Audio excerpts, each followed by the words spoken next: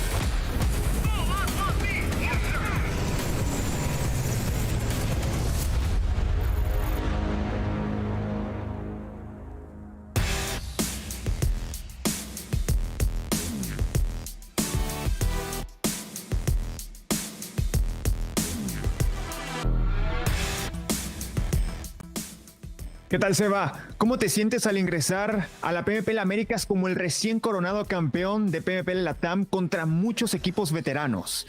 ¿Hay más presión que en el último split? Nos sentimos muy bien ingresar a PMPL América siendo campeones, a pesar de que hay muchos equipos veteranos. No nos sentimos en desventaja y la presión no es mucha, porque nuestro modo agresivo funciona en LATAM y tenemos la fe de que funcione en Brasil y Norteamérica. Y sobre la presión de los equipos del anterior split a este split no es mucho. ¿Cuál es tu opinión sobre la representación de la región de Latinoamérica en los campeonatos pasados? Siento que la representación fue muy alta, pisaron 2 mundiales, varios equipos. Furio en el ejemplo, y lo ideal es no bajar de esos estándares y dejar a LATAM en lo alto. ¿Cómo describirías la intensidad de la presión experimentada durante la semana 7 de PMPL Latam en una final tan reñida? Sentimos que a pesar de tener una constancia en todo el campeonato, en la final, cometimos muchos errores comunes que nos arruinaron el separarnos del top 2, pero estaremos mejor preparados mentalmente para los próximos campeonatos.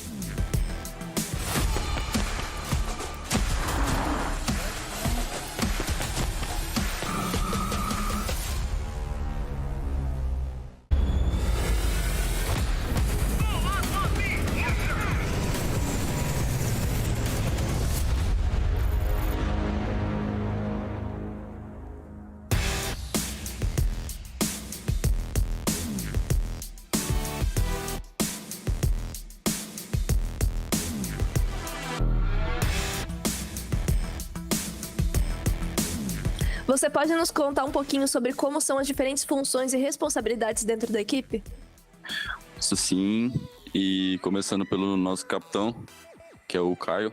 Ele é IGL e terceiro homem, trabalha mais separado.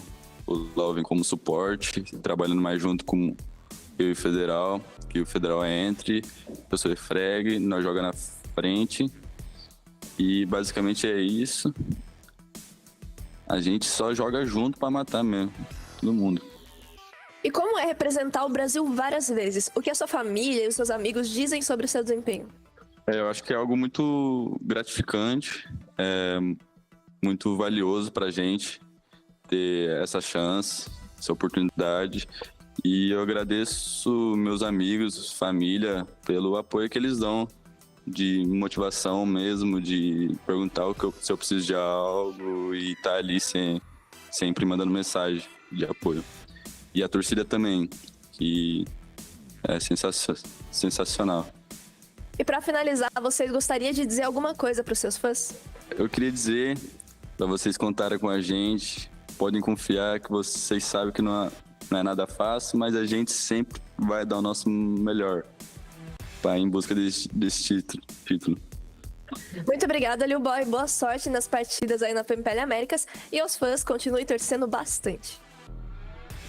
É isso, tchau, tchau.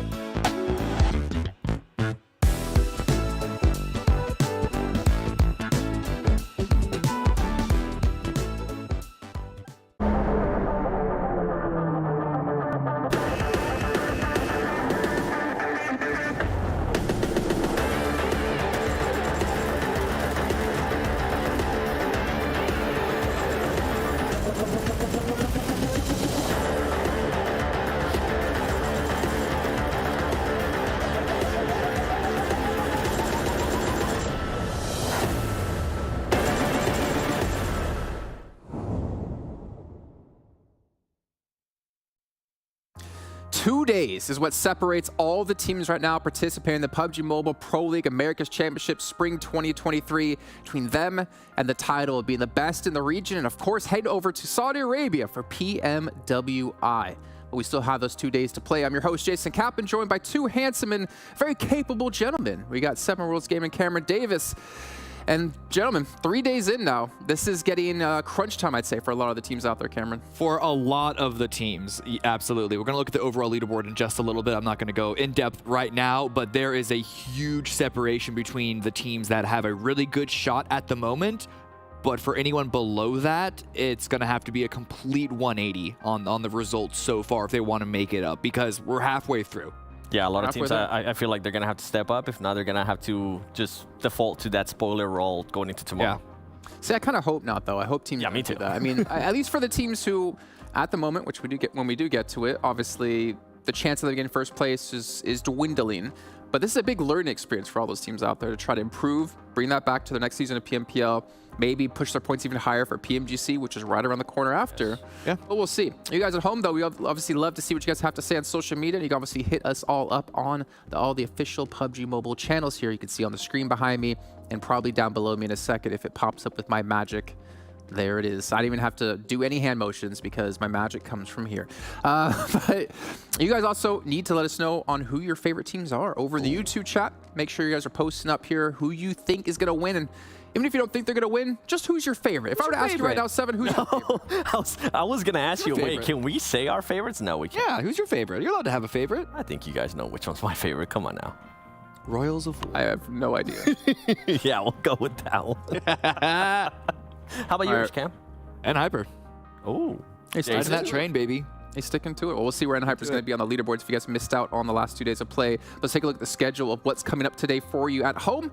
And like the last 2 days, and of course today and tomorrow, it's the exact same order. We're going to have double Miramars, double Erangels, 1 Sanhok, and 1 Vikendi. Yeah. Yep. Yeah. I don't know what to say besides that. No, it's true. It's the way that everyone's been playing and having. Even though 7, I know you like having Sanhok in the middle of it for that sort of it's just so the good in the middle. TDM reset vibe that Sanhok gives.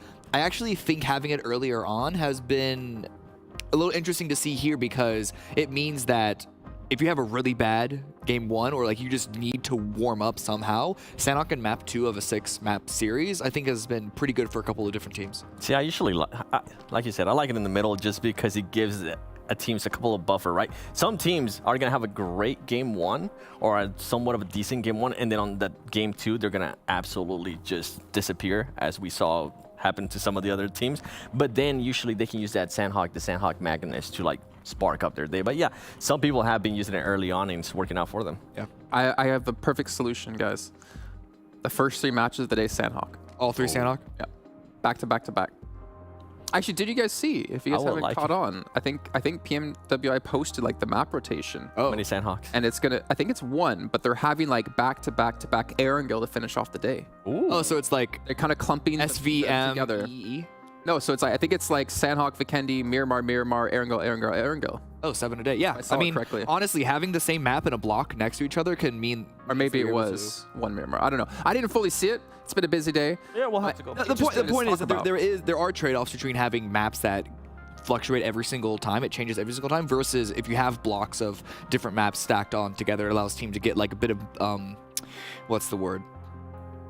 Momentum.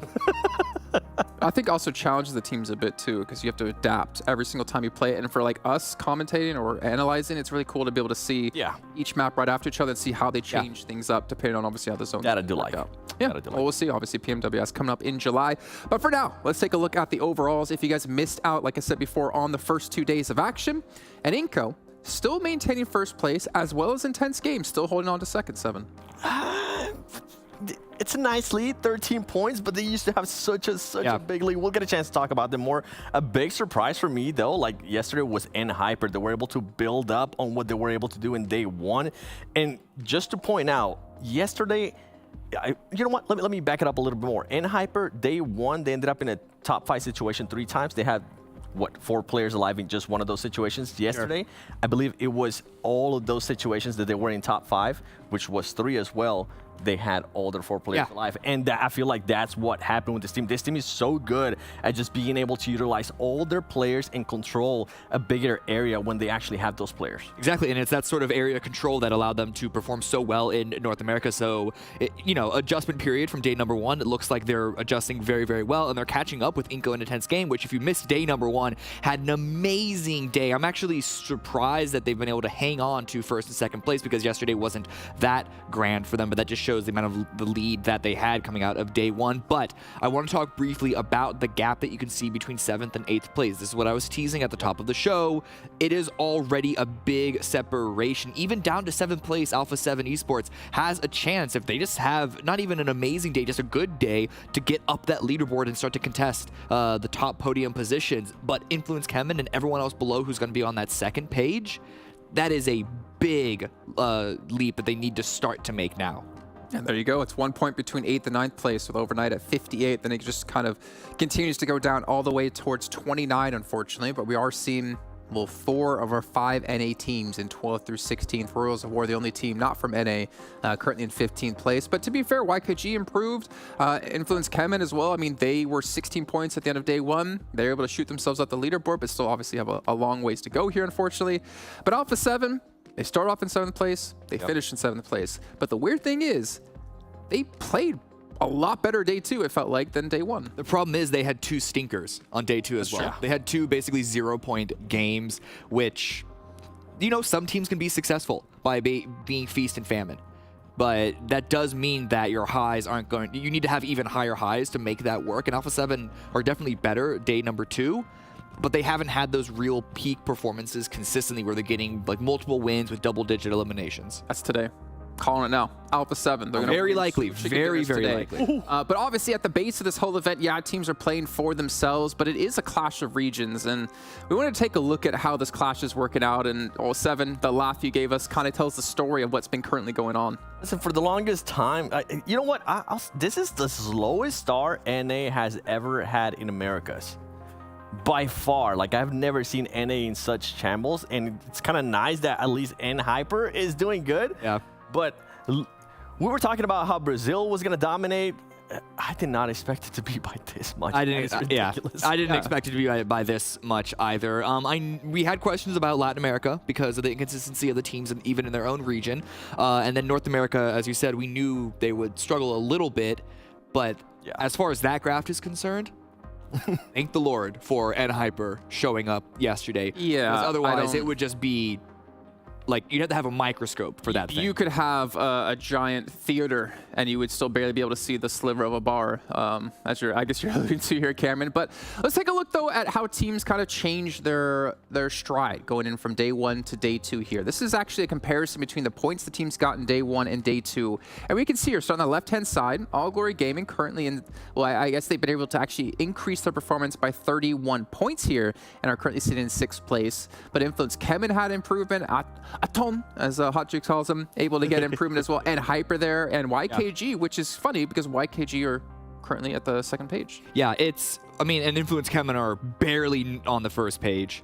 And so I think just show the fact that 3 of these teams are outside of the top 7, I believe, just shows that while they might have had successful day 2s, their day 1s were even worse. Yeah, by the way, ATON, they pretty much had a good start of the day. They had a great start. I think it was with the 1st place finish, and 2nd place finish. And then after that, it just died off. They kind of disappeared. So I want them to continue to start performing a little bit better on those later matches as well, not just have 2 great performances and then drop off.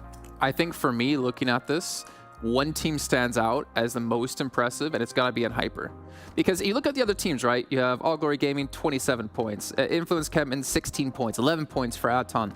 But N-Hyper put 40 points up, and then they improved on it by 20. It's not like they put, they got 5 points, and then, we got 25 the next day. No, they actually had to push harder and were able to continue that, steep incline here into the finals. And the good thing out of them that I noticed watching back the games is that they decided to not take those fights that were unnecessary for them. They decided to wait it out and also try to third party. I mean, I think we saw it in the first Erangel that we got a chance to see. They took the fight to INCO. They decided to third party that and then went and backed off and try to find the position for that late game. And I feel like that's something that they do so well. We've seen it in NA, and I'm loving it that it's kind of transferring here in Americas. I'm actually surprised that it's working so well. It just comes down, can they keep those four players alive in a top 5 situation? Because it's a big drop off. If they don't have their older players alive, they're not able to control the area that they're used to. They're not able to scout the way they're used to. They either send out kindness or they send out Rin to scout. And if they don't have those tools, they kind of have to just shell up and hope that they get some placement points and not frag out as much as they're used to. It's not even scouting. It's also just they and Hyper really like to have those individual players who can go out, do a little bit of a roam maneuver, whether it's QZZ with a buggy, GK First running out into the open trying to find an off angle. It's very successful for them if they have all 4 members up, but you're right, when it's only 3, then they sort of struggle. They don't really have the ability, or at least they're not prepared to successfully get into that sort of, we're all going to group up and rush down sort of swarm mode that other teams like Alpha 7, like Loops, that is more in their wheelhouse of playstyle. Okay, well, as we did talk about the movers in terms of a positive note, what about the fallers? I guess what we'll call this one here. Teams who have decreased in performance.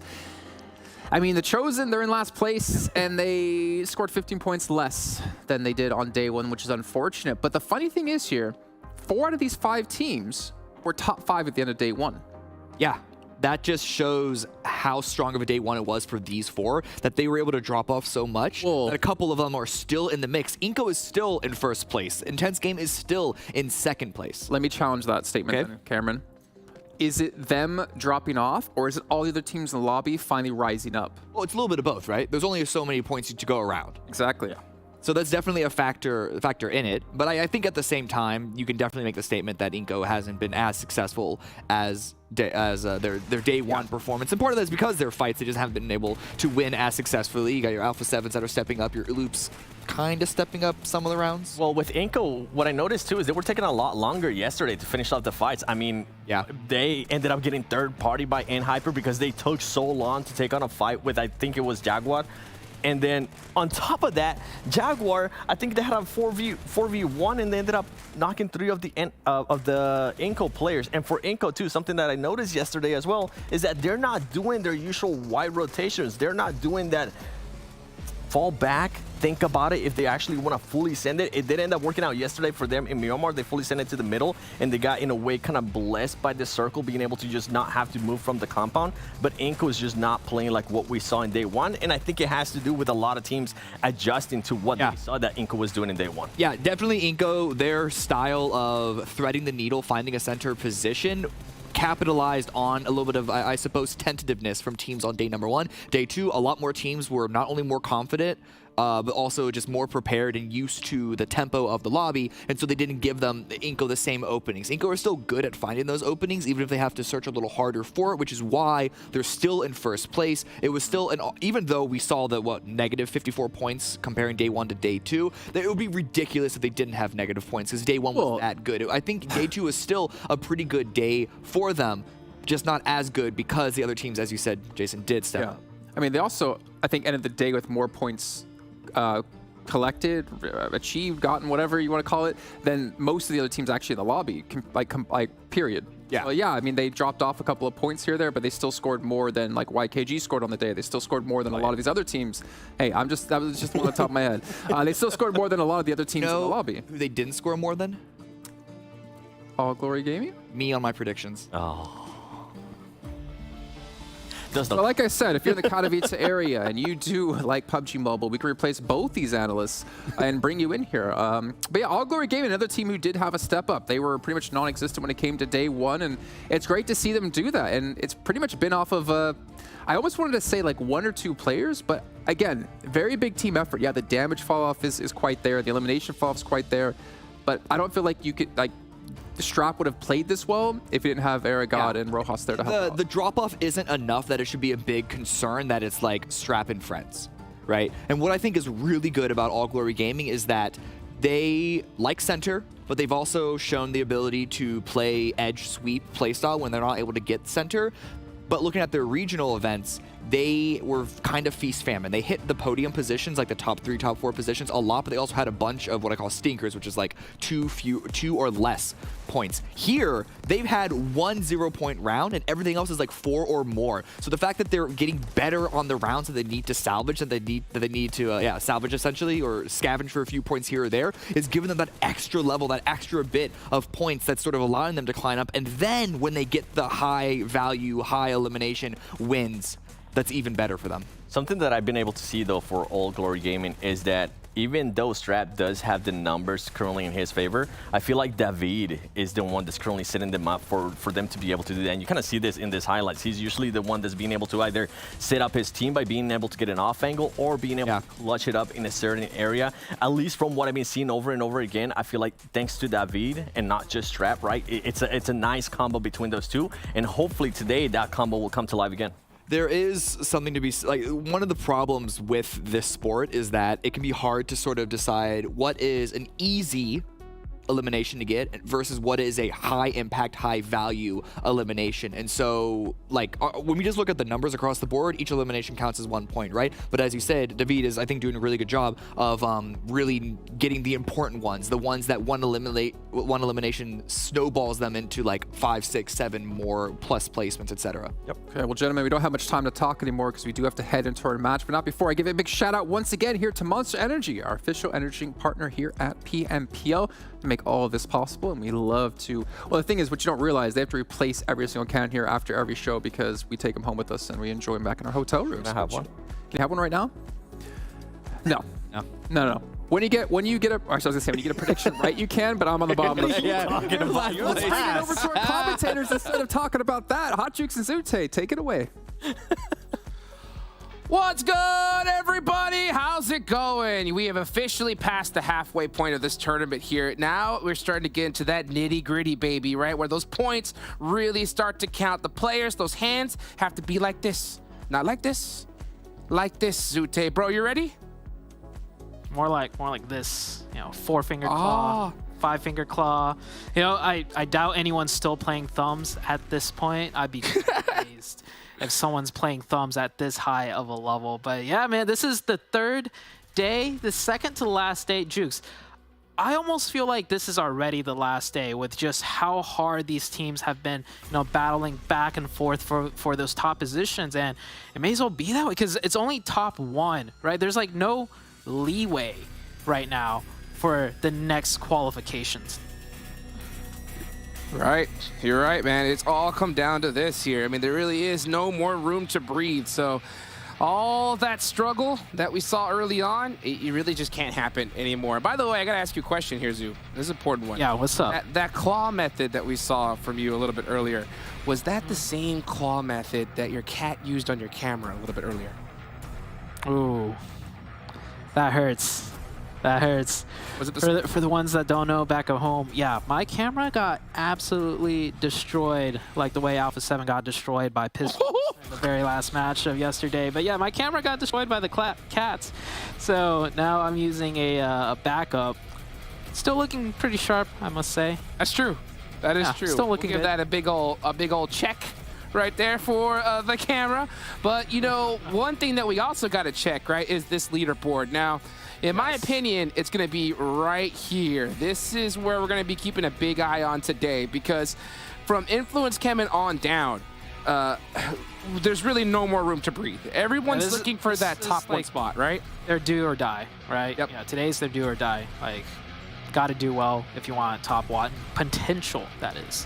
Yeah, if they do not perform crazy today, I mean, we really have to say it, right? It has to be crazy performance. If not today, then, you know, the chance for that #1 spot, that guaranteed ticket to PMWI is over with. So hopefully we could see that here. I'm looking at the drops, seeing a whole bunch of a lot of congestion, dead center right here. You know, obviously where the plane path is and where the circle is, everyone's going to be hanging out right here. But for the most part, no one is really out of, you know, into a crazy position. No one went Campo Militar. You got Overnight all the way at the bottom near Valle del Mar. So nothing too interesting as of yet. We may see a couple teams get caught on an early rotation here. I'm looking at the Chosen, of course. That's one squad that, man, I am so shocked to see how they've performed so far in this tournament. I definitely agree. And this is going to be a completely different Miramar game than all the ones we've seen so far. Because this circle, right? Dead center. No rotation. Well, there is going to be rotations still, but no rotations to be really rushed for in the very first zone, which is completely, you know, a different situation in all the Miramar games we've seen before, as we see a quick 1v1 battle. Well, it's not even really a battle, it's just a cat and mouse game here. Robert. Oh, run. Run. Robert's got the gun. The other player, Choco, not as fortunate. Oh, man. Choco didn't even have a chance there. That's got to hurt. And I think, okay, one of the players from Dope Slayers got taken out. It's a little bit of a trade for ATON and Dope right off the rip. They're both going to start off with a 3-man, and yeah, it's never the best option. Oh, Zohan. He tagged him. He got a piece of Robert there. And Robert's going to have to put on those shimmies. You can see him dancing back and forth. Down to 1 HP, but I believe he does make it to safety for now. And that, I mean that for now. If ATON starts getting into a vehicle here, we might see them start to rush him as well. Yeah, it honestly depends on which team I feel like gets looted up quicker and finds the vehicle, because both teams right now are hurt. And keep in mind, this is like the center, well, not super center of the circle, but there could easily be teams already, you know, making their way over, hearing the gunshots. They already see it in the elimination feed. So teams are wary of this.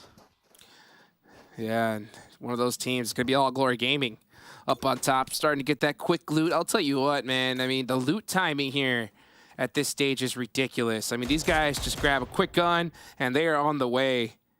Ergod's got that vision. Milos with a mini with a hollow from downtown, trying to catch a couple pokes. Interesting shots to see here. But so far, we do see two of the players there from All Glory Gaming in vehicles, so they could be headed in this direction. And if they really were paying attention, we saw them, right? I mean, they had to see that elimination feed. Oh, and with that knock, that's going to definitely make things interesting. So, yeah, you can just see Erangel looking around, just trying to figure out where his squad is, because I would not be surprised if we start seeing them push this. Those were some accurate shots. I think I only heard like maybe 8 bullets pop out there.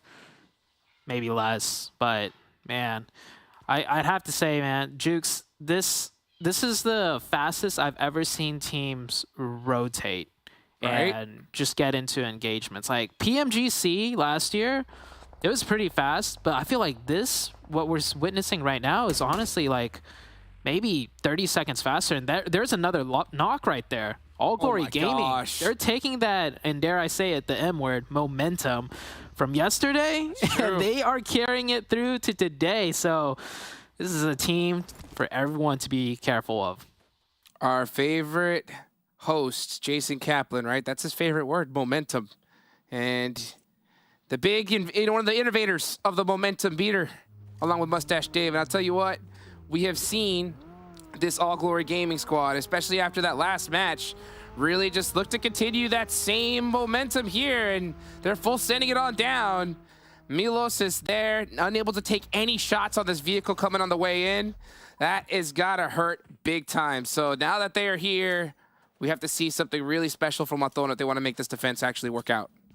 Yeah, they're separated too. One on the bottom floor, one on the top floor. They can't even help each other. There's no crossfire angles to be had. And those nades, well, almost nading himself, but they do catch out Milos. Now it's a 4v1, and yeah, I don't even think that player managed to shoot a single bullet. They just rolled over and died pretty much. That's 3 quick points for the side of All Glory Gaming.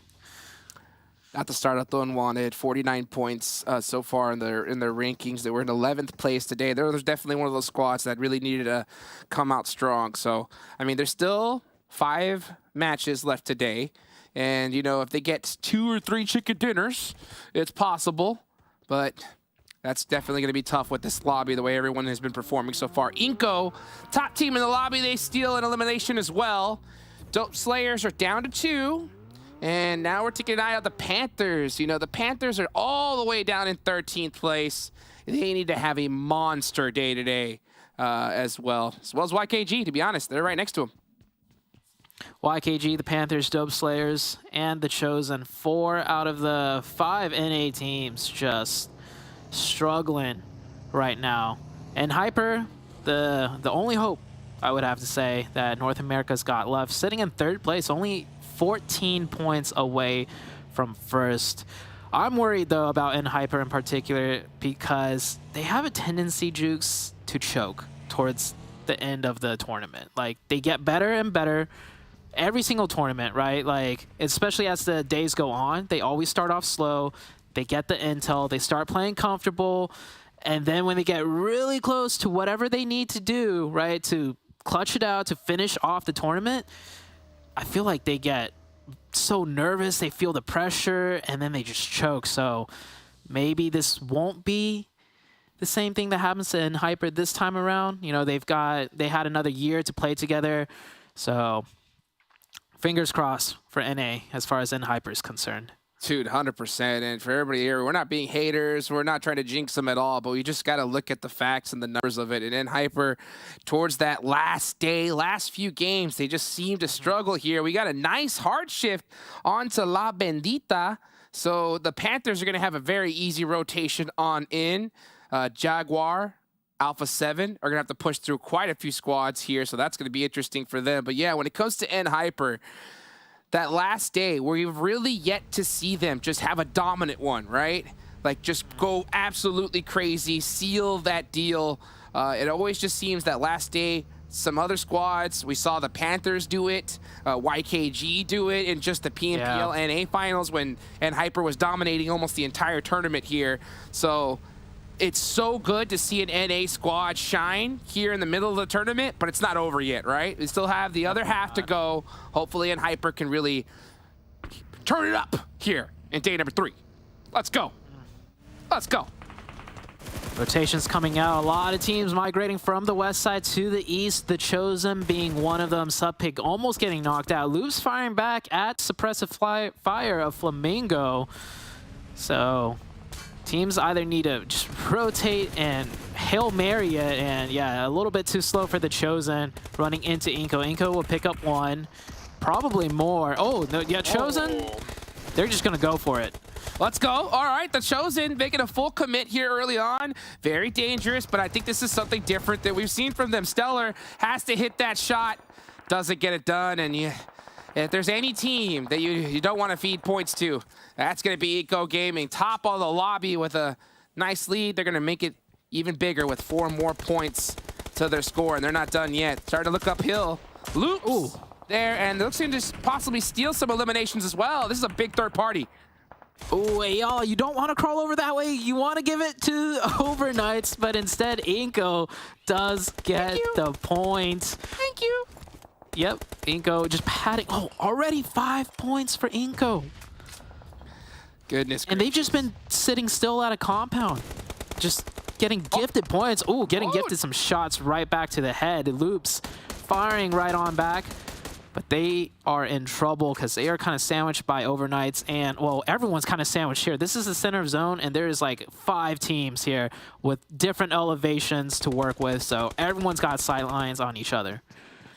Oh, yes, indeed. And this is still pretty early. This is only stage 2, so I'm not surprised that we're seeing a lot of fights here. A lot of teams like to take these engagements, possibly steal a couple points. And worst case, if you're in a right spot and the fight's not working out, you could still eject. So I think Influence CHEMIN's in a really good position here. Look at where Alpha 7 is. All the way in the blue zone down south. They're going to be creeping through Los Leones, and I can't blame them, right? This is a really difficult rotation with that hard shift, so they opted to play it very, very safe, and I think it's going to pay off for them here.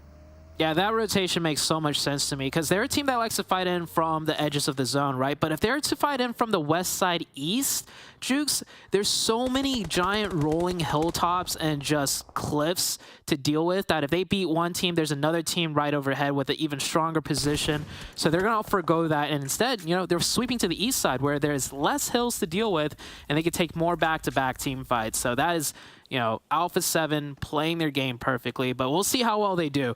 They're still in the blue zone. They still got a long way to go. And look at these shots, Jukes. At mini 14. Bop, bop, bop. Spamming. Ooh, 1-2 punch right there. Take it to the bank. Take it to the bank all day long. Chico goes down to David. And All Glory Gaming have 3 points to their total score. That's looking pretty good. Let's take a look at Overnight. Man, Overnight has fallen off, you know, compared to where their day one performance. So hopefully they can see a bounce back here. And I think, you know, these rotations, losing players early on has really bit them hard. They already lost 1-2, so it's not looking too good. But hey, you still got 3 up. You could definitely make some things happen. We've seen it, especially from a squad like Alpha 7 earlier on. So, hey. As far as Overnight is concerned for me, I honestly think they just got, you know, the luck of the draw on day one in terms of the way the circle shifted and like, I mean, we heard the devs talk about it too, right? On day one, we didn't see anything crazy out of them, even though they were in the top 5. And it just seemed like they just got the zones and they just played the zones, and that's how they got their points. And it's showing right now with just how much they've just fallen off. It's not even bad performances by them. It's just they're kind of just floating by, right? Yeah, and that's what the crazy part is, especially when you start dealing with these bigger, badder stages. You can still be doing great, but you could just have another team just be doing way better than you. Yeah, and that's just tough. You know, you can make the perfect decisions, make the right play, but even if you're the best team in the world, what are you going to do when you have 3 of the next best teams all looking in your direction, sandwiching you, and putting suppressive fire? There's not much you can do. So hopefully we could just see them make those right plays. The right timing, I think, is so huge here because normally I think we see a lot of squads take those early mid-game fights, and it works out. But here, oh my gosh, you take one shot, and you got another team just creeping over the hill looking to absolutely wipe everybody. Yes, 100% agree. We've seen the gunpowder out of all of these teams.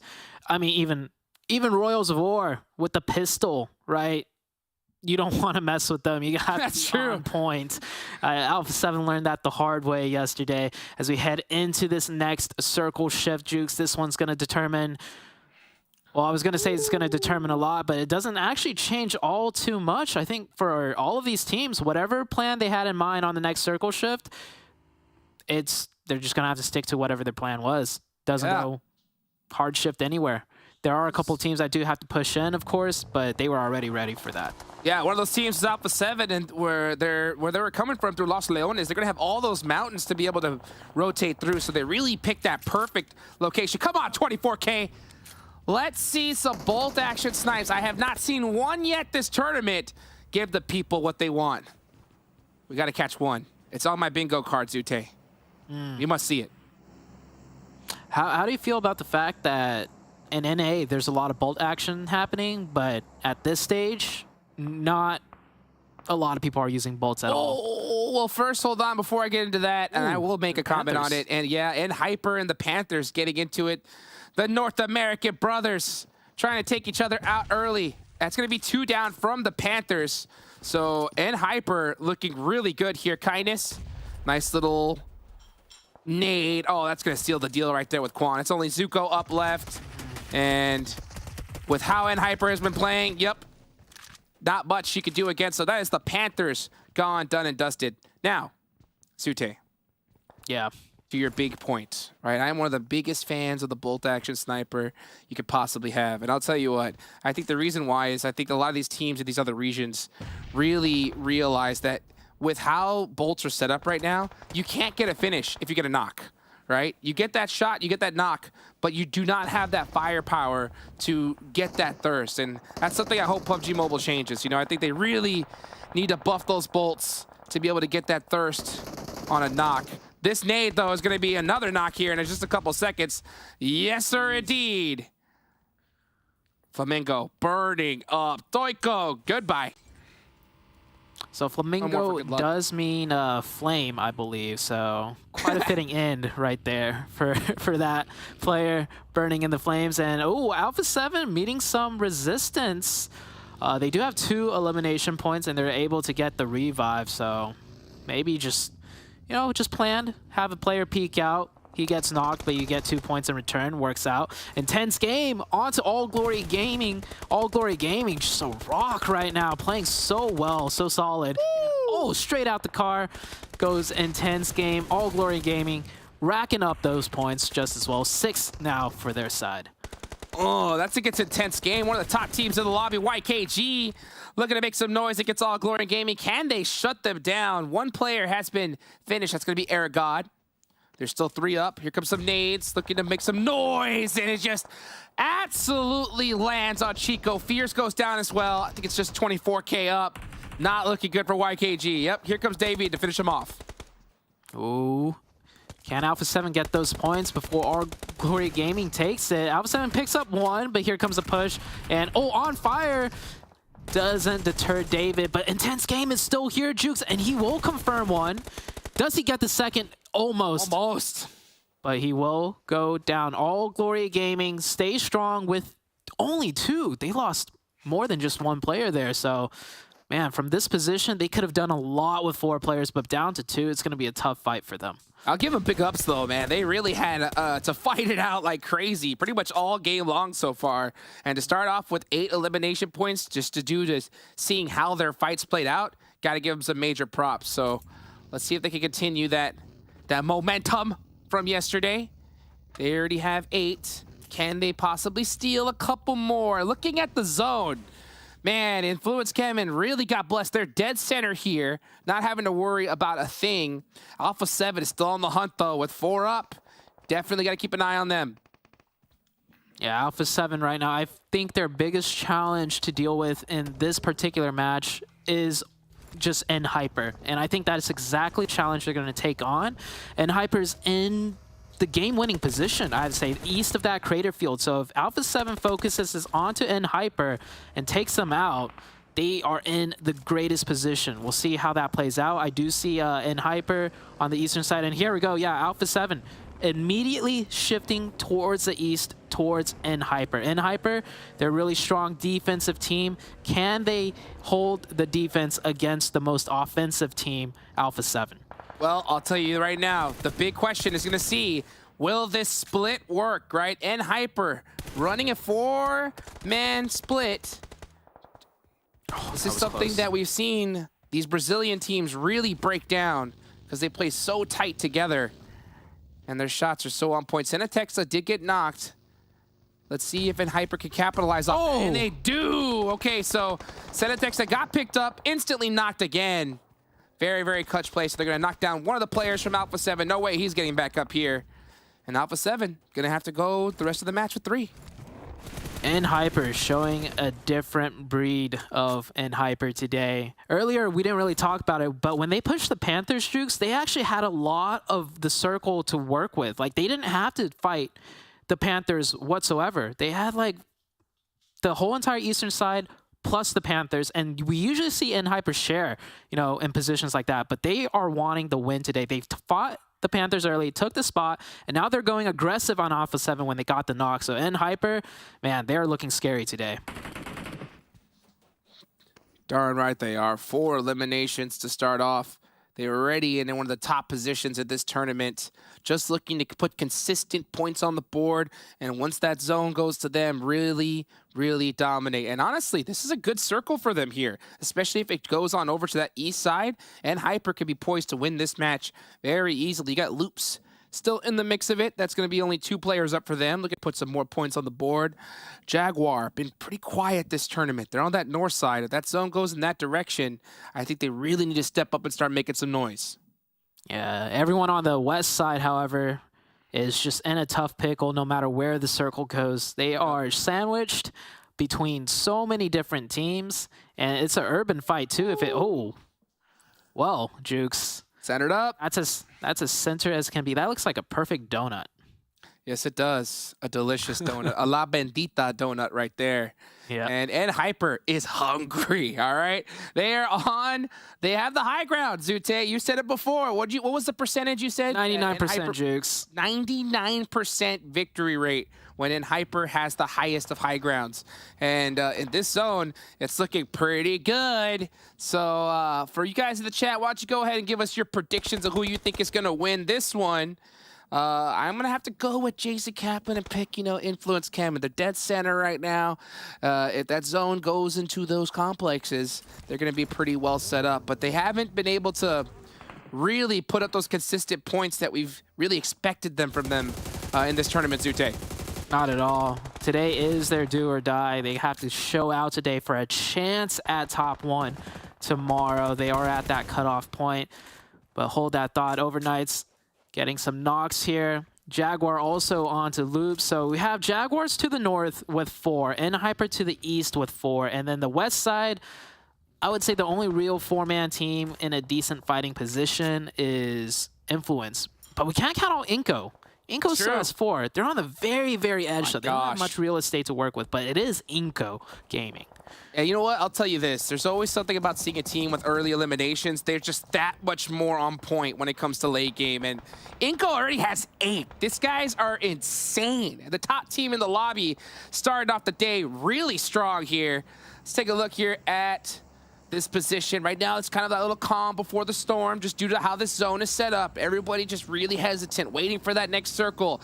Alpha 7, though, getting in the mix, taken down into Hyper. They really want that ridge, but it's going to be really difficult to take as we're starting to see teams press from all directions. Rojas almost caught out here from Overknight.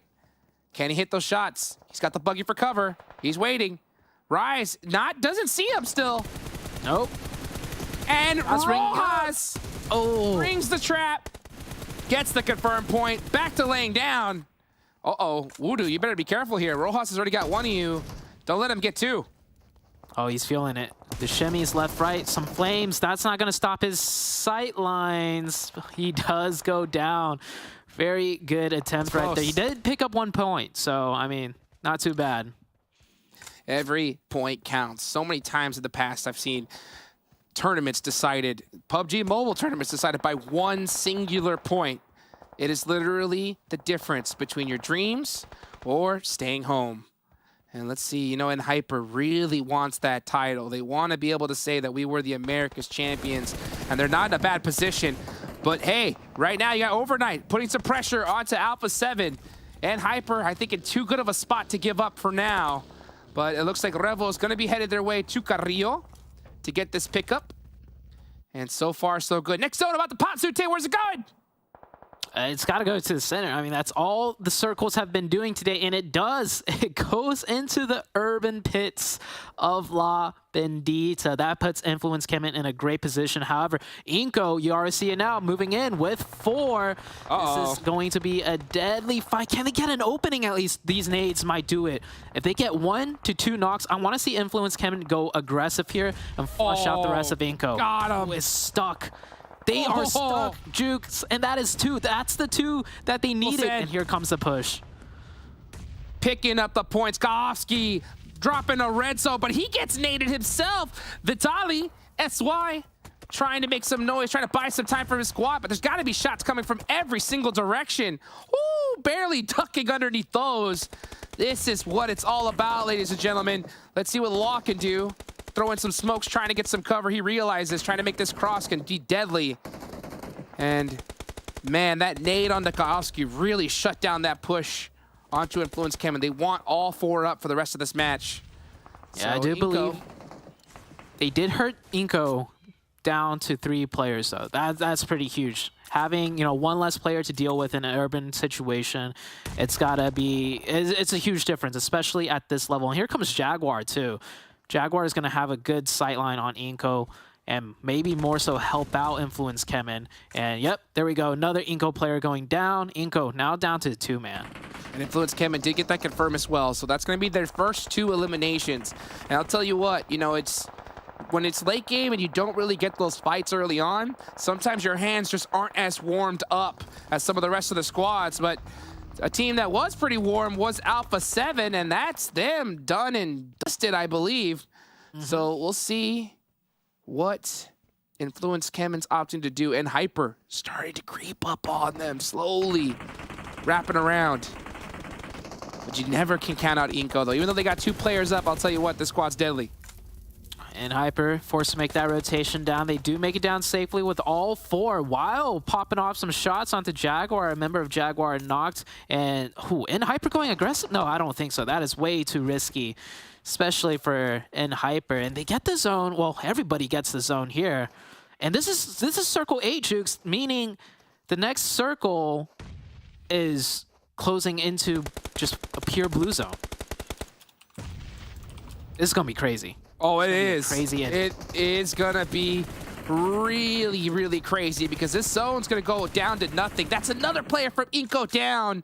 Nenebete getting knocked here. That's going to really hurt his squad. It's up to Squash, though. And Squash already in that contention for that MVP title because this man has been popping off all tournament long.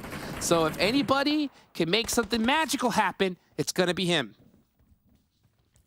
See how much magic Squash could pull off against 8 players, essentially. He has Influence looking at him, and he has Jaguar on the hilltops looking at him. So Squash has, if he's going to make some magic, call him Houdini, because he's got to find a way to just disappear out of the enemy sightlines and just get into the circle somehow. Yeah, look, he's not in the zone. I don't think he's going to make it. Oh, yeah, he's got a nade and a dream. And he's going to have to hit a miracle nade here. Doesn't look like that's going to happen. All right, well, let's see what the best option is going to be for him. This zone's starting to creep on. Only a matter of time. He jumps. Ooh, and he's gone. Instantly. Instantly. They were waiting for that. I think his feet touched the ground, and he couldn't even take a step before he went out. So we have the final teams here. And Jukes, we already said it. This circle is closing into nothingness. It's going to be a 5-way brawl. Yeah, between 5 teams, 5-way brawl here. I have no idea who's going to take it, honestly. Yep. This is one of those situations where it's not just about gun skill. It's about timing, okay? Right? It's about luck, almost. Yeah, you really have to time it perfectly. And there's some times where you can have just all these 3 teams focused on each other, and that 4th team could just come and wipe the floor with everybody on that off angle. So picking the right fight at the right time is going to be crucial. Oh my gosh, Jukes, the smokes. Oh my God, it's going to be a smoke field. A 100% just FPP, DBS, smoke craziness. Which team's got DBSs on Miramar, though? We'll see who's packed up. Little boy does. Little boy definitely does. He's ready to pop that DBS out. And here comes Jaguar. They're looking at Influence CHEMIN, but they're also looking at Hyper at the same time. They should really just focus one team right now. Yes, yes. Do not split your priorities. Mercy getting a huge knock there, but he's the only one looking in this direction. So Jaguar stuck on top of the hill, focusing on every single squad, and that could be their demise as they're starting to get picked off from everybody. Yeah, not enough smokes to cover the sightlines there, and Hyper does get into cover. They will be able to get a full revive while all this chaos is happening. They'll keep 4 up, but Influence as well with the 4-man team getting their revive onto their 4th player. It's coming down to a numbers game, Jukes. 3 teams left, no, 4 teams left. Overknight playing so quiet, he could ruin things for Influence CHEMIN. That's true. Voodoo, we saw him hit some pretty nice shots on the way in here. Was able to get that one finish. Can he add some more to his total? Oh, and Hyper forced to run out to the open. QCZ barely making it out of time. Rin does get knocked, but he does get to safe spot for now. But this zone is just closing and closing and closing. Voodoo, he's up here. Influence CHEMIN, don't clear him out. It could be their demise, but Hyper only has 2 up, so Influence CHEMIN, they're just dealing with 3 players at most. Kawasaki with the M249 coming off onto the side. They do find down. And Hyper Law's on fire. Law is on fire, QCZ. Having to make some plays here with the pre-fire. Did he get it? Couldn't tell. GK first. Gonna throw that nade, but it ain't gonna be good enough. It is going to be Influence CHEMIN gonna win the first match of the day, and this is one that they desperately needed. It was a perfect win for them, honestly. We said it coming into the game. Today is their do or die. Well, they're already showing out on the very first match. The circles favored them, but it was not an easy victory whatsoever. You saw how many players they had to fight through. They had INCO knocking at their doors. They had Jaguar over the top of them, and then they had to fight through all of that chaos. Influence CHEMIN. We can't discredit them on their rotation as well. They made a crazy rotation to get to that position in the first place, so it paid off. Oh, yeah. And then once they got to it, they didn't have to rotate at all. Right? They only had to do it until the absolute end. So beautifully done for them. Honestly, I'm looking really at Jaguar there. I think they should have focused on Influence CHEMIN early on, right? They got that initial knock. If the whole team decided to go down that hill and just push them at first, I think it could have been a different outcome for them. But hey, you know what? Coulda, coulda, woulda, right? I mean, you never know what could have happened here at this stage. So guys, we still got a lot more action. 5 more games left to go. Get hype. And I'll tell you what, one more thing I got to ask you, Zute, right? EnHyper, starting off strong here. Could this be the sign, right, that they could actually get it done at the end of the tournament? You know, I feel like this is a different EnHyper. The fact that they pushed the Panthers, it wasn't really shown too much, like the positioning on the map, but I mentioned it.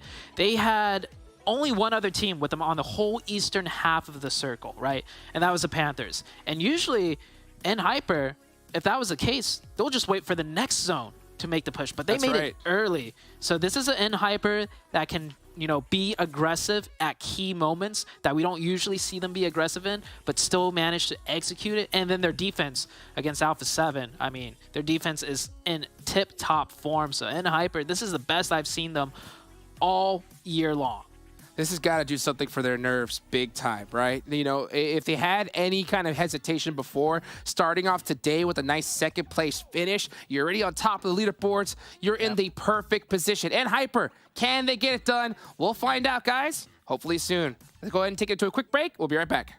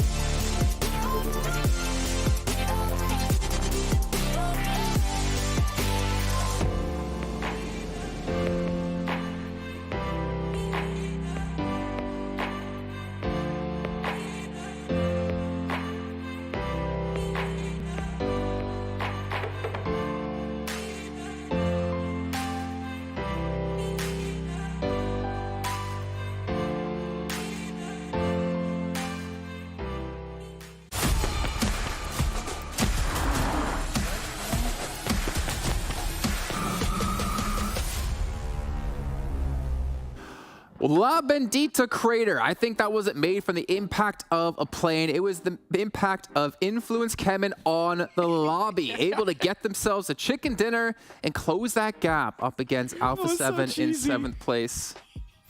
You want to host 7? What? Oh, no, I'm thinking of how, like, Influence CHEMIN pretty much just got fed. Oh, wait, did Cameron say that was cheesy? Oh, yeah, that was... No, 7 said it. No, he said it.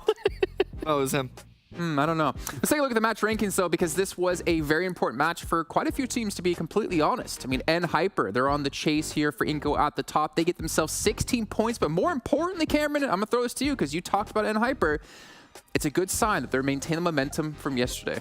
Yeah, absolutely. And they came in from the east. They had a nice little spread. They had a lot of space to work with. Thankfully, they didn't have to fight through all the same units that the west side did, like INCO, who actually got 3rd for themselves through the number of eliminations that they got. But again, EnHyper's focus on just trying to develop, establish, and then work with nice map control. I actually think that if the zone didn't center up so much on the crater that it ended up in the crater itself, EnHyper would have had a lot better of chances towards the end game, because, you know, Influence CHEMIN, they weren't really an impactful team in the lobby until it came to their home turf, their backyard, which at that point they started exploding, literally in some cases, looking at INCO's send there with get those 10 eliminations.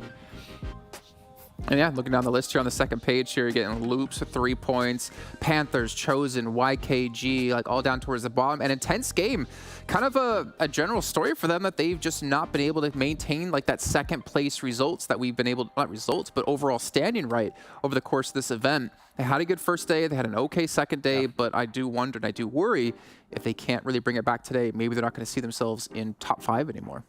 Yeah, I don't think they're going to end up in top 5, especially with the way that some of the other teams are starting to play. I mean, we've seen what NHyper's been able to do. We saw what Influence came in. Even though they got fed that circle, right, they were able to take advantage of it. They were able to make sure that they took advantage of it by getting those eliminations and setting themselves up to win that game. Exactly. Hey, that's my finger there. Yeah, exactly. That you can Wet Willy or something there? You can't blame people for being gifted circles. There are going to be games that you're gifted circles. There are going to be games that you're not. The important thing is to win the games that you have to win, and Influence CHEMIN did that. Yeah, they did. And again, opening things up. I do wonder if the nades they threw didn't catch out. INCO coming through. Maybe INCO actually could have taken a position away and actually won the game themselves. But we got to talk. I feel like INCO was a bit slow, though. I feel like INCO was a bit slow because they did get 5 eliminations, right? And then they ended up in the same building for, I think it was like 3 circles. They didn't really have to move. Right, and then they rotated very, very late to try to fight Influence CHEMIN. And by the time Influence CHEMIN was just ready, waiting for somebody to come to them. Well, actually, I think that if INCO moved earlier, Influence would have been able to post up an even stronger defense against them, because I think Jaguar coming in from the north side put a little bit of pressure on Influence, which is what gave INCO a little bit of breathing room, exactly, because Jaguar was like breathing down, trying to look for third parties. I think if INCO moved too much earlier, then there would have been too much of an opportunity for Influence to just take full control of that area, spread out for free without the risk of third parties in the case that, you know, they just wanted to make sure that they didn't give themselves away while taking out INCO. Well, let's bounce it back to NHyper really quickly. You want to go? You want to keep going? Well, no. I'm just thinking back. Like they got those 5 elims and they were just playing too passive. They were just. I feel like they weren't playing the INCO that we saw out of day 1, where they were wanting to actually take those fights. They were just pretty much turn off the attack mode. Well, NHyper, speaking of attack mode, GK first, 900 damage, 5 eliminations, Kindness again being the, well, not necessarily the standout, because obviously it's going to be GK first, but outperforming QZZ and Rin, and we saw QZZ be the MVP from Americas. So great job by him to step up, and it was really tough, I'd say, for NHyper too, because they had this like one transition into one of the compounds towards the later zone, obviously towards the very end of the game, and Kayovsky, this position he had on the low ground, caught 2 of them like trying to rotate through in as well. They just caught a little bit off guard there. But in general, the style we've been talking about with NHyper, where they send out that scout, they've been fairly successful at it, I'd say, so far these last 2 days. They haven't been losing that player. They've been keeping 4 alive, which immediately I think when you guys are watching, you're like, oh, look, NHyper, they still have 4 alive. We're waiting for them to get in top 5 first. That's the only reason why I picked them. Yeah, exactly. Yeah, I mean, and the damage as well coming out for them, taking control of the space that they're given. Oftentimes, there's the analogy of the pendulum swing of like, oh, you go too far and you got to sort of balance yourself back into the middle. Day 1 is they push too far. Their tendencies from perhaps playing in North America, being able to take so much room for free, essentially, got punished a bit. But then very quickly, yesterday, they were able to find that balancing point, and they're continuing on with that today. Let's think about this, right? A big talking point we made on day 1, at the very end of day 1, and I guess technically early in day 2, was what teams did their homework from that first day, right? You can look at scrims. You already said, you know, quite honestly and openly, which I agree with, that scrims, teams don't treat them as serious as they would an official match. So they're able to get some information, some data on these teams and use that. And I think that's a testament to like how much studying NHyper did coming into day 2 and now day 3. Yeah, and that's, I mean, we saw that perfectly with what they were able to do off the bat yesterday. They just weren't taking fights that they didn't need to take, and I felt like that was something that they were doing day 1, and right now you're starting to see it even more here after that first game. They're being patient, they're using those plays that they're using so well, and I feel like they're like, okay, we got away with that in NA, kind of like with what you were saying. Now they're starting to get away with that here in Americas, which is going to be scary for a lot of those other teams that do decide to give them that range, being able to take control of that area, and hopefully, I'm kind of hoping some teams start challenging that, because I want to see what's going to happen to NHyper if they do get challenged early on, if they do get caught off guard in those splits. Okay, well, let's maybe shift our tables here and start to look at maybe Alpha 7. Now, Cameron, I believe you actually had something you want to tell us for us and break down. What is it and why? So I want to give a quick look at a rotation that I think Zute even was mentioning on the broadcast. If I can get my mouse working. You got to use the tablet as well. Is it on? There it is. Have you Oh my tried God, turning it's off and just on really, again? really small. So I don't even need to hit play on this one because I just wanted to. We can all see that Alpha 7 is here at the bottom. Making a rotation through Los Leones to try and avoid going in through all this area on the left. They made this rotation before the circle centered up around this area, but even if you look at the greater circle beforehand, coming this way to the east side is giving them a lot more space to try and work with. Not only do we have this big giant field over here that Hyper has control over, but it's still open, easy transition through that. They're actually, Alpha 7 is actually going to be stopping early, and they have this entire ridge line to work with on foot, which is a lot easier of a foot push for them, and that's what they end up doing. They get a couple eliminations from that. It's not the most successful game, but I do think this early rotation, this direction, is a lot more probability of success than just trying to make your way in from this whole west side, because this section here is incredibly brutal. It's like open enough to get shot at from every single angle, but it's closed enough that your vehicles are going to be moving at the speed of sludge. So that's a really rough area. So If you don't know out there, sludge does move slow. Yes, sludge does move slow. Just want to confirm that for everyone. Let's quickly look actually at our overalls really fast to get an idea of where the teams currently stand, because we did have a big gap between 7th and 8th place, but it's all about if Influence CHEMIN have been able to close that gap. And of course, towards the top, we know Hyper were able to claw back 6 points against the current leaders of INCO. I think they were about, what, was it like a 13, 14 point at the start of the day? It was 14. Yeah, so let's actually take a look here and see if they've been able to close the gap enough and obviously keep things in arm reach. And honestly, they're getting Cameron Davis one step closer to being right in his predictions before the event even began. 116 to 124.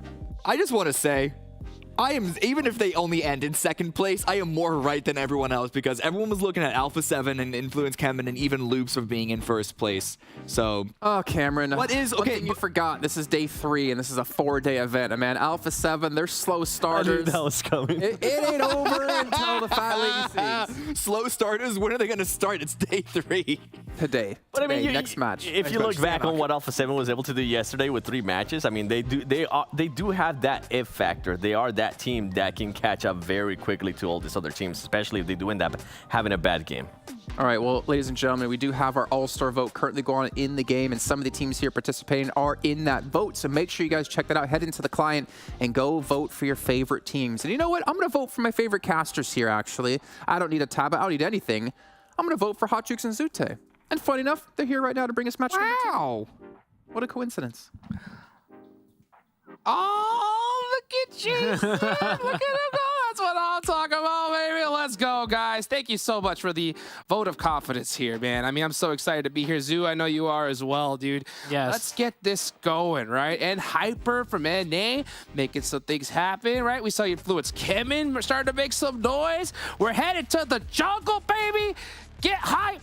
Let's get it going. Zoo, how are you feeling going into match number 2? Ooh, I am feeling ecstatic right now. Influence CHEMIN winning that last match.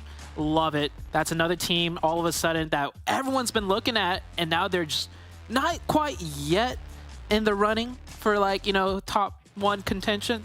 I feel like they need just one more Jukes, and this playing path heading from the east down south towards the west is going to be good for everyone here, because, I mean, easy playing path to drop wherever it is you like. All of these teams so familiar.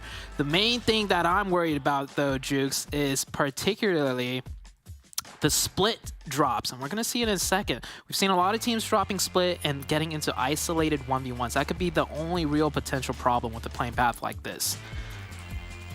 Let's see how this playing path is going to play out for all these squads. We're starting to see that stretch. Everyone pretty much has their own drop spots in Sanhok, so we haven't seen any kind of hot drops at all. I don't expect to see that here by any means necessary. My big question is going to be, where is this zone going to go, Zute? Where do you think it's going to go?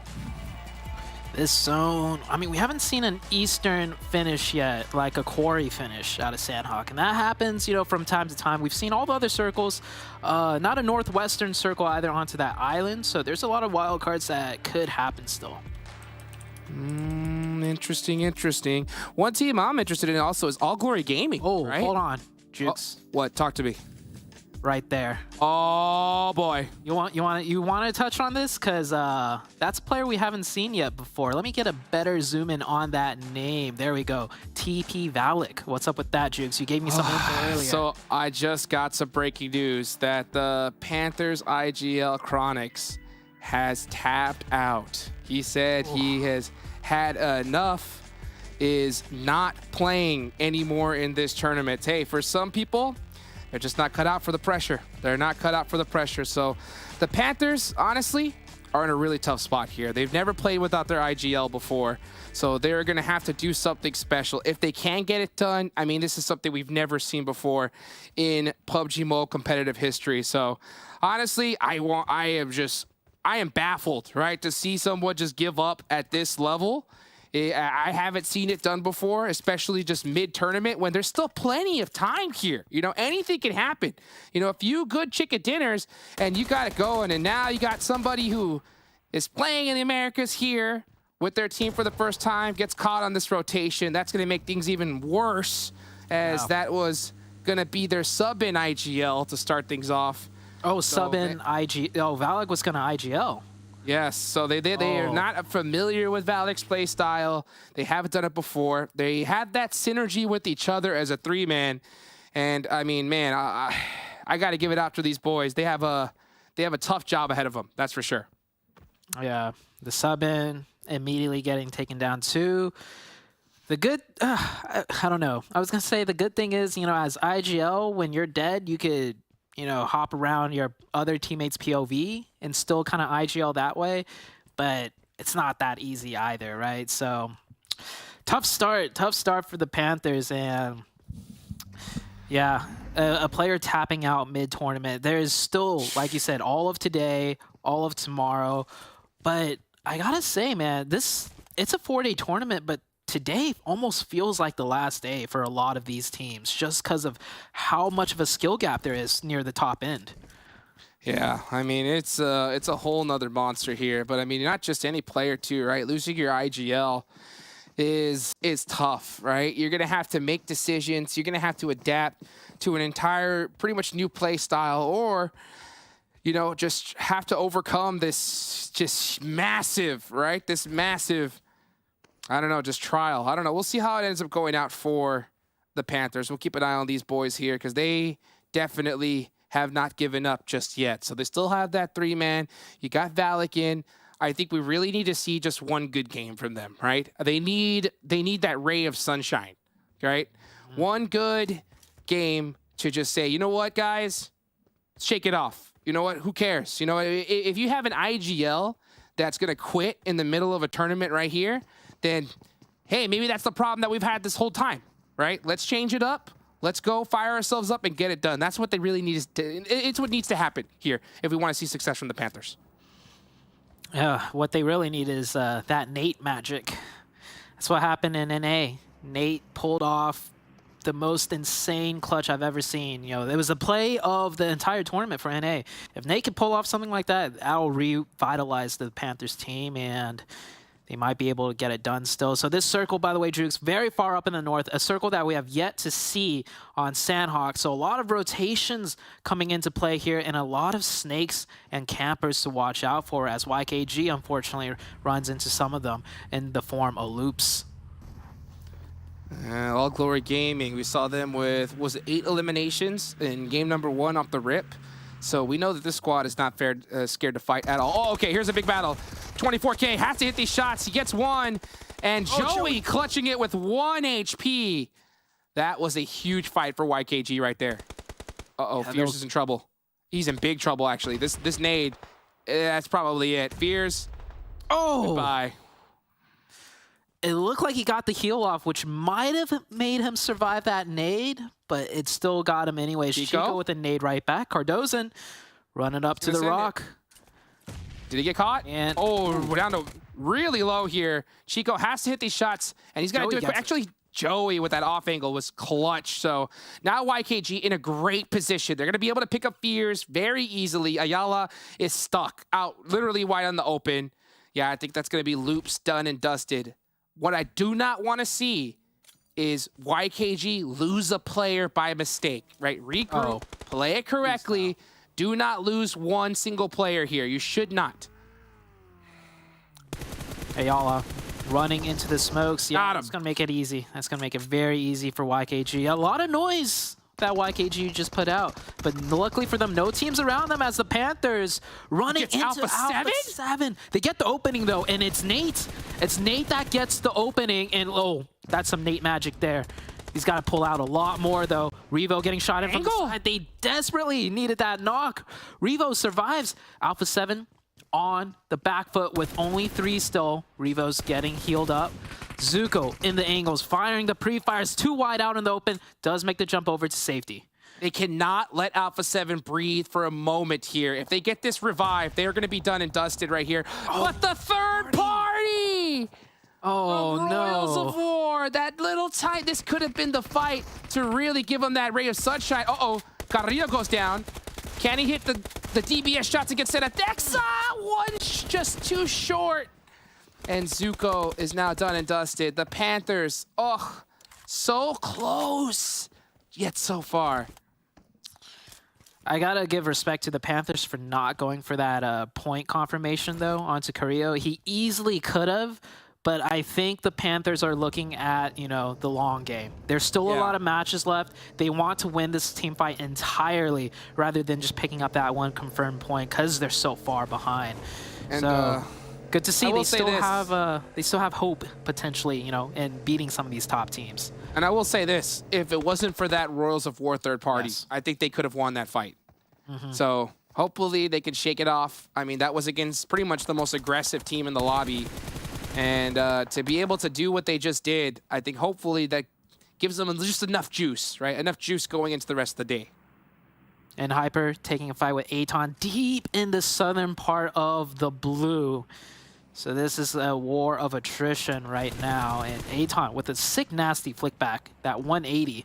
Surprised Hyper got taken down. Oh, Hyper actually already lost a player too. So this might not be the game for Hyper to come out on top. And Dope and Royals of War in a deadly urban battle engagement.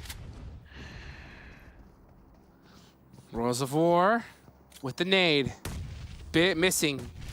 Can he go ahead and hit that second one? Let's see here. Bray's going to have to get a quick fight here. That was a nice lean peek. Dope Slayers looking to get aggressive here against Royals of War. And I think once they get this elimination, they're definitely going to press it even further. Yep, only one player up left. That's Royals of War done and dusted. Swarmed. They should have switched to the pistols. They might have stood a better chance because they are nasty with the pistols. But Dope will claim this area of the circle. The circle once again shifting north, by the way, Jukes. So 20% of it is just water on the northern side. Are we going to see a botate, Zute? A botate? A chance? Could we? Maybe from INCO. Maybe from INCO. They're still deep in the blue on the western island, so potentially.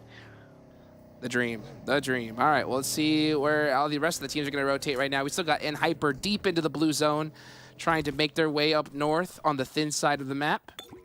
ATON Esports in the blue. INCO is the last other team in the blue zone here. Everybody else pretty much wildly dead center. So everyone just playing very, very close together, just waiting for those final zones. And I'll tell you what, in Sanhok, zone number 5, woo, that's where things start to heat up. Teams are still positioning themselves. Not every team is in this circle. This is only the second circle, but so much of it in the water. Intense game creeping up onto Jaguar. Jaguar playing on the northern side of those hills. Intense game will come in a little bit through the southern side of them. The big thing to watch out for, though, Jukes, is obviously where is this circle going to shift? Because any hard shift changes the dynamic of this battlefield drastically. Oh, definitely. I kind of expect that zone to kind of head back into mainland, so I expect a little bit of a little breathing room here. We shouldn't see too many crazy fights, and that's exactly what it does. Zone goes right back into that mainland here. So pretty much the same zone we've seen before. Paradise Resort is wide open, but I'm surprised. I'm not so shocked that no team is going there because I think every single squad thinks that there's going to be a team camped out there. Yeah. Also, with that circle so far in the north, if you're in Paradise, you got to cross that road, and no one wants to cross that road. Oh, yeah, you're right. So people left it immediately. The range on the DBS nowadays, man. Sheesh. Let's see here. It's just insane. DBS, the new meta. The new meta. When's that bolt action meta going to happen, though? That is my question. Hopefully sooner rather than later. Nothing like a quick little snipe, 360 headshot to get the blood pumping here.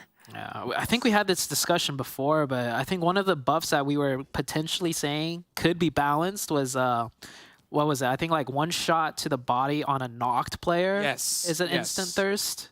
I think that makes total sense here. I mean, if you knock a player with that bolt action, I think one good shot to the body while they're knocked should be that 100-0.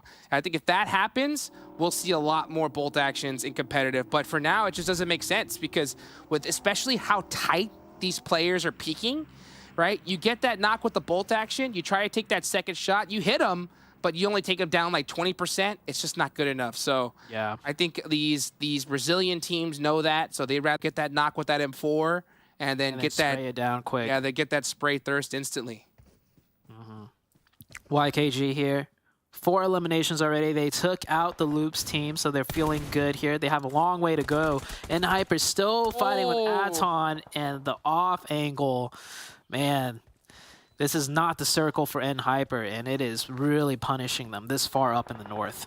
Yeah, this is that deep rotation that they had to make into the circle, and they had to do it pretty blind, so they don't have a lot of information. Getting caught from multiple angles definitely not going to feel too good. They still have 2 players up, though, and where they're at in the leaderboards, it's okay to be here, right? Just try to steal a couple extra points, and you'll be good. Nenebete getting taken out in the rotation. This is an intense game versus INCO. This is 2 of the top teams in the lobby.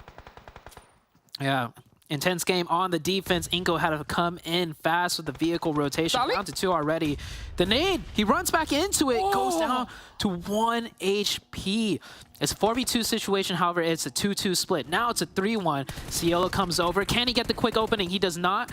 Pulls out the DBS and through the doorway. Gets the knock, but the nade is good. Intense game. Keep all 4 players up. That DBS. So deadly, though. It's disgusting here in Sanhok. And you know what? It's actually a really good opportunity for Hyper because Hyper, they lost 2. That's not going to be too great. But INCO getting taken out early, that means that they're not going to create an even bigger lead on this lobby. That also opens the door for those teams in that 3rd place on down position. And Hyper does get a couple shots down range. As we saw them, they're actually going to take down Milos, QZZ. So that's going to be a point for them as you start seeing teams make the great rotation. And they have to do it quick. Sanhok, 35 seconds left on the clock. You got to get moving. Alpha 7 coming in on the northern side with all 4 players up. The circle does provide them a hillside to work with. That northern side has a sloping hill. If they get advantage of that position, they're in a decent spot. Dope, meanwhile, have to eject out of the city of Cal. On the eastern side, we have Overknights versus FLAMENGO here. FLAMENGO with the high ground, mounting a defense. Ooh, nice shots. Voodoo getting caught out there. Here comes another one onto Rise. Rise barely makes it out alive for now. Toiko with the long nade. Toiko for 3. That's going to be a little too short. Yeah, a little off the mark here. Don't get on the rock. We've talked about this before, Zute. Getting on the rock is bad luck. It is never good for you, Toiko. It's working for now, though, because don't trust in the rock. Out. They are smoked out. They can't even shoot back, even if he's on the rock. And he's going to get on that rock and put more suppressive fire down. This is all they really need to do. There's no other teams really looking to press them at the moment. Oh my gosh, that fire's so close. Yeah. Barely made it out there. Little boy getting some shots down range. Yeah, FLAMENGO with that high ground is just picking Overknight apart. And Hyper also coming in the background, so Overknight's about to get sandwiched. Cannot mount a fast enough aggression here. And they're forced to just fall back. They have like the very tippy edge of the zone. So they'll just make do with this circle and see where it goes next before ultimately they have to come out and fight FLAMENGO probably once again. Alpha 7 did some vehicles here on Sanhok. That's looking pretty spicy here. Let's see where this next zone is going to go. I think that's going to be a big determiner of who's going to win this match. Because if it goes on over to intense game near Tat Bach, oh, they're going to be set up good. Look at YKG all the way down south. They are praying that this zone goes down there. Yeah. Intense game's got sightlines on them for sure. And, oh, it's good for Intense Game and, honestly, Influence CHEMIN. Influence CHEMIN have really started to show up today. This is a tough circle for them, though, because they got to worry about pushes from Alpha 7. And then on next zone, more than likely, I feel like they're going to have to cross the road, too. Let's see where they opt to head. Mafioso, full lay down play style. And gonna have to get going though. There's only 20 seconds left on the clock. They are pretty close to this zone, so I can see them just waiting. Yep, for dope. Slayers to come on out. Bray does, and he gets taken down. Alpha 7 positioned so perfectly before having to make this rotation. They know they need to keep a team in Cal suppressed, and that was Mafioso's job. He gets a knock, gets his job done. He does get traded from distance, but instantly the revive, and now Alpha 7 can focus as 4 onto the side of Influence, and they already got a knock and a confirmation onto Influence CHEMIN. I'll tell you what, man, quick knocks, quick confirmation. Here comes Robert, though, popping out with the TBS. Oh, man, the Alpha 7 was real nervous there. That was a close one. Let's see where they're opting to head to their eyes towards for the rest of the match. Let's see. All Glory Gaming. All Glory Gaming still in the mix here as this next zone does pop here in the next few seconds. YKG waiting to the last second to get a move on here. Sup Pig trying to make the rotation, gets taken out early. We're down to the 6 final teams for the Sanhok match. A lot of 4-man teams, and when I say a lot, I mean like all of them besides Influence CHEMIN have 4 up right now. Alpha 7 with 4 did weaken up Influence CHEMIN, and that's most likely going to be their next push as well. They're looking for one more cheeky knock, and then they're going to definitely take out Influence CHEMIN. Mafioso gets knocked, so that's going to slow things down just a tad as the next circle is about to pop up. And ooh. Yep. Influence CHEMIN better be ready. Oh, yeah. I'll tell you who else needs to be ready. Intense Game. This is their game to win now. With that zone, this is the one that you dream of, right? You don't want to just end it with a chicken dinner. You want to end it with a whole bunch of elimination points. And that's exactly what they're doing as YKG is forced to push into them. And this nade is going to do it. Goodbye. Beautifully done for Intense Game. You know, I honestly thought they were going to wait one more circle because it's free pickings when the team goes across the road. But they decided to do it one step better and cross the road themselves and take the fight to YKG and just instantly taken out like that. Yeah, so YKG done and dusted, and that is 8 points for Intense Game. Having a go at it here, especially with this circle. They're doing exactly what they need to do, right? Get the chicken dinner with a whole bunch of elimination points. This is those matches you dream of in competitive PUBG Mobile. You have to capitalize on it completely. Don't let those points go away to other teams or the blue zone. Alpha 7 struggling a little bit on their push. They got knocked 1 or 2 times, so constantly having to slow down and reset. But here it is, the full push. Good pre-nade by Law. Instantly gets Mafioso once again. Now Influence CHEMIN, they're not going aggressive off that knock. They're only down to 3. It would be different if they still had 4 up, but it gives a chance for Alpha 7 to get some revives going. Mafioso's been knocked so many times. His bar is chucking pretty quickly. Oh, a nice off angle there from Strat. All Glory Gaming putting more pressure onto this fight here, and the Carrillo is going to get finished. So Influence CHEMIN, Alpha 7, they're in a world of hurt, especially with this next zone. It's an all-out battle, though. Who's going to win this fight? Who's going to get these points? Because trying to get to the next zone after that isn't going to happen. Goski, Influence CHEMIN mounting a heck of a defense here. Yeah, I love the way the Influence CHEMIN played this defense. They knew there were a lot of angles that Alpha 7 was exposed to, so they just waited. And that wait was perfect for them because a third party came in and got another knock. Here comes FLAMENGO. out in the blue, just running and gunning against All Glory Gaming. Strap forced to go prone here. Intense game, trying to get some more points if they can. They pick up one. Can they find another before FLAMENGO makes it into the zone? They cannot, but look at Adrian on the flank, on the off angle. Disgusting. Taking the fight outside of the zone. They did it with YKG. They did it with FLAMENGO. This intense game is dominating right now. Woo! And then there's Influence CHEMIN getting that a huge fight there. And now it's intense games. Game to win here. They have it in the bag. Law with 6 eliminations by himself, looking good. And with this hill and this zone, it's pretty much, it is done and dusted. Put him in a body bag. Will Influence CHEMIN try and take the fight though, or are they just gonna sit for the blue? Intense game, they're not pushing down, so it does give Influence CHEMIN an opportunity. And when I say opportunity, it is an opportunity to go out to the blue zone, because you want to deny as many points as you can. That's what they're going to do. At this stage in the tournament. That is exactly what they're going to do. They know that they don't have a chance in heck. It is over. Intense game, win that match. Beautifully done for them. Influence CHEMIN secure 2nd place finish and a lot of eliminations. So back-to-back monster games for Influence CHEMIN. The whole lobby at the top really needs to keep their eyes on them because they are soaring their way up to the top. They are soaring, but Intense Game was one of the teams ahead of Influence CHEMIN, right? And they just had a massive game. We haven't seen huge games out of Intense Game since day 1, but it looks like day 3, they're here. Same with Influence CHEMIN. They're here to play. And so, I mean, things are just starting to heat up still, Jukes. Oh, yes, they are. This is going to get pretty interesting right here. We start seeing these teams that were in that mid-pack putting up some big points. It's going to be an all-out brawl. I guarantee you, it's going to come down to the last game in this tournament. Guys, don't go anywhere. We'll be right back after this break.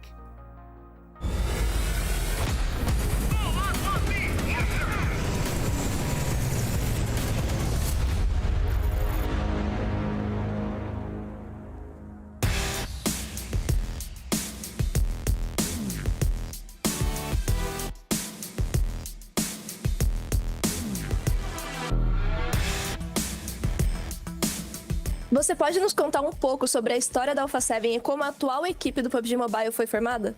Acho que eu cheguei um pouquinho depois, pra falar a verdade, mas pelo que eu sei foi a INCO que criou. Ela começou a jogar PUBG, criou a 7 pra se divertir. Aí começou a formar um time, em 2021 a gente montou essa line que tá agora. A gente passou pela saída do Senab, pela volta agora. Então é isso aí, a 7 foi formada assim, pela vontade da INCO. E agora a gente tá aqui com fé em Deus em busca de ir pra PMGC e trazer esse Mundial pro Brasil. Sua equipe tem sido muito consistente nos últimos anos, mas você já teve que lidar com algum jogador que teve um desempenho inferior aos demais ou que não atendeu às expectativas? E se sim, como que você lidou com a situação? Na verdade, todos os jogadores que passaram pela Alpha 7 atenderam às expectativas, todos conseguiram jogar muito bem, fazer a sua função corretamente. Então acho que a gente nunca teve esse problema não. Agradeço a todos que passaram por aqui, porque eu aprendi muito com eles, acho que todo mundo aprendeu, então é isso, ninguém nunca deixou o nível baixar. E para finalizar, você gostaria de dizer alguma coisa para os seus fãs? Eu queria agradecer pelo apoio de todos vocês e torçam pela gente na PMPL Americas, preparem para votar pra gente pra PMWI. E é isso, foco, fé em Deus e hashtag #Goa7, é isso. É isso então, galera. Muito obrigada, Revo. Boa sorte aí nas partidas da PMPL Américas e pra torcida, continue comentando e torcendo bastante. Valeu, galera. É nóis. Fui.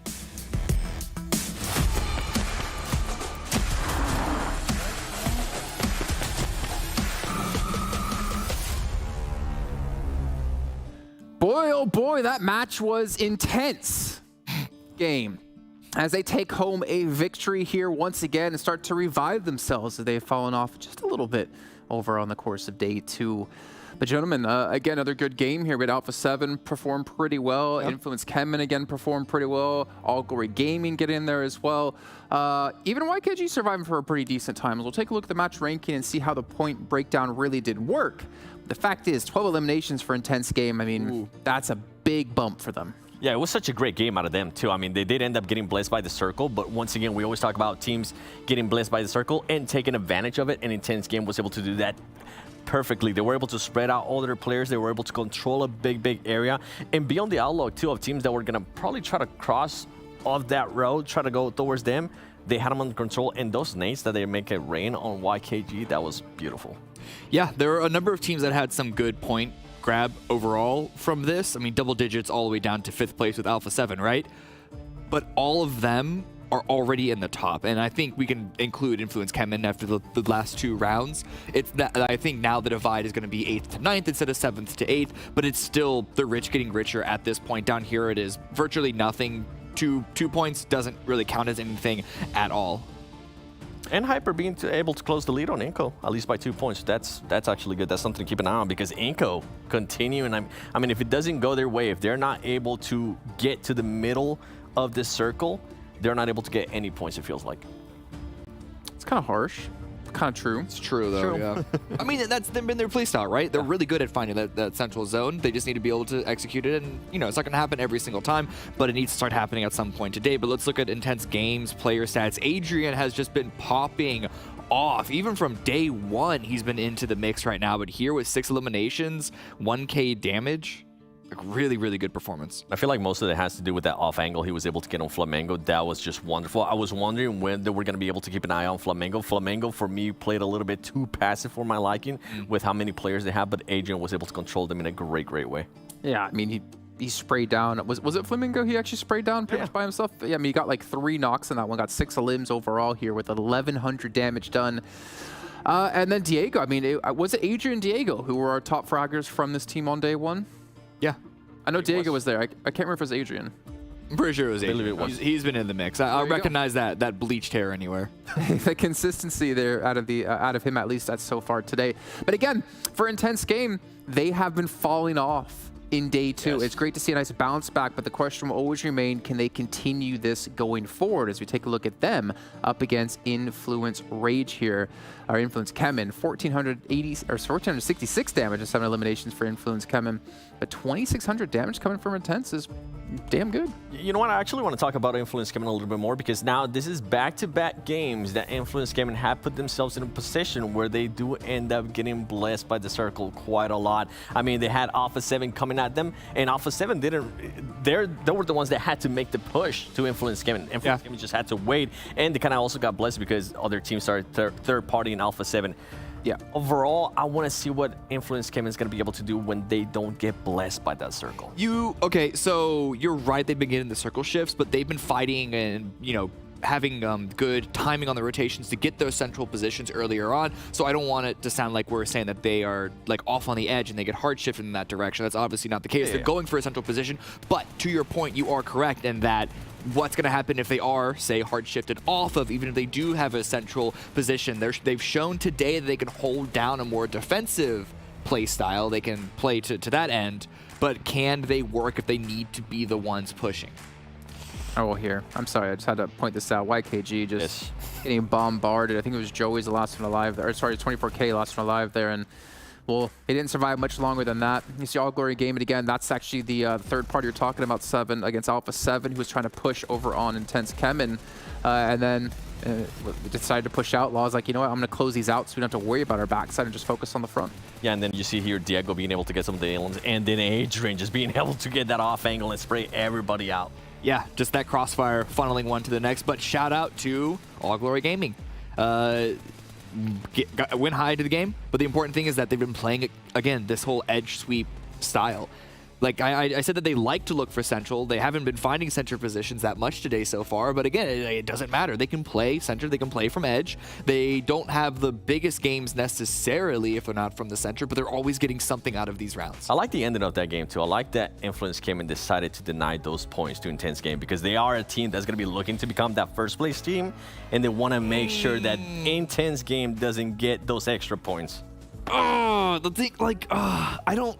That was such a low probability of them getting any point off of taking that 2v4 at the end. They didn't have the zone in their favor. They didn't have the terrain in their favor. They didn't have the man advantage in their favor at all. But at the same time, IG should not be on Influence CHEMIN's radar yet. You want to be looking at the teams that are like 3, 4 ahead of you. Intense Game, I think, is just a bit too far for Influence CHEMIN to try and deny from them because, like, I know that we're not that close to the end to make this statement just yet, but I think it's a bit ambitious to already be thinking, if you're Influence CHEMIN, that IG is the team, one of the teams that they're going to be trying to overtake. I think it shows confidence out of the players. Let me ask you this then, Cameron. What if it was INCO, the last team alive, and Influence CHEMIN denied? Same point. Same. But okay. All right. Let's take a look at overall. If it was like Alpha 7 or if it was Loops or Overnight, I'd say, yeah, that deny makes sense. I like it from the perspective of where their mindset's at. They're looking at those top teams and they're like, all right, you know what? We really want to catch up to them, so let's deny as much points for them. I mean, they have been able to catch up right now. There's only 4 points separating Influence CHEMIN and the team above them, instead of being about 25. Alpha 7 have finally moved out of the 7th place position to 6th, and Hyper have fallen from 2nd to 3rd as Intense Game has passed them. And Intense Game has tied things up here now. If you obviously look in total points, 124, 124, you're like, Jason, why is INCO ahead? Well, it's the way the tiebreakers work. INCO have more chicken dinners, thus they win the tiebreaker at the moment. I'm just so surprised at the fall off from INCO Gaming. We were expecting a bit of a fall off, right? But going now into today too, I mean, they did have a good Miramar here. They didn't have a great game into Sanhok. I feel like at some point we got to see something out of INCO. If not, they're just going to start spiraling down really, really fast. It's a bit early to say that they're falling off and spiraling because, again, they're day one. No, I'm saying if they continue to play like this. Yes, yeah, correct. It's, you know, I agree. It's a bit tentative right now, and I don't know if you guys noticed the gap between 8th and 9th place. Influence CHEMIN are raising that floor with them, but that is about a 30-point gap from 8th to 9th. I can honestly say that none of those teams below Influence CHEMIN have that if factor that they can maybe close that gap. I'm willing to say it now. I mean, it's true. Disagree? I didn't say that. It's true. Well, we do have Erangel coming up next. Why don't we actually take a look here at the stats here for the teams and the map performance out of them and see who's performing the best at the moment. You can see our top 5 teams. It's actually going to be Hyper here with the damage and eliminations, averaging 7.25 elims per Erangel. And we've already had 4 so far in this event, with 2 each day. That's a good sample size. That's a good sample size that, like, this is not nothing. You know, it can get lifted a fair bit by, like, one good game with, like, 15 eliminations, and I'm sure that one military base game is what lifted that so much, but still, those are some really good numbers. Good numbers for Loops as well, because they're also struggling. They still haven't really been able to string things consistently together. This would be the perfect game for INCO to actually bounce back. All right, well, we're going to find out if they can bounce back, and I get rid of my cough here. I'm going to head back to Zute and Hot Jukes to take us in. And we're back, everybody. Ooh, those leaderboards are starting to look pretty intense. You know, we got Intense Game, you got INCO Gaming right there tied up. I mean, that's going to make things really interesting. Zute, right? We heard what Seven said, right? He said that right before Influence CHEMIN, he doesn't feel like any of those teams down there, right, have what it takes to make it happen here. What do you think? Do you think he's right? Oh, man. I gotta agree more than disagree with that statement there. Yeah, I think at this point it's just like the teams that are going to show out, I think they've already shown out to some degree. And if you haven't really put anything up yet, then I don't think it's going to happen at all. Well, I will say one thing. If there's any time to do it, if you want to have a chance, it's here. And I think Cameron said it best, right? It's going to take a 15 elimination chicken dinner right here, right now, if you want to put yourself in the mix. Because, yeah, look at that. Overnight, 65 points. They need a 30-point game, you know, to make something happen. That's a huge cutoff. 8th place and up, they all have a chance. And if you look at Influence CHEMIN, yeah, just one good game away from shooting themselves into like 4th place, right? So it's just, my eyes are on the top 8 now. Even if Overnight or Jaguar get a huge game, they're still going to be below that 8th place position.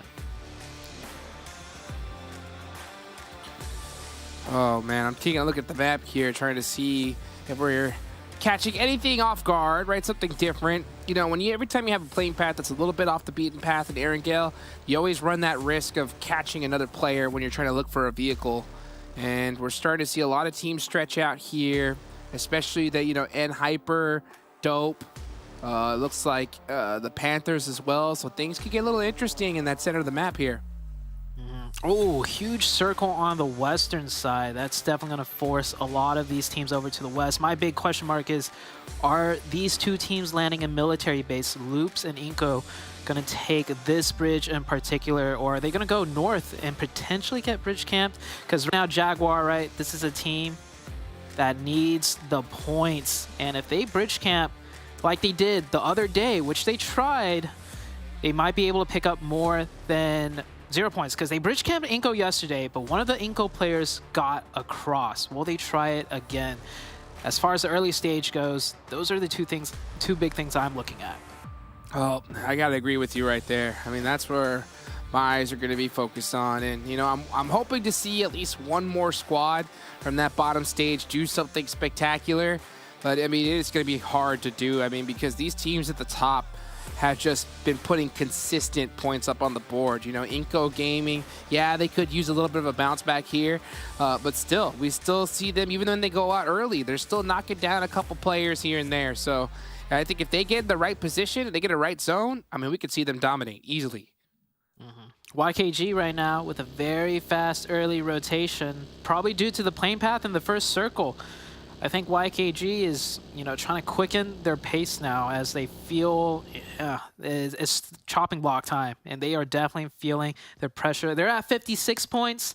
The next team closest to top 8, right, at 65. So they're a couple points even below that cutoff from top 8 that I was talking about. Yeah, it's chicken dinner time. It really is, and there's no time to wait, literally. If they bust out that chicken dinner with double-digit points, there's hope, right? There's still hope. If not, oof, I mean, then you're talking about you need back-to-back-to-back chicken dinners afterwards. And against this kind of lobby, it's just not going to happen. I wouldn't bet on it. I mean, what are the odds of even Alpha 7, right? Or Intense Gamer INCO winning 3 in a row at this point? With how intense this lobby is, yeah, it's just... even 2 in a row is that's true. Is a tough ask. Let alone just getting the one chicken dinner. Like every chicken dinner we've seen so far, there's at least 2 to 3 other teams where if they win their decisive fight, they could get the chicken dinner instead. So it's just really tough out here at this playing field level, and it only gets harder, I feel like, you know, as we go later on into the tournament stages. And that's the crazy thing. I'll say it gets harder as the day goes on. I mean, we saw, that's why I think it was so special what we saw from INCO on day 1, right? We saw them win those back-to-back chicken dinners and get the most points on a third in a row, and that was what made them so special. But honestly, if there's any time to really get those back-to-back wins, it's going to be on day number 1, right? People are still trying to figure things out. You got a lot of players that, you know, maybe it's their first time here, so there's a big nerve factor. But once you start getting it to day 3, day 4, they have well adjusted to this lobby. So trying to win back-to-back games here in this tournament, it's going to take absolute perfection and honestly, a little bit of luck sprinkled on top of it as well. Being first also has like that double whammy, right, for INCO. It's like, yes, you're in first place. That's great. You have the most amount of points. But then for the players, it's like, oh, dang, we are in first place. We can't mess this up. Then that pressure starts settling in, and that could, you know, cause them to make some mistakes. So it's going to be tough. And as far as first place is concerned, though, 124 against 124. Intense game in INCO. I can't even say there's a team decisively in first place. And Hyper is at 118. That's only 6 points behind the first place team. So it's almost a 3-way tie right now for first place. And we're at that point in the tournament. I'm going to start marking it right here, right now. We're at that point of the tournament to where teams are going to have to start adjusting their strategies according to where they're at on the leaderboards.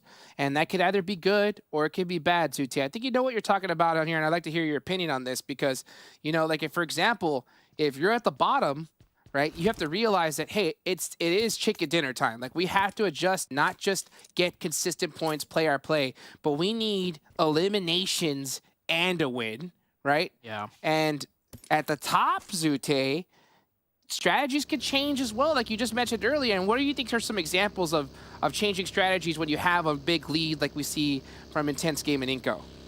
Oh, it all depends on the teams you get into fights with, right? If it's N Hyper that you get 2 knocks on, that should be, you know, a push, even if it's a little bit riskier than what you're accustomed to, in my opinion. But if it's 2 knocks onto, like, say, Overnight, don't worry about it, right? Like, if you get that push, you get 4 more points, but it's Overnight. They're not in any way, shape, or form looking to overtake you. Whereas with N Hyper, you get those 4 points and you deny the points from N Hyper. So that is one huge change for, you know, teams near the top as far as how they got to alter their playstyle depending on where they're at in the leaderboards. And I'll tell you what, when it comes to PUBG Mobile competitive, it is one of the most fast-paced, quick-thinking competitive games. And that's why we have, you know, just such a huge fan base around it, some of the biggest prize pools in gaming history in this game right here. And I'll tell you what, Zute, that just little extra added decision, right, of thinking, oh, it's this team, should we do this, should we do that, that causes hesitation. It causes a little bit of a delay, that little question mark of, oh, should we push? We're in the lead, right? Should we do it or should we play safe? That little slight hesitation can disrupt your entire play style and cause you to go out early. And I think we've seen that happen so many times here at this level. Yeah, I like to call PUBG Mobile like the chess version of first-person shooter games, because there's so much, you know, strategizing happening on the fly. It's not just the gun skill, but literally just years and years of experience, map knowledge, map terrain, map dynamics. You can almost get a feel of how certain things will play out depending on each circle shift and the teams involved. So it's a lot to consider. And with this next circle shift, that's a huge hard shift to the gosh. Yeah, not just those strategies, but if you're like a squad like ATON right here, you're also even worried about, you know, your vehicle rotation, vehicle spacing in between each player while rotating. You know, there's so many different levels to this game that a lot of you guys don't really see unless you get to play it at this level. And, you know, sometimes it's tough to even commentate on because that spacing while driving is crucial. And you've talked about it before, right, Zute, when it comes to this spacing right here? Like, look how just perfectly evenly spaced Worlds of War are. And how do you think that affects the rotations like this? Yeah, spacing is huge. You honestly want, you know, your lead scout not to be too far ahead, because if they're too far ahead by like 4 or 5 seconds, that 4 or 5 second difference in info by the time your second car gets there, it could be completely different by the time your teammates, you know, get to that position that you were just at. That 4 or 5 seconds could mean the difference of another squad showing up. And there's a lot of squads showing up right here in the center of the circle, Jukes. This is going to be a hot spot contention. All the power positions in the center contested for as YKG flies in here. Chico almost gets knocked. Another player flies in, and it's against Intense Game. Here we go. This is a big fight right here. Intense Game cannot go down. We're after the leaderboards, and YKG needs to win this fight. One of the players from Intense Game is knocked. Beautiful shots from Diego, though. Clutching it up here right when he needs to. Chico catching one. Can he catch the other? But the back, Diego fears. You gotta watch your back, buddy. One player left. It's a 1v1. 1v1, but there is a third-party team. There's probably going to be a fourth party soon, honestly. But Loop's looking over the top, looking to clean everything up. YKG still alive. Intense Game also alive, but both on their nice last... gas can blow up. Yeah, that nice gas can blow up, but that's not going to be enough. They're both down 1v1s, and here comes Loop to pick up the Chico got him. Chico, YKG wins the fight. They pick up 4 points, but Chico, I don't think he's going to be able to do much more here. Chico, you must believe in the lobby and talk to your teammates and figure out what you're going to do in the next game, because this one's over for now. And I'll tell you what, though, the whole lobby is now looking at the top, because that's a Intense Game out super early. You know, INCO and all their fans out there are cheering at the top of their lungs, because this is their chance, their opportunity to really make a big buffer and solidify their first place position. Taking a look at the map, it's about to shift already. I swear, we just saw that circle shift, Hot Jukes, and one huge fight huge team fight took place. By the time it's over, we're already on to next shift. Alpha 7 on the western side, INCO right there on the southern side. Two big top dog teams. Intense game already knocked out. That opens the door back up for INCO. Super common circle right here, right below Gatka. Every one of these teams is going to know each rock on this side of the map like the back of their hand. You can see Loops with that DP, Cardosen, getting some nice shots. Actually got some nice taps there all the way downtown on FLAMENGO. And this is a really tough position for them to be in, but here comes INCO actually taking a fight early on. This is super risky. Toiko has to get it done with this S12K. Toiko, S12K, DBS's. He gets the first one, full HP too. That's huge. Oh my gosh. Wide swings right there. 2 of INCO are down. 3 of INCO are down. Jump the fire, Toiko. No, he goes down. Where's the follow-up? Here comes the follow-up. Here they are, and right on time, and down goes INCO. What a crazy fight for them to take. It's not yet. There's a chance. No way. Okay. Maybe? No, throw the pan at him. Throw the pan at him. Oh. The disrespect. Look how scared Gigante is. Even though it's only one player, they're taking way too much time here. Yeah, the Loops is looking right over the top of this, looking at third party once again. What is happening? Oh my gosh. Okay. Oh, the nade from Loops. Not yet, Jukes. It's not over just yet for INCO. How? How is he still up? It's just too strong. Here comes the If he hits this knock against Fox. Oh, he does. Gosh. It was Loops. It was Loops. I counted him out. I thought he was done and dusted, but FLAMENGO's the one that's actually done for. And Vitali he's like, man, just let me get the res off, guys. Come on. Here comes Loops to finally clean him up. But hey, I counted him out once. I ain't going to do it again. Not yet, Jukes. I'm going to say it once again. Oh, he's on fire now. Okay, yeah, there it is. Okay, all right. Perfect Molotov. Hey, I mean, I wouldn't want to shoot at him either. The dude was not going down. Get it done with some utility, for sure. Ooh. Alpha 7's biggest kryptonite, Royals of War. Oh, that's right. I'm joking. They don't have pistols. They don't have pistols, though. Yeah, but they're lasering them down right now. That car smoking. Ooh. Ooh. So close. They did lose one, though. I think they lost one to Royals of War. I'll tell you what, though. It's even worse for Alpha 7 is this spot is not a good one, right? They do not have a lot of... they're not in a really good position to where the zone most likely is going to go. And now that their vehicle is pretty much done and dusted, it's going to be very difficult for them to rotate away from there. Yeah, one vehicle smoking. Next circle. Oh, it's so close yet so far for Alpha 7. Oh, that sucks to see. But Hyper on that hillside on the east of the zone. This could be Hyper's big game because intense game. They're out.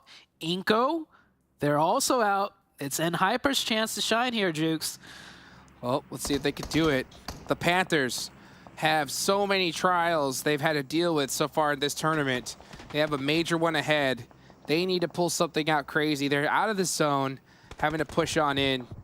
Let's see if they can do it here. Zuko looking to possibly get a couple opening knocks for his squad. And they need to do it sooner than later. 16 seconds left on the clock. They're going to have to start rotating here now. Starting to see that feed light up. Little boy getting a knock on a Dope Slayers. What do you see so far, Zute? Anything standing out to you? ATON and the Panthers, they might push on to Hyper's position here. Take a quick look at nice a replay. Hyper, they're picking up points already, as you can see here. Oh my gosh, earlier. QZZ! Decimated. The Chosen. Wow.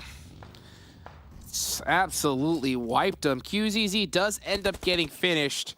So unfortunate for Hyper, but they are going to have 3 players still up. Here we are at Chopsticks. Dope at the tip of it over there at that dip. Starting to throw some smokes out here. Gonna have to apply a little bit of pressure to influence CHEMIN. Federal gonna go ahead and take that buggy and decide to disengage for now. Backing it all up. Oh, put it in reverse. Federal. Who needs to drive straight down, right? When you got off-road tires like that. It's that front wheel. Hey, he is trying to straighten it out, right, to back up quicker. But that with that front wheel out, it just keeps going. That's the most comical thing I've seen yet in the PMPL Americas. Best rotation I've seen so far.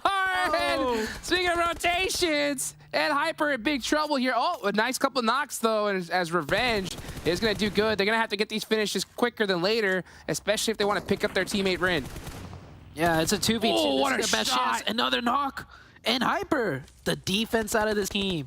You can't count them out. Goodbye. You get the revive onto Rin too. How's Fran not on fire? That is crazy. One more nade should do it here. Panthers. Rin wants to survive. No, Rin's like, please don't thirst me. Rin, why did you look? Oh, it didn't matter. It didn't matter, especially with the Panthers here on the other side. There's no way that Hyper was going to come and assist this fight.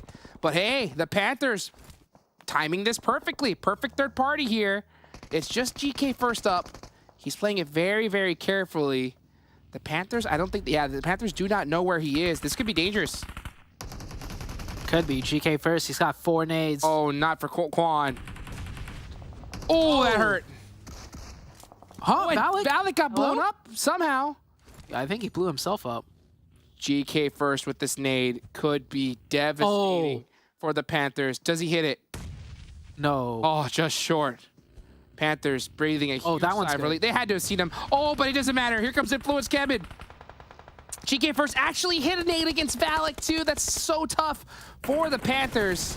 But yeah, GK first is going to finally get caught out by Influence CHEMIN, and I think they're going to rotate away from this, so it could be okay for the Panthers. Oh, never mind. Wait, Jukes. Influence CHEMIN came from the chopsticks, by the way. Oh, that's right. For this third party. What a nade. They were stuck in the chopstick dips, and they smelled the third party from this far away.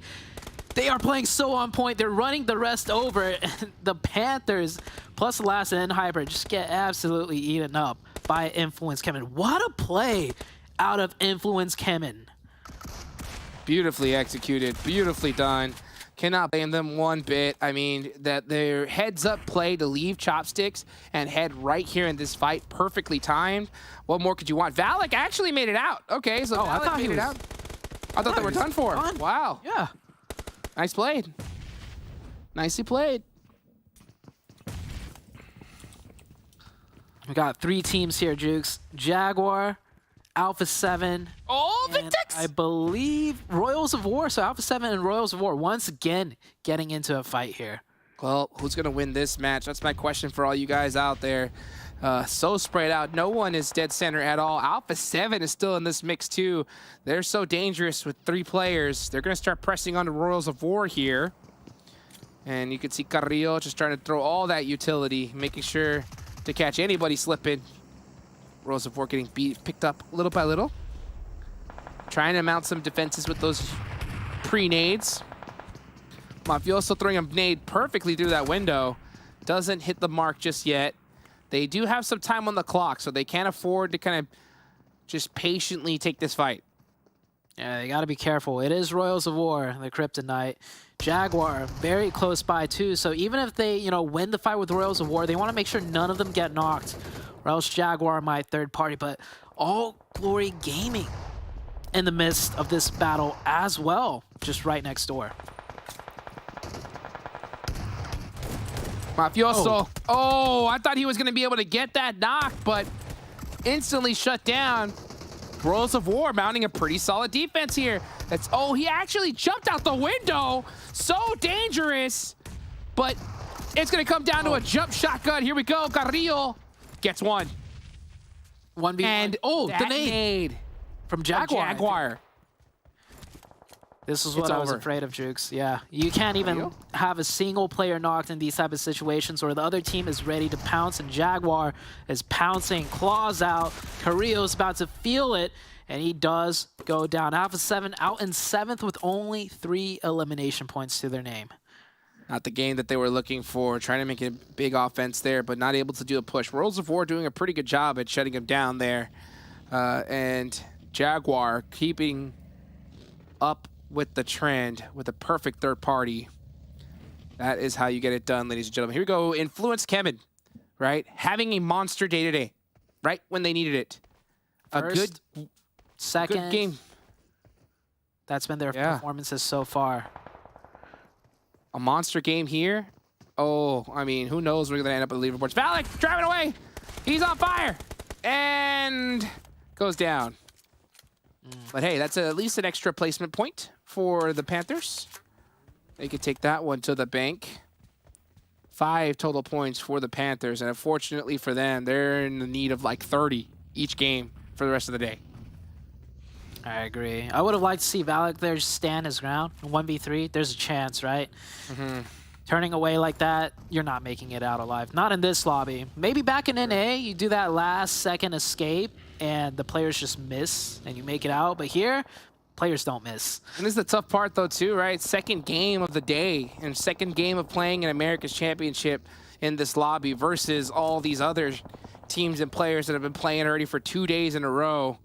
You're definitely going to be at a massive disadvantage. Hopefully we can see him adapt and overcome in the upcoming games today. Still 5 teams remaining. Some pretty set up squads. I mean, everyone's pretty much almost a full man team except for Loops and Jaguar. But with this zone, it is pretty much all wide open field, dead center. So everyone is just kind of hanging on the edge for now. More teams definitely on the western side of this half. Influence CHEMIN pretty much getting the whole eastern side to themselves, so the circle does shift that way. They're in luck. All Glory game, though, taking the fight straight to Overknight's driving into their miss. They will get cut down. 1 player gets run over. 2 up for All Glory game. He's going for the second run over. Did he get it? Shots back and forth. Strap. They get the finish. The blitz, but here comes Influence CHEMIN to finish up the scraps. You cannot take a fight. I mean, you take a fight, you are getting third-partied instantly. Here comes Kaiowski with the buggy as a distraction. Working just too good. Down goes Strap to the nade from Law. I mean, Influence CHEMIN are looking pretty well synergized here, looking pretty poised to win this game. I think everybody picked them except for Cameron.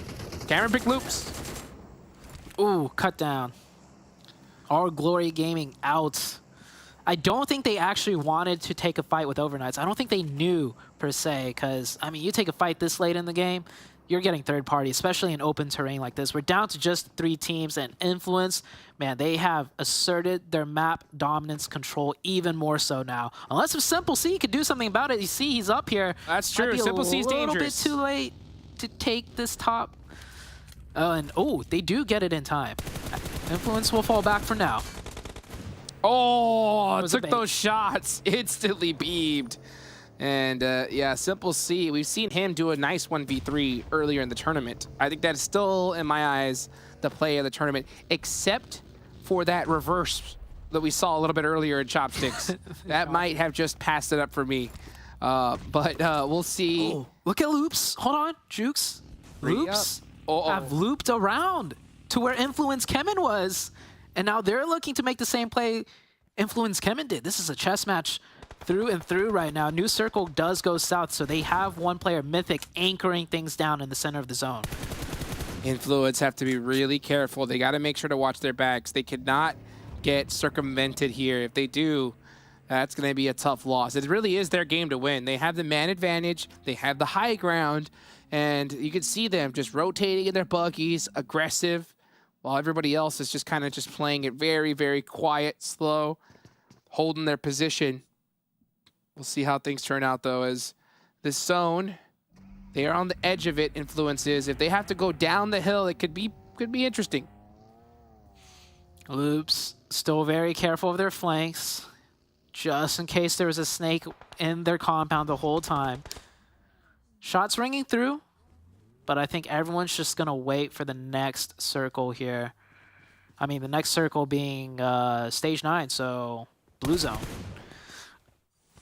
We'll see how tight this zone goes to. Yeah, these new zones definitely changed the game up quite a bit, Zute. How do you feel about them? I love them. It takes a lot of the RNGs out, right? Because the circles, they don't shrink as much, meaning if there is a hard shift, it's not as big as a hard shift. Gives every team a fighting chance to get into the circles. I agree. It definitely does. So it gives every team a chance, an opportunity to still make a play and try to win the game. I remember back in the day, if that final zone hard shifted, you were like, all right, well, we're getting second place. But now it is definitely can happen. It can happen at any moment's notice. I mean, we saw it yesterday, right? We saw a 4v3 right there towards the end. And we saw a 3-man take the victory. So Loops could still do it here. Well, look, man, I'll tell you what, Influence CHEMIN really have the visual advantage here. They got all the sightlines in the world, and they're in the prime position, because even if they have to move down towards the center of the zone, they still have like one more hillside to work with, giving them just more and more time with that height advantage. And there is the circle 8. Next circle, my mistake, will be the one covered completely in blue. So the center zone does benefit Loops, and the circle will push an Influence and Jaguar closer to them. Okay, now I'm starting to get worried for Influence CHEMIN here, because they're going to have to push down, and both Jaguar and Loops are facing their direction. So making it down this hill could be pretty dangerous for them, because now it's no longer a 4v3v2, it's basically a 4v5. Ooh, never mind. Jaguar turning on their, could have been temporary teammates, focusing on Influence, but instead taking that battle against each other, and that could open the door for Influence to push on in. I like that readjustment right there. It was risky, but it was much needed, because I think Loops's or Influence CHEMIN's next play is to wrap around the east side, right? They don't want to cut straight down, obviously. That puts them in the sight lines of both teams. So if they wrap down to the east, or they could wrap to the west, either one. But I think they fight the stronger team first, being Loops. Because if they fight the weaker team and one of their players gets knocked, that leaves the stronger team of Loops to third party and take the win. If they want the win, they fight Loops first and finish off Jaguar next. We'll see what they decide to do. This circle, obviously, it's going to close in before anything will happen. We are going to stage 9 for the final outcome. Yeah, I think that is going to be the play, because, Blue Zone's going to take Jaguar by themselves. They just got to make sure that they don't happen to rotate into their sight lines. Loops is not going to peek at all. They cannot afford to get knocked. They are just going to sit exactly where they are. Here comes some smokes from Jaguar, because they know they're going to have to make that rotation. Here comes that battle of timing, right? Which two teams are going to take that fight first and give that door open to the third team to get it done. Here comes Influence. Smoke wall out. Driving right down on in. Law's going to lead the way.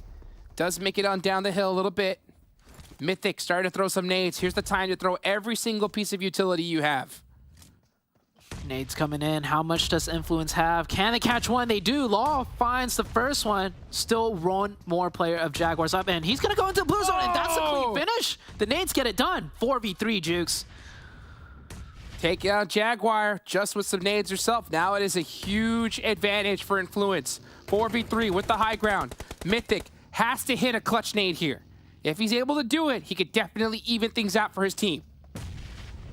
Oh, that one hit. 2 left. Got him a little bit. Cardosen, does he have the arm? He's trying. Just short. Not enough. Not enough gas on that one. That knock, though, is going to be huge. From that off angle, little boy's going to have to jump out. Oh, gets 2. I think it's Loops now have the huge advantage. Could Cameron Davis picked it right? Little boy can't see him. Oh, he has a DBS.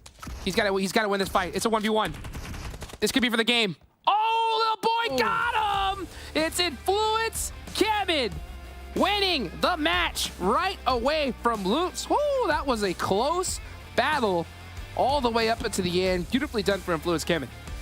I mean, the name of the game is third party when you get the chance. From Chopsticks, drove out of the Chopsticks dip all the way down to the eastern side, gets that third party, and then they wrap back up north for another third party onto All Glory, I believe. Yeah, and then it's just from there on out, they cleaned that out. This is the Influence CHEMIN that, was playing well in Brazil. Now they're finally here and showing out. They got a first place, they got a second place, and then they got another first place. Hey, just they didn't get the that's better than back-to-back first place, right? Because usually when you get back-to-back first place, usually your third game is like you go out early.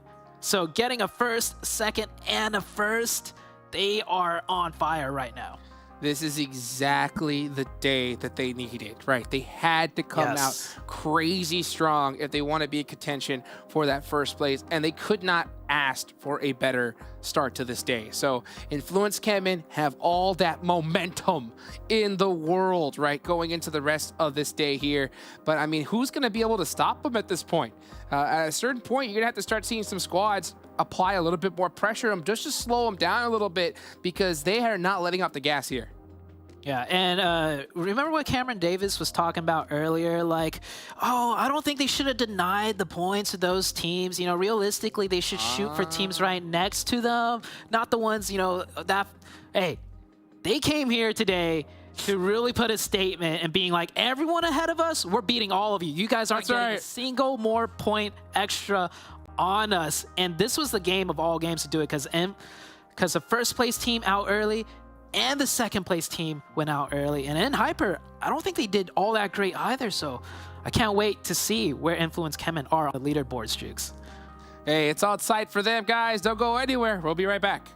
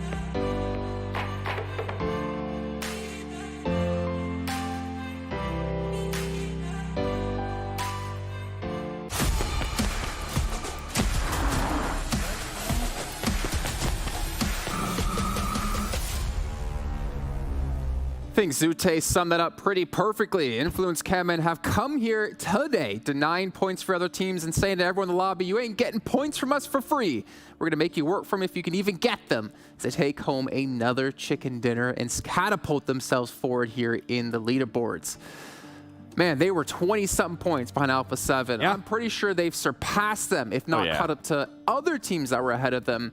And the defending champions of back-to-back titles right now, Cameron, are looking to breach top 3. I said that the point denial, being in 8th place and denying points from 2nd place is ambitious.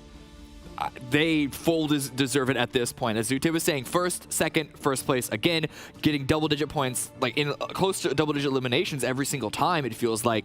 Constantly racking up those points. They're probably going to be, what, 5th place right now? Especially because Loops is doing good here as well, but like A7 are still on that up and down circuit.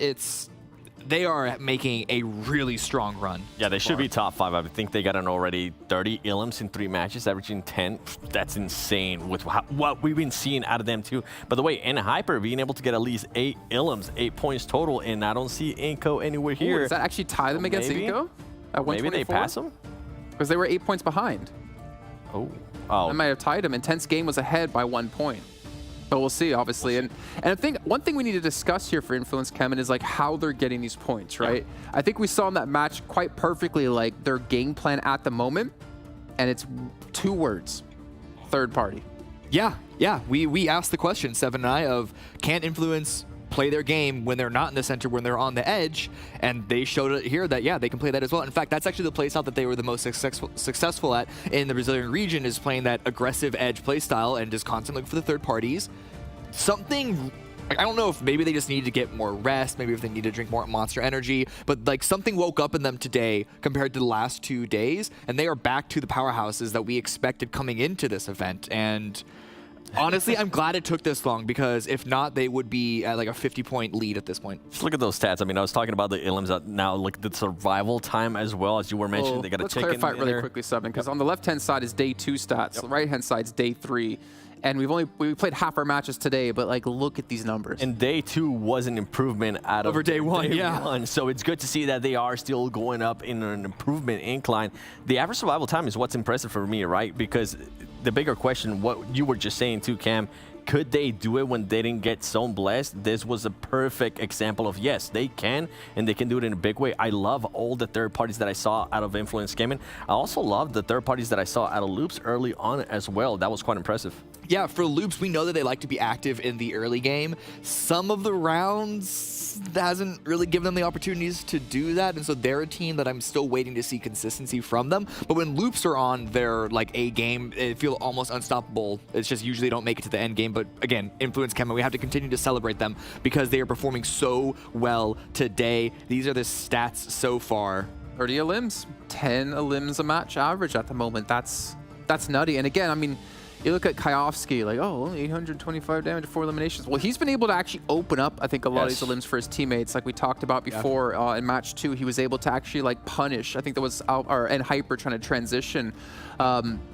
A fantastic job overall out of them, and I feel like they've kind of figured out how they want to play the matches out now. Where they were struggling before, I think you were saying like on day 1 they seemed to kind of like be avoiding fights, and when they did go into fights it wasn't working out for them, and now they just seem to have the beat on everyone. Yeah, now they're being a little bit more proactive too, whether they want to stay in the zone. If the zone obviously favors them, they're also starting to spread out. They're not just making a shell out of themselves. And I mean, well, we just saw that rotation, the third party, that's what I wanted to see out of these teams, especially with how aggressive we know that they can be, right? And we look at the top damage, no surprise that it is Influence came in there with the 2013 eliminations.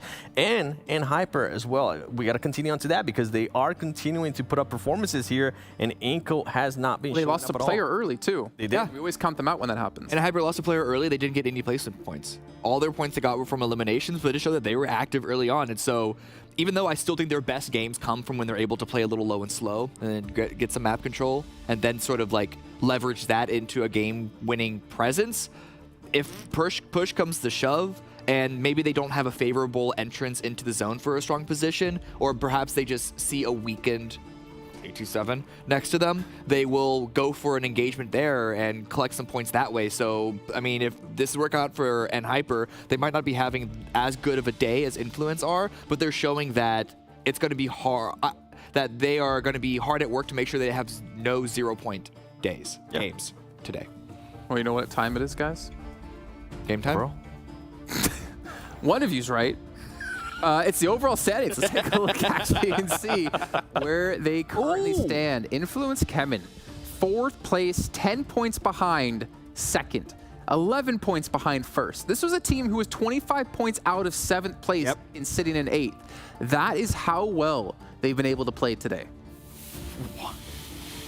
Yeah, there's no real, it's absolutely amazing performance, and I think it is helped by the fact that even at Hyper, the best performing team that was started off in the top 3 has only had like an okay day so far. It's been pretty good. But it hasn't been like stand out. There's been a low slow of the teams at the top, but you still can't take away the fact that a 1st, 2nd, and 1st, like that's going to give you a lot of points no matter whichever way you try and sell it. And something that I was hinting at earlier with INCO Gaming, like look how much closer now all of those other teams are. And this is what I was talking about. I thought INCO Gaming was going to take advantage of Erangel. Remember in the first day, they were able to win both of the Erangels. They weren't able to do that here, at least on the first one. They need to snap out of it. If not, they will start spiraling down. And Alpha 7, I mean, at some point, they either stay in 7th place, go up to 6th, and then go right back down. We got to see something out of Alpha 7. I feel like they're starting to play a little bit more like what we saw in day 1. That is a 36-point gap from 8 to 9. That's a lot of points. As I mentioned, I honestly don't think any of these teams have that F factor that can maybe pull a 20-point win. It's not even that. It's also like we're basically looking at 2 entirely different tournaments at this point. Yeah. Which is like, and yeah, I agree with you. Looking at these teams, not only looking at how they performed at the bottom, not only how they performed in this event, also just to be frank, let's look at the teams themselves. Haven't really shown me any reason to have faith that they could have that big come up. But that point gap in general, just even if they could, they'd have to do it multiple times to make a real impact. So it really just feels like, it kind of sucks to say, but like they're almost irrelevant. They're going to be playing that spoiler role essentially, which at some point, the teams at the top, I think we've touched on this already, are going to have to consider that of like, this is a team that doesn't have anything to gain by not throwing their game, by fighting us. So we need to like approach this engagement with, you know, special consideration. If I'm a team at the top, I'm looking at the Chosen and I'm like, maybe 3 points. I was actually going to just like lick my fingers. That's maybe what they're doing. But after I have a Monster Energy, I might be doing just that, as well as their official energy drink partner here at PMPL. But you know what? We do have another match coming your way. It's going to be Miramar, our last one of the day before we get into Vikendi. And we got to head back over to Zute and Hotjuice to take us in. We still got some matches left here today. You know what? We heard was a 7-7 said that if you're one of the top teams, you should be looking at the Chosen, right? I think they should be looking at Influence CHEMIN because they're coming for them. They are coming for them. Yeah, we finally see NA get on top, but I'll tell you what, this squad with how they performed today, they're not done yet. I think that here, this Miramar match, they can even get it done again here, Zute. We'll see. We'll see very soon. And nHyper right now in first place. I think this is the best time for nHyper to be in first place. You know, get the nerves and jitters out now. And then on the last day, once they get it out of their system, come back strong. Because usually it's going into the last day where they really start, you know, just choking, I'd have to say. So now is a good time for them to get it out of the way as we head into Miramar Jukes. The games have just been getting better and better as the matches have been going on. Yes, sir, they have. But guess what? This is a tight lobby. This is a tight lobby here, Zute, because look at that top. I mean, Alpha 7 with a monster game here could rocket launch to first place. Look at this point grouping right here as well. 126, 125, 125. Man, that's so tight. And then the next cluster grouping is just 4 points difference. Oh, let me go to the red arrow here. Yeah, just 4 points difference right here in the next batch. So anyone's game in the top 8 still. Yeah, I mean, this is crazy. And I will say, personally, I don't think I can count out 9th through, I mean, except for the Chosen, you know? I think if they need a chicken dinner right here, right now, it has to happen. Oh, but Jukes, that's what you said last time, man. I said last time, right? But we still have 6 matches tomorrow, right? Okay. And with the point grouping so tight here at the top, I think it's by far possible, right? It's not probable, but it's still possible, right? I'll definitely say when it becomes to the point of impossible. Now for the Chosen, impossible. It's just too far at this point because they would need to win pretty much every single match going forward, and that's not going to happen, right? Royals of War, not going to happen. The Panthers, probably not going to happen as well. But, you know, Overnight, Jaguar, YKG, I would say, they have just enough points to where there's still a chance. It's a very slim one, but it's still there. Yeah, right now I'm just circling for you guys the top 3 teams to watch out for. nHyper on the eastern side, INCO dropping smack dab in the middle. That's going to be really good for them with a circle like this. And of course, we can't forget about Intense Game. Intense Game, what have they dropped in the midst of all this action, Jigs? I'm trying to look for them right now. And Intense Game. Yeah, they're dead center, right there towards power grid. They're right there. Yep. Yeah. Great position for the top 3 teams right now. Well, mainly INCO in Intense Game. nHyper, they got a little bit of a rotation to make, so they gotta be scared of FLAMENGO potentially cutting them off. Sheesh. But it should be an easy one. It should be an easy one. Look at this. As I say rotation, they're already on it. We've never seen rotations this fast before, Jukes. Yep. Usually by the time we get off of the map, there's at least another 2 minutes of looting, but here comes the rotations already. This is the definition of adaptation in my eyes right here, because I've never seen nHyper move off of looting this quickly. I mean, they picked up the first 2 pieces of gear they saw and they took off, and it was the right thing to do because you had Influence CHEMIN, right? A team that is just on fire right now, right above you. You got FLAMENGO there on the other side, but I think they're going to make some really good, safe rotations to try to find a more central position, because I'm not going to lie here, Zute. I think it's all about the central positions here, because Alpha 7, they've been going on the edge.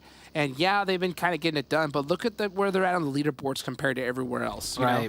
And not all teams are as good as Alpha 7, at least when it comes to pure, intense fighting style. So, I don't know. I think if you're able to get a central position early on, you're going to be in a better spot than others.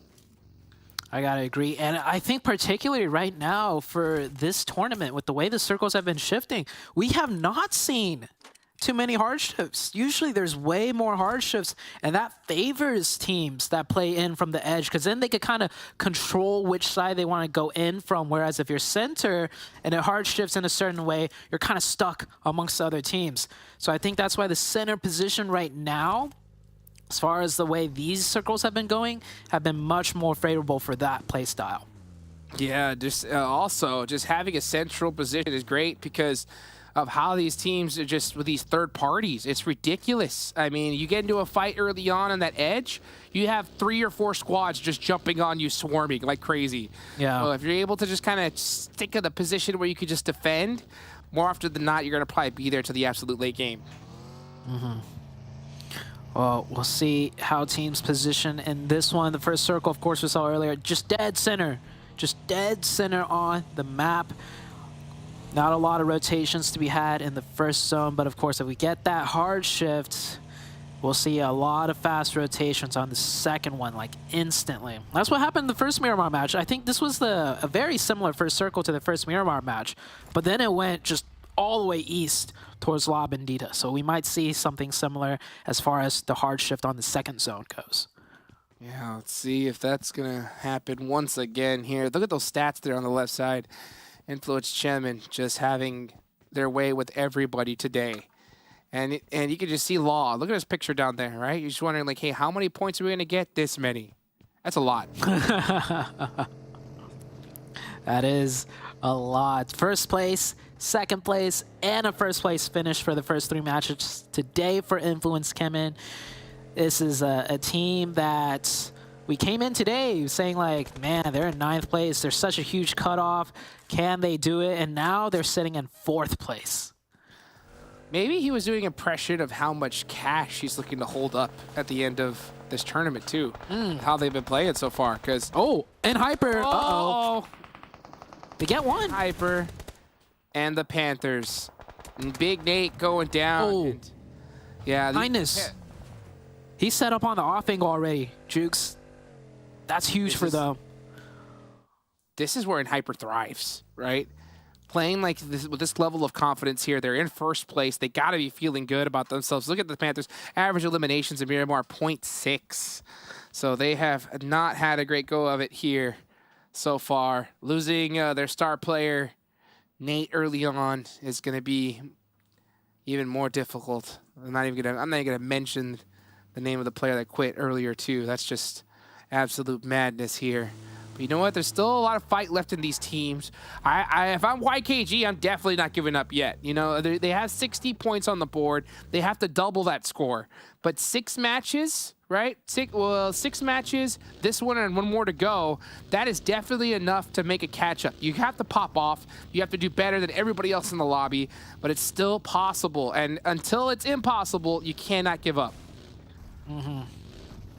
YKG is a team that has the capabilities to do it if they go nuts, right? This is a hard-hitting team, the champions out of North America. So, I mean, got to give them some credit for that. Of course, you know, with the playing field so much tougher, they are definitely struggling here. Look at that kitty cat.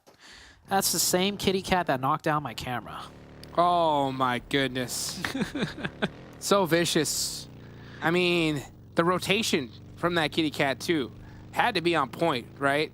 Rotated around you. You've played at this level before, Zute, plenty of times, all the way to the big show. I mean, how that cat rotated around you. I mean, you must have learned from the best. That's what it was. Well, we'll see how these teams continue to rotate. They're gonna need to pull off something huge on the northern side. A7 and Dope looking a little too friendly with each other. They're about to potentially get into a clash. Next circles determine a lot. Look at all the teams already just going to the center.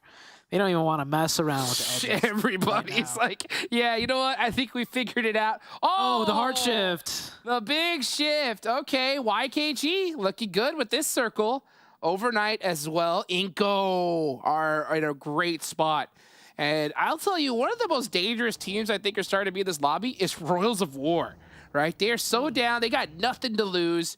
They got to be just having fun at this point. So, I mean, they could definitely spoil some squads. We've seen them take out top teams in the lobby without any issue. Influence CHEMIN, by the way, all the way on the eastern side. This is the furthest away from the zone I've seen them yet, as far as today is concerned. So can they do a similar performance? I'll be impressed if they can manage, like, even just 8 points, right? They've had explosive games, but this one's going to be a tough one for Influence. Yes, it is. I mean, can they have the craziest day ever and have another win? We'll see. Zuko! Oh, and actually, it looks to go and get that finish. That nade's going to pretty much do it here. Yeah, Valak, yeah, clutched it. Nice confirms. You got to watch out for AGC God. He can make something happen. Oh, throws it into the window. That's the wrong spot. The Panthers got their number. All right, Panthers. Showing a little sign of life. Finally getting a nice little squad wipe. Hopefully that could be the little ray of sunshine that they needed.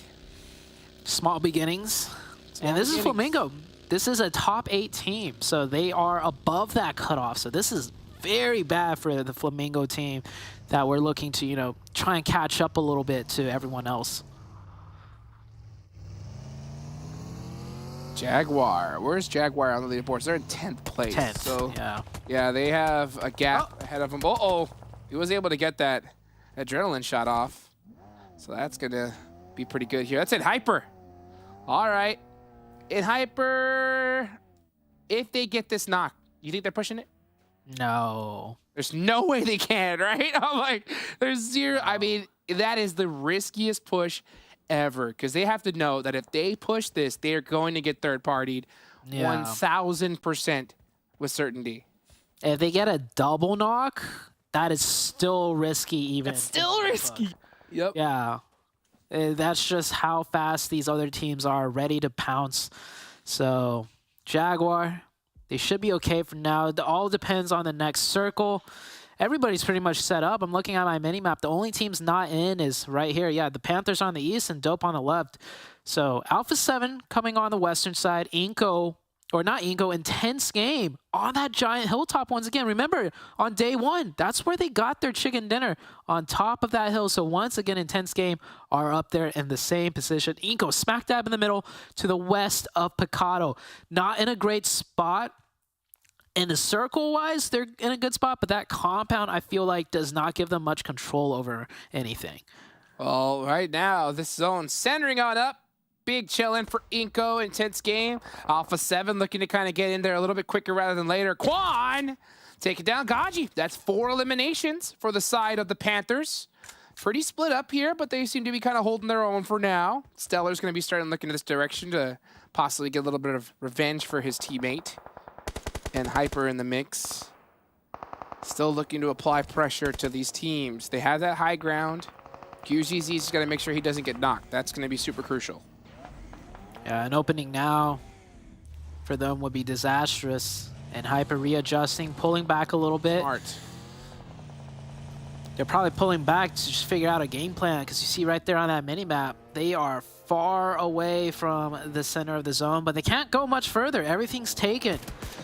So they got to hope for the circle or plan out some type of execution depending on the next zone. Quan gets taken out by Loops to a vehicle explosion. Everybody just crunching in, and I think everyone's in the zone now without another team needing to go down. So the next circle is going to be the big one where we see teams start really engaging and getting eliminated. Well, let's see what the play is going to be here. Oh my gosh, Mythic. Those guys, his wig split right there. Gonna hit that quick lay down. Use them bandages. Yeah, doesn't want to waste all those first aids he got. Can't blame him right there. Uh-oh. And, oh, QZZ does get taken down. But I think he should be in a good enough spot to get rezzed. Yeah, the problem is, like, at this stage in the tournament, at this high of a level, you don't even want your armor getting beaten up. You want, like, every little advantage possible. And QZZ getting knocked there, that's less meds, less armor for him, and it could come into, like, a huge crucial factor later on in a big team fight. Sup, Pig? taking some shots onto the dominating squad that has influenced CHEMIN. This team has had a heck of a day today. A couple of shots under that buggy. He's going to go ahead and head to safety. Nenebete takes down GK first. We see that in the feed. So, and Hyper having a nice little battle in Pecado, Sin City. Could we see a hard rotation on to Pecado? That makes things interesting for sure. I haven't seen a Pecado finish in a long time. We'll see very soon. All the teams posturing up here, ready to make their next play. Influence CHEMIN definitely ready to take a fight on the zone shift. Same with Alpha 7 here. Where is it going to go?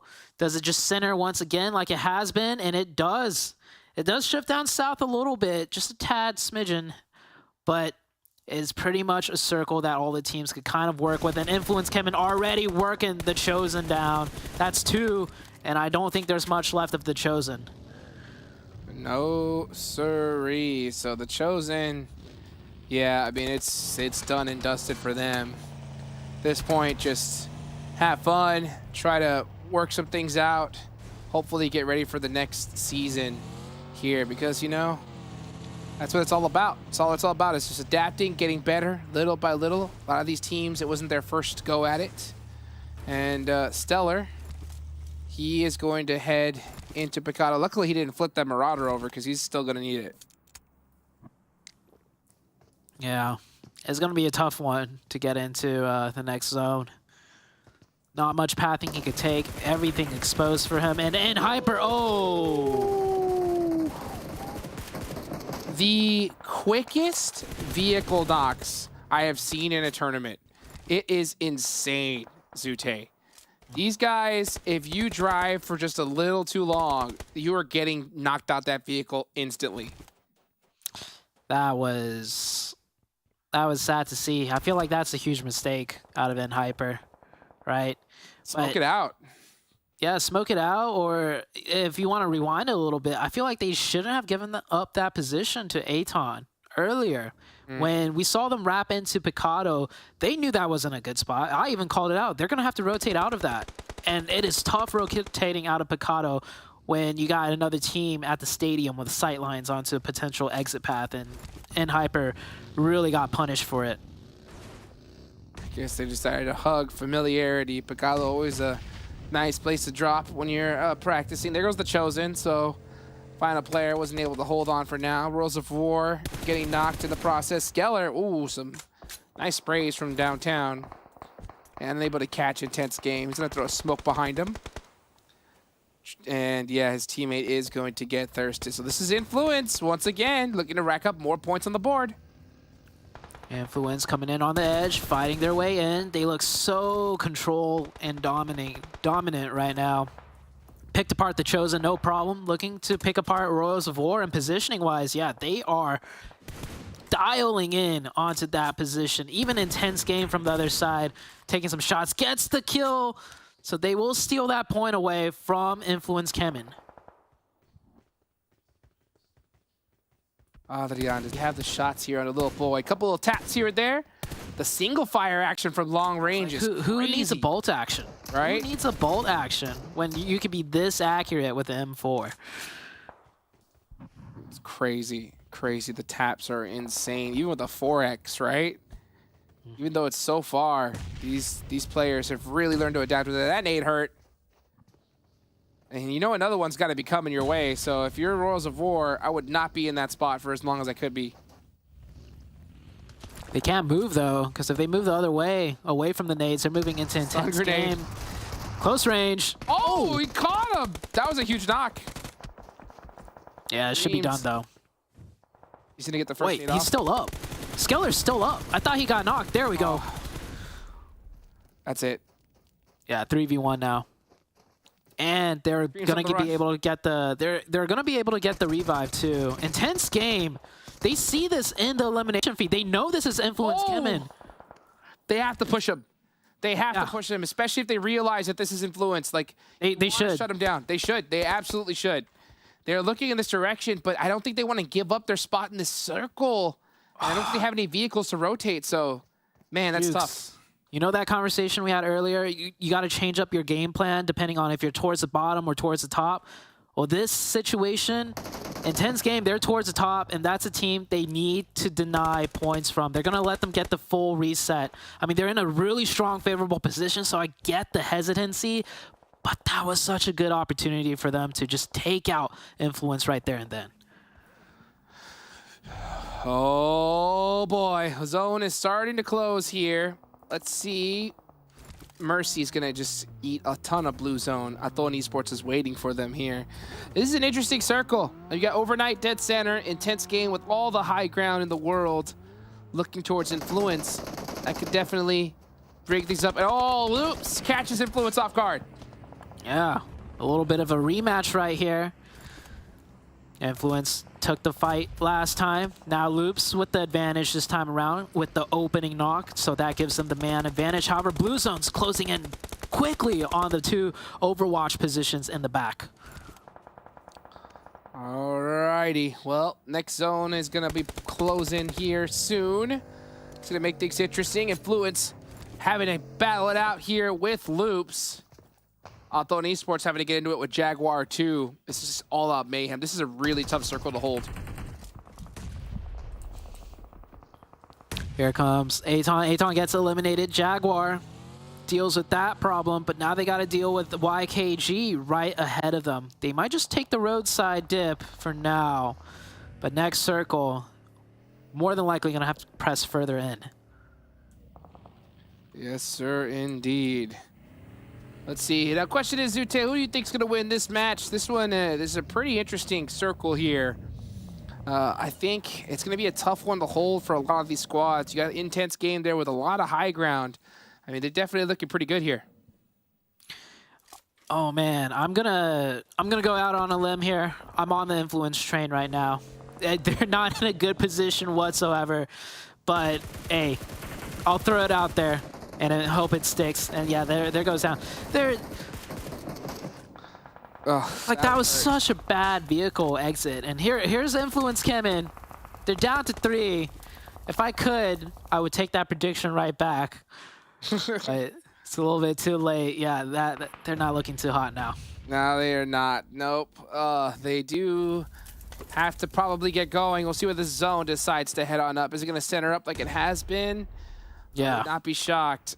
INCO in it. Normally, I think that INCO would have been a good pick, but just how they've been playing so far today, it has been looking a little bit rough, and they are pinned down in between 2 squads. Chief right now, the Bush Wookie, laying shots into INCO, just waiting for that smoke to dissipate. All Glory Gaming right over their heads also. Takes the shots. Yeah, he doesn't even know where to shoot. Oh, no, he finds Chief. Oh. The taps with the M16. Influence got the point there, though. Influence actually stole down one over. I bet they survive. Okay. Mythic securing that point from Loops. Ooh, gets knocked in the process. Yeah, he's not leaving that shack anytime soon. As All Glory Gaming now have their eyes up on the Influence. Yeah, Influence, I think all their vehicles are done for, too. Not much that they could do. Shots raining in. Shots with an 8x. It's crazy. Haven't seen them really connect yet. Just a lot of spams. Alpha 7.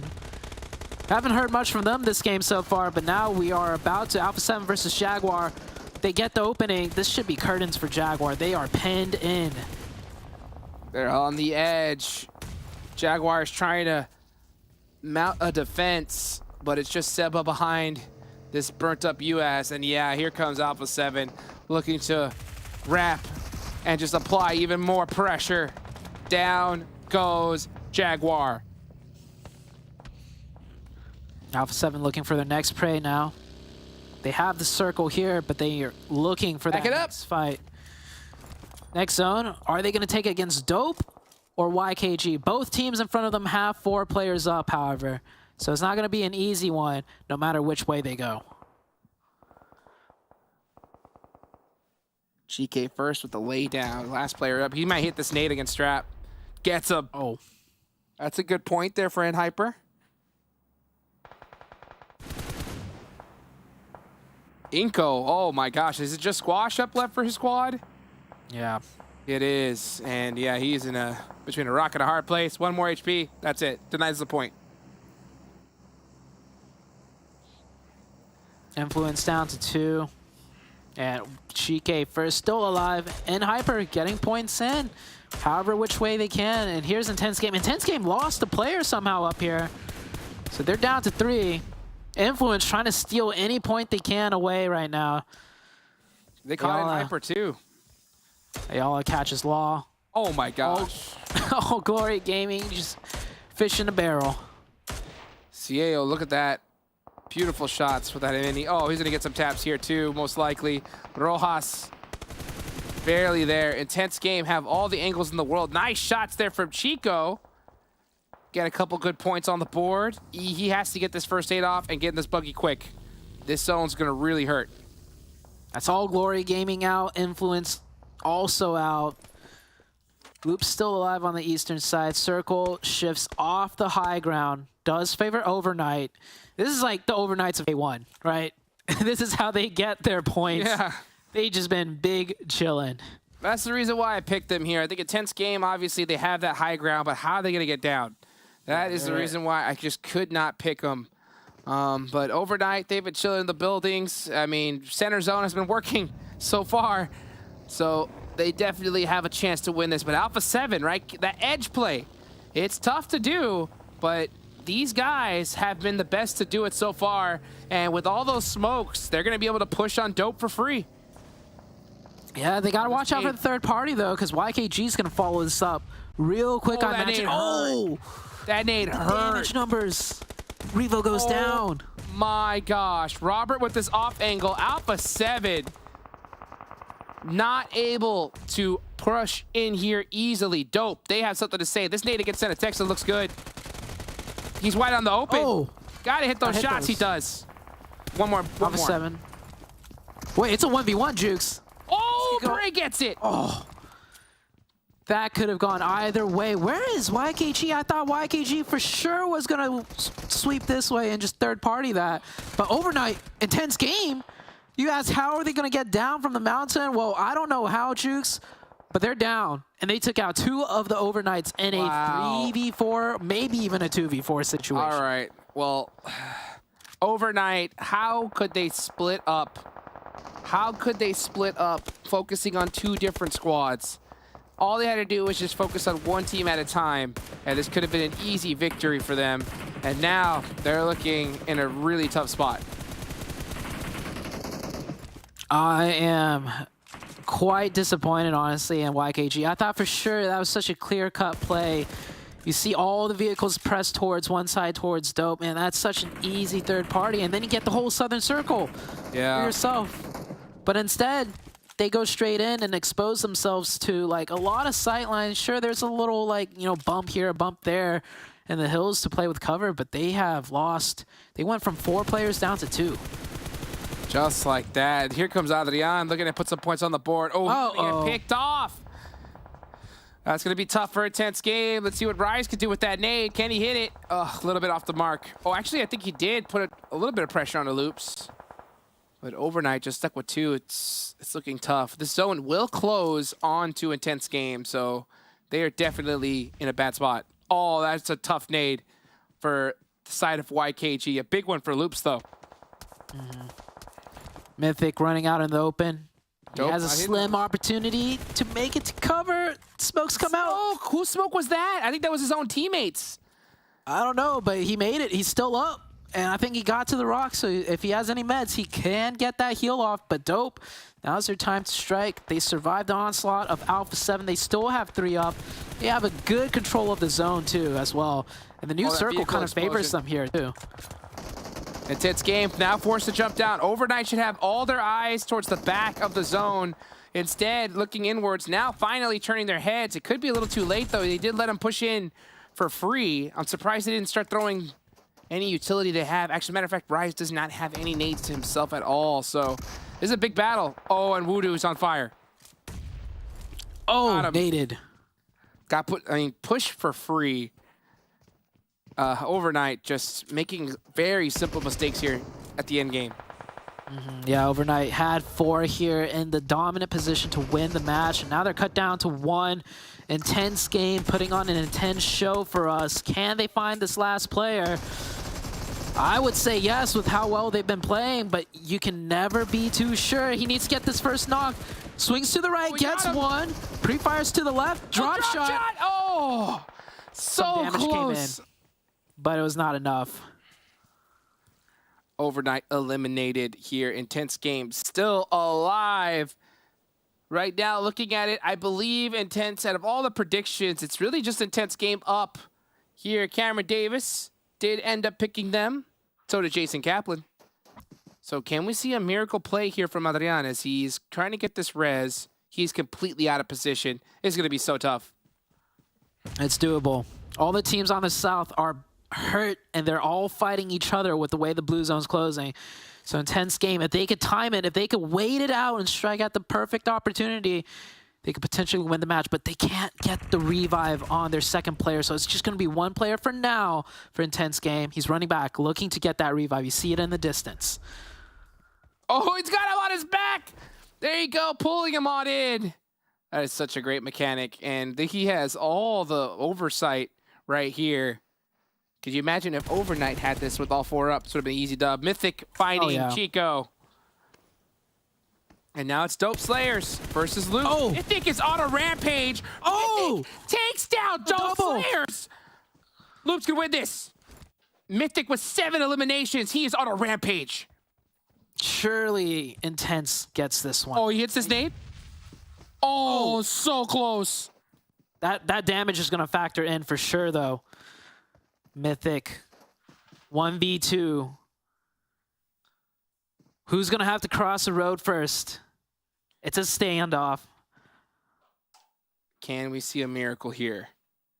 1v2. Mythic takes down 3 players, 2 teams by himself. The zone definitely putting the pressure on Intense game. He's going to have the shot opening.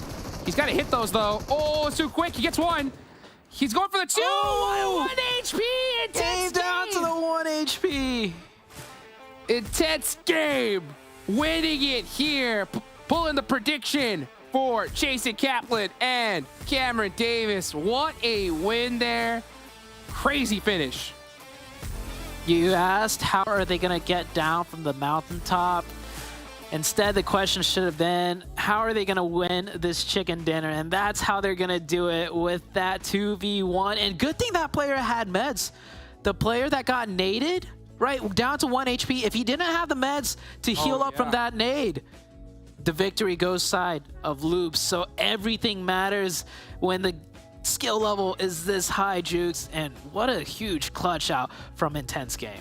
I'll say what, dude. Mythic's a monster, though. He almost clutched that. That was so close. And you know how they get down the mountain?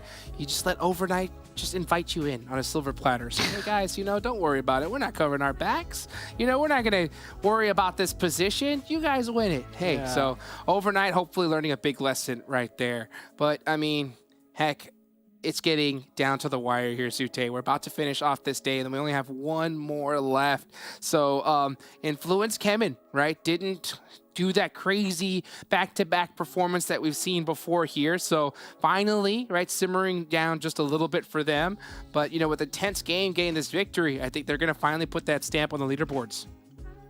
Oh, yeah, they're going to be sitting in first place, not comfortably, but with a little bit of a gap. But with so many games left to go, Jukes, it's not done yet, not even close. So don't go anywhere, guys. We'll be right back after a quick break.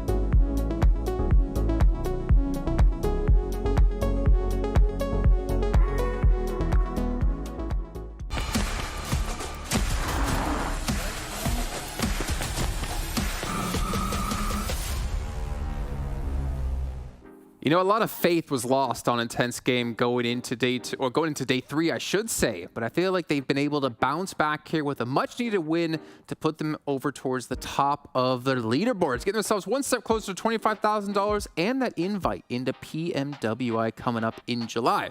I'm still Jason Kaplan. He's still 7 Worlds Gaming, and he's still handsome on the end. Cameron Davis. We're going to break this one, this match down. 7, you're just 7. I'm sorry. He's handsome. You're 7. Okay. I'll take it.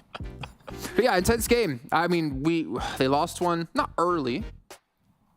Adrian, once again, being able to clutch it up for his team.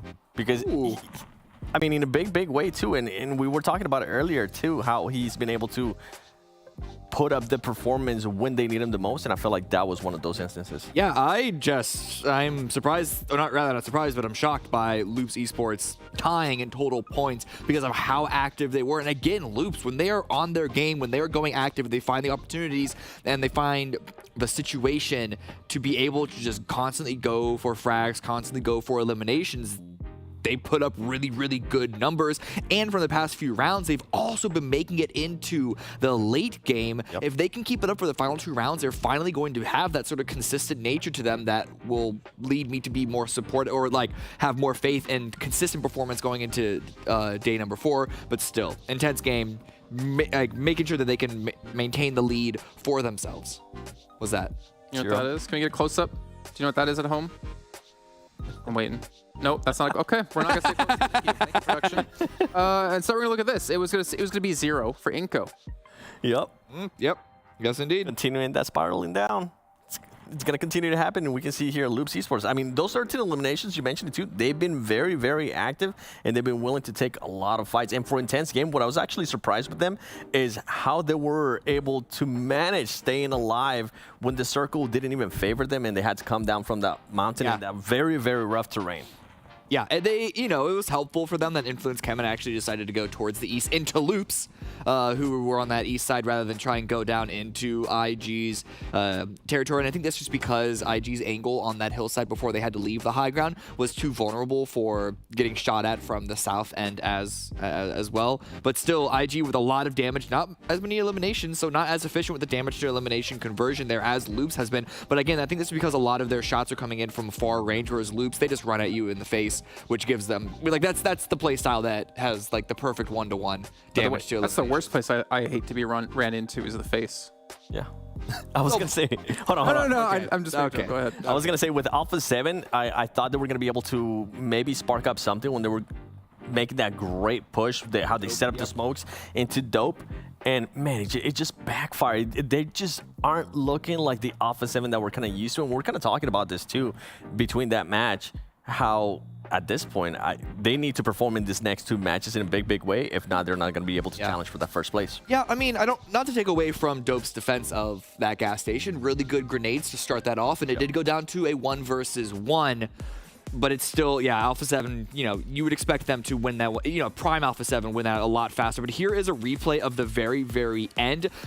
To be fair, Intense Game, they had the privilege of being on the solo on the north side of this road. They had the freedom to go for this revive. Very good use of the carry feature to make sure to get that teammate up to put themselves in the final 2v1. But it's really Mythic that went big. He took out the last member of YKG, gets the amazing lineup on the 2 remaining players from Dope, and makes this final 1v2 very, very close. Honestly, even though IG won this game, there is a real argument that Loops and Mythic specifically had the best performance of this game. I mean, Mythic so far today has been able to be that stand-up performance. I think when we go to MVP at the end of the day, I would be surprised if Mythic doesn't end up getting that with how many elims they've been able to get. I don't know, Intense, CHEMIN, remember they had 30 elims 3 matches in. Yeah, the survival time. I'm talking about, survival time, they might be able to edge it out there, but in regards to total elims, I think nobody's currently touching Mythic. Just to touch back on this again, the timing actually for Mythic here is really, really strong. He realized that the zone favored him in having to cross into that open ground, open road. And so he waited for IG to have to make that rush up, which gave him the opportunity for the quick 1-2 spray down, being able to dip and dive below that defilade of the road. So again, Mythic playing that moment very, very well to get it as close as he could. It really could have fallen his way if just a couple more shots landed. One thing I didn't like from IG's push right there is how close those two players were. At one point, it looked like they were about to line up for Mythic, and I was like, don't do that. I wish they would have been a little bit spread out. But I think part of that is because we saw a couple of grenades come out from Mythic, if I'm not mistaken, forcing those two members of Intense Game to have to spend an extra moment or two to pop those meds. So they didn't, you know, it stalled them for the circle to get small enough for them to, for that to be the case. You can still move and heal though. Yeah, but you can't shoot back if Mythic peeks you. Well, yeah, but they don't have to push. I think he's talking about when he went onto the road, they were kind of really close to each other, instead of playing wider angles to cover off the force Mythic to have to swivel a lot further instead of like the defilade they were camping in. But either way, it doesn't really matter. What matters right now is Vikendi coming up next. I'm curious about who are our top performing teams when it comes to this battleground. And so actually FLAMENGO, okay, I didn't expect them to be too high, but again, 11.5 average of limbs on this map. They've played it only twice. Yes. That's crazy still. It is a 2-map sample size here, so FLAMENGO's with the 1 win. That's going to be a really good performance, but looking at A7 there in the 2nd slot, this is a team that needs to pick it up. They're not even in 7th anymore. They're probably in 8th still at this point. Yeah. They haven't been overtaken by anyone from. They need at least 15 But points. yeah, they need to step it up now. Okay, well, you guys at home need to step it up as well here by telling us who your favorite teams are by voting in the YouTube chat. So make sure you guys do that one with voting for your team. It's always love to hear who you guys are supporting. But I'm supporting. Do you know who I'm supporting? Yep. Who? Monster Team Energy. that wins. You're both wrong. It's Zute and Hotchukes actually, because they're bringing us into the match here for our penultimate match of the day.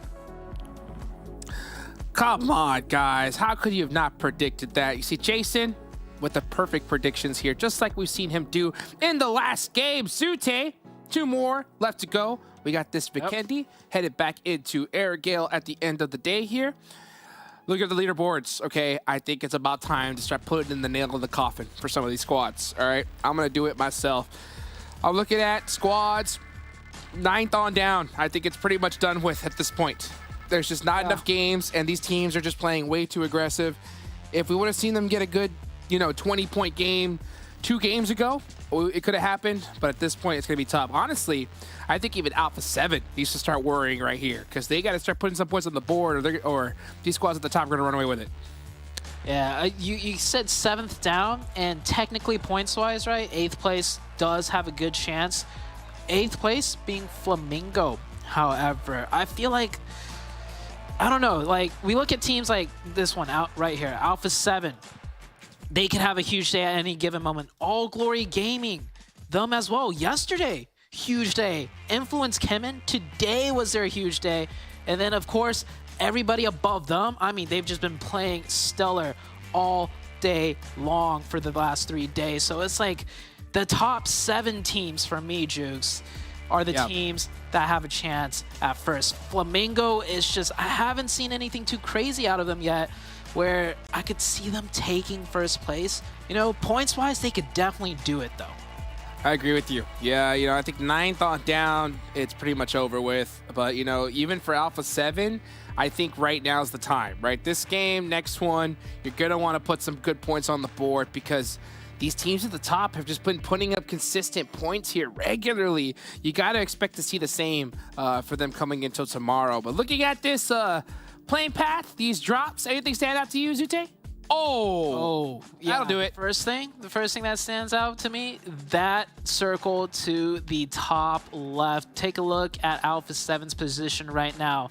They are going to be able to have the entire water side to their back. So this is Alpha 7's chance, to really show us what they got. Intense Game.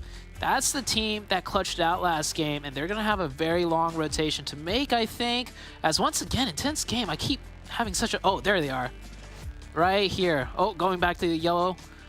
They are right there, so they have a lot of options, a lot of choices to make, particularly when it comes to these bridges. Now, these bridges, so deadly to cross. They can decide to take, the southern one, but then all the teams on the south side are going to be moving up, and then all the bridges on the north side already have teams in front of them. So this is going to be a tough one for Intense Game, in my opinion, but hey, We didn't think they could get off that mountaintop, Jukes, and they somehow did it. So if anything, this should be a walk in the park for them. It ain't gonna be a walk in the park for overnight, though. I'll tell you that right now. They're all the way in Dobro Mesto, and they're gonna have probably the most difficult time getting into this next zone. Plus, I have lost all faith in them after predicting them in the last match and seeing them give the game to a tense game. But hey, you never know, right? Could still this match, one more to go, and then 6 tomorrow, and that is it. We're gonna crown an America's champion. Fortunately, it won't be the chosen. Maybe next time. But, you know, we've definitely seen these teams at the top. I think it's still anybody's game, right? Like you mentioned, pretty much 7th on up. Any one of these teams could get a victory here if just things go right for them. I wouldn't count out All Glory Gaming, that's for sure. Yeah, I think that is a very dangerous squad. You know, they get in the right position, they're going to win the game. Yeah, yesterday they showed us that. They even I remember the desk forgot about it. They were trying to predict MVP, and then the MVP was actually a player from All Glory Gaming, because overall for the day, All Glory Gaming just knocked it out of the park. They started off today pretty good too. Just unfortunately haven't had things go for them here and there in this game here. So at least when it comes to the rest of the day. So All Glory Gaming definitely have that pop-off potential. That's for sure. FLAMENGO, you said it earlier, right? You haven't seen enough for them to do it. Yeah. I feel like FLAMENGO Esports, just with how they've performed, they're kind of like an All Glory Gaming, but I think with just like 20% less aggressiveness. You know, well, we got a runner, right? They are heading straight into a tense game. Oh, they get the knock. Some return fire, though, is going to buy them some time. Are they going to dip? Yeah, they're Come on. This is that 20% less aggressiveness. I mean, they're all in one vehicle, and that car is like paperweight. You shoot that thing a couple more times, that blows up instantly. You know, I think they take the crash if one of their players didn't get knocked down to 1 HP. That 1 HP, you know, damaged by intense game might have just saved them a head-on crash. And I was saying, intense game, you know, they got to be careful rotating and stuff. Taking a look at the minimap, they made it past the bridge. It was risky. And this is a huge one, Jukes. My goodness. Everybody, grab your seatbelts, get locked and loaded, grab your Monster Energy, your popcorn, because this is one heck of a fight. Influence CHEMIN, a team that has rocket launched themselves up the leaderboards, going against their Brazilian rivals of Alpha 7, a team that really needs to put some points on the board here. Both these squads, if they want to kind of get this first place opportunity. Santa Texas up on top. He spots him! Goski giving up the position. He did not check the roof. Brutal loss for Influence. I mean, how do you expect a player of the opposing team on your side of the road, on your rooftop, without any noise being made? Well, this is Alpha 7's go-ahead to go aggressive 4v3. They are going to take the fight. They smell weakness. The Panthers just over the top of the mountain, so they have to make sure not too many of them get knocked. This could be the Panthers' time to get that beautiful third party, a little bit of revenge for what's been happening to them all tournament long. And this is a big battle between these two squads here. There goes Nate, finding little boy, picking up a point for his squad. As a matter of fact, though, never mind. Alpha 7 said, Nate, you ain't taking that point from us. That's ours. Yeah, Alpha 7 getting that one right back. The Panthers not pushing. Yo, look at the difference. Look at the difference in this fight. They knew the third party was coming, and Influence and Alpha 7 completely stopped fighting against each other. That is wild. I mean, both of these teams could get first place, so they know if they fight each other, they're both going down. So smart. They're gonna just wait it out a little bit. The Panthers forced to fall back, and even Alpha 7, they know it's a 4v2. But just one of them getting knocked is the green light for the Panthers to third party. They don't know for sure if it's the Panthers just yet, so they're just respecting this team as a potential, you know, in hyper potential, INCO, right? Like, they don't know who this is over here, so they're not even going to risk it. That just goes to show you the IQ, right, from Alpha 7 and Influence, right? They definitely realize that, hey, all right, yeah, we want these points, we want this, but they know to not get too tunnel vision. Let's back off because the greater threat is the third party. If one or two of us get knocked trying to push these last two, we're going to get third partied. And the Panthers just say, yeah, it's just got too quiet for too long. We're out of here. Yeah, also Alpha 7, you know, stealing that point away, they know it's Alpha 7. And they also know it's influence. So the Panthers are like, maybe we should pick a different team to third party. You know, like there's a lot of teams here. We'll take the next opportunity. Maybe not this one. We'll pass. And now that things have reset a little bit. Oh, this is a different squad on top of the hill now. I believe so. Yep, it is. It's YKG. And INCO on the other side. Okay. Look at those shots. Who takes those shots onto that window? Revo is just an animal.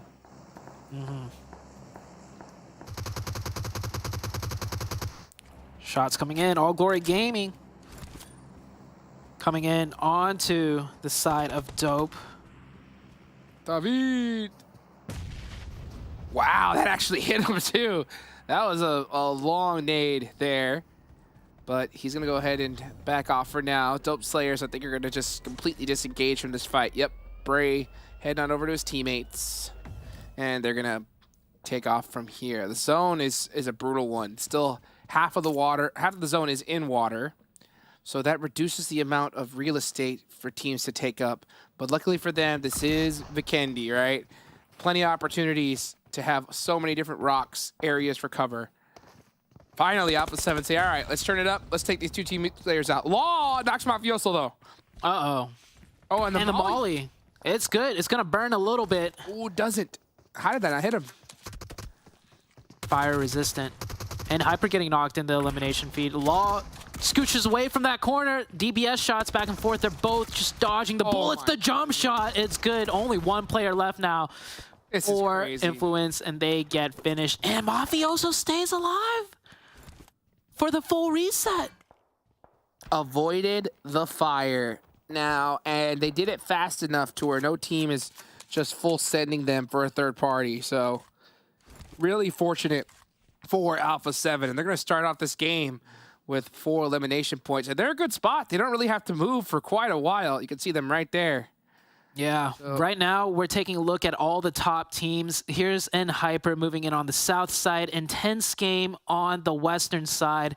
And we do also have Loops finding their way dead in the center. So this is, you know, some of the teams we really want to focus on. I would say All Glory Gaming have the better end of it, that more of the teams are to their left, and that's where most of the fighting is going to happen. But it all comes down, Jukes, to the circle shift. So let's see where this one's going to take us. Take it to the water. Why not? All the way to the water? PMPL. Why not? I want to see it go all the way to the east side. Oh, that is a lot of water. Hey, okay. Things getting interesting. Things are getting interesting here. And we're seeing INCO, the Panthers. All right, getting into it with Loops now. Oh, and it's YKG with a third party. Crazy battle happening with these squads. Yeah, that's just Cardoson left. Third place team. Loops just down to 1. I marked it earlier. Loops was a bit further to the west. They really Hail Married that rotation. Oh! There you go. There you go, Juice. I don't count it. That's from production. That one's from production to you. It wasn't a headshot. It was a thirst. Okay, and they only got the thirst because he was 30% HP. All right, I want to see some DBS action. Here goes Suko. One more jump shot. Oh, the back. All Glory. All Glory Gaming. The Panthers have like a radar where they get third party at the worst time every single time. And YKG's here as well. That's Hyper down to 2 players, I believe. Yeah, down to 2. Second place team and third place team. Not going to pick up a lot of points here for this match. How can these guys avoid this? I mean, it is so insane. The Panthers, every chance they start getting into a fight, looks like they're about to win it. It's just third party after third party. Nate's going to throw down a smoke, just try to buy himself some time. But YKG are coming for this last point here from the Panthers. Yeah, YKG should be okay here. It's just one player to deal with inside this compound, but it is Nate. If anyone can pull off a miracle from the Panthers, it's Nate, and we've seen it before. Can we see it in this tournament? Got the DBS. That's the gun to do it. And not to mention, it's the Christmas DBS. Christmas miracle. Can we see it? From Nate. Oh, too strong. Chico shutting them down. All right, Overknight doing a great job of defending themselves, just kind of hiding in the shack, holding the edge of the circle against Royals of War. Bounding up another defense here. Oh, here comes the drive-in. And the trap has been struck. This is a tense game. Okay, so now a tense game. It's some trouble here. Tense game, losing one player. Oh, another player goes down. This is falling apart for Intense Game. Luckily for them, second place and third place also banged up pretty bad. But they're down to 2. Can they make something happen? They get 2. They get another point. 1v1? DBS versus maybe an M4. There's 2 other teams right next to them, by the way. It's not just these 2. There's a whole nother team. Window. I don't know. I don't know about that one. You can't do that. That is 101. You jump out that window, the animation is going to get you taken out the game instantly. Jaguar gone. ATON Esports going to get a nice reset here with 4 eliminations. ATON Esports been real quiet, all the way down in 13th place with 56 total points. Haven't been able to get things started. And it might be just a little bit, actually, not might, it is a little too late for them, unfortunately. They're going to have a crazy game. They have 4 eliminations here, but we're talking 20 elimination, chicken dinner, and then another one next game. That's what they need. And even then, it might not be enough. Yeah, that's a huge ask. And this is probably one of the better games for Alpha 7 right now for the way it's playing out. Not all, but a lot of the teams that are above them all either hurt really badly or taken out. INCO with 3 is probably the strongest team that's above them in the leaderboards, I think. INCO's so dangerous. I mean, we saw them have some really good days early on, but man, they've been so quiet here towards the end. It's kind of hard to really flip that coin and predict where it's going to fall on to. Fox with a nice nade. Does he catch Unknown? Oh, it pieces him up a little bit. Now here comes the rest of Flamengo. Looking to apply some pressure on the Overknight. Oh, the third party, though. They're going straight in. GC God. But Fox does get a knock onto one of them, but it doesn't matter. That is going to be Overknight eliminated. Yeah, nice little pit stop for during the rotation, pick up some points, but I think they might have put themselves in a tough situation. Yeah, they're getting taken out by Blue Zone and Alpha 7 looking their way now. So FLAMENGO getting a bit more aggressive, picking up points along the way, but it might cost them in the end. Senathexa with his sniper. That is a M4 with a 6X. Tap it away from long range as he does. Next zone, about to pop on up. Are we going to get that water circle? Give it to us. Come on. Make it interesting. I haven't seen a water zone in a long time. We'll see. Fingers crossed. He's still up. YKG's up. All Glory Gaming with 4 up in Trevno, by the way. So they've just been, well, a Trevno finish? I don't think we've seen that. We have not seen a Trevno finish. I've never seen a Trevno finish. This is going to be interesting. YKG started a full send it on in. INCO is the team that is closest. Oh, but All Glory Gaming is big chilling. Yeah, but FLAMENGO just got taken out by Alpha 7 right there in the elimination feed. Oh, well, I mean, there's still 1 left of FLAMENGO and 1 left from Intense Game here. Quick replay. Maybe this, oh, yeah, this is that fight. The wall. Gotta clear the corners of that wall, and he tried. He did the right thing, though. He didn't climb over the wall. He jumped over the wall, so he's able to shoot at the same time. He just didn't hit the shots, though. The wall of doom right here. Absolute insanity. All right, well, who's going to win this match? You got All Glory Gaming, big chillin' in Trevno. INCO does make it in there. They have a 3-man. I think it's tough to pick against All Glory Gaming right now. They are looking pretty good when it comes to the zone. What do you think, Zute? Zone-wise, yeah. All Glory Gaming. But I mean, even if they get the next circle, they're getting a lot of teams just crunched up next to them where you can't really even predict what's going to happen in an urban environment. So I'm going to go with the team that has most control outside of Trevno, and that's going to be A7. They have 4 up. They're on fire. They're going to get that giant mountaintop on the southwest. So if it does come off Trevno, even just a little bit, I mean, Alpha 7 is going to get a lot of info to work with. It's good pick, good pick. I'm going to go ahead and pick INCO. Even though they got a 3-man, I think they really need some points here. Trying to retake that first place position, but look at this battle here up top. And Hyper trying to make that rotation, getting shut out in the process. So they are eliminated. So in Hyper, I hope you didn't call it, Zute, but it's not looking good here. I think it's better for them to choke now rather than choke on the last day. Good point. So get that, and it's almost like, you know, like I see them in first place for one, for one match, like overalls, and instantly in my head it's like, oh, they're gonna choke because they don't do well under pressure, and they start, not doing terribly, but they're definitely, not having their better games. So get it out of the way now, and then come in strong for the finals.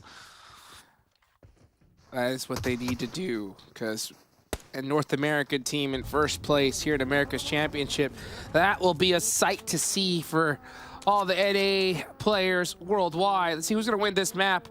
All Glory Gaming, picked by Cameron Davis and Jason Cameron. Cannot deny them right there, but looks like, yeah, both you and 7 decided to pick Alpha 7. Here they come, pushing through Trevno. I thought they would keep the high ground and work on the outside of Trevno, but I guess it's too late to go back up to the high ground because too many eyes will be looking at them. So they've kind of committed to this. This is going to be a tough one. All Glory Gaming versus Alpha 7, but look at how wide the roads are for them to cross. This is tough for all y'all's picks right here, because if these two go at it, I doubt both of them are going to go unscathed.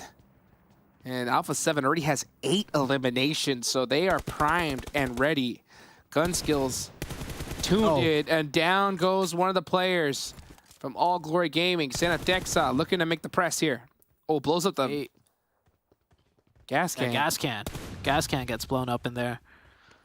And look at this, they get an opening knock, but they're still trying to get more info. I really like this, because this is an urban environment they're not too familiar with.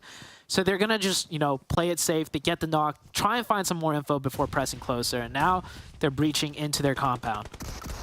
It's going to have to, that there's somebody at those stairs. You have to.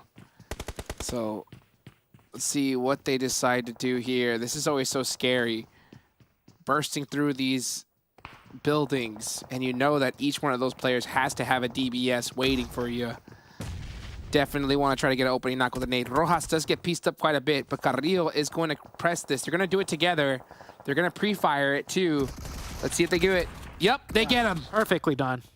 Perfect. Literally the embodiment of a perfect push in that situation. Yeah, and they do it just as that smoke pops to block the visuals from the other side down the hallway. So this is textbook right now for close quarters combat, and Alpha 7's putting on a clinic. It's not done yet. There's still 3 more. Circles closing in, Jukes. Here come the smokes out from Alpha 7. Rojas is holding the edge of that building, waiting to pre-fire and catch Alpha 7.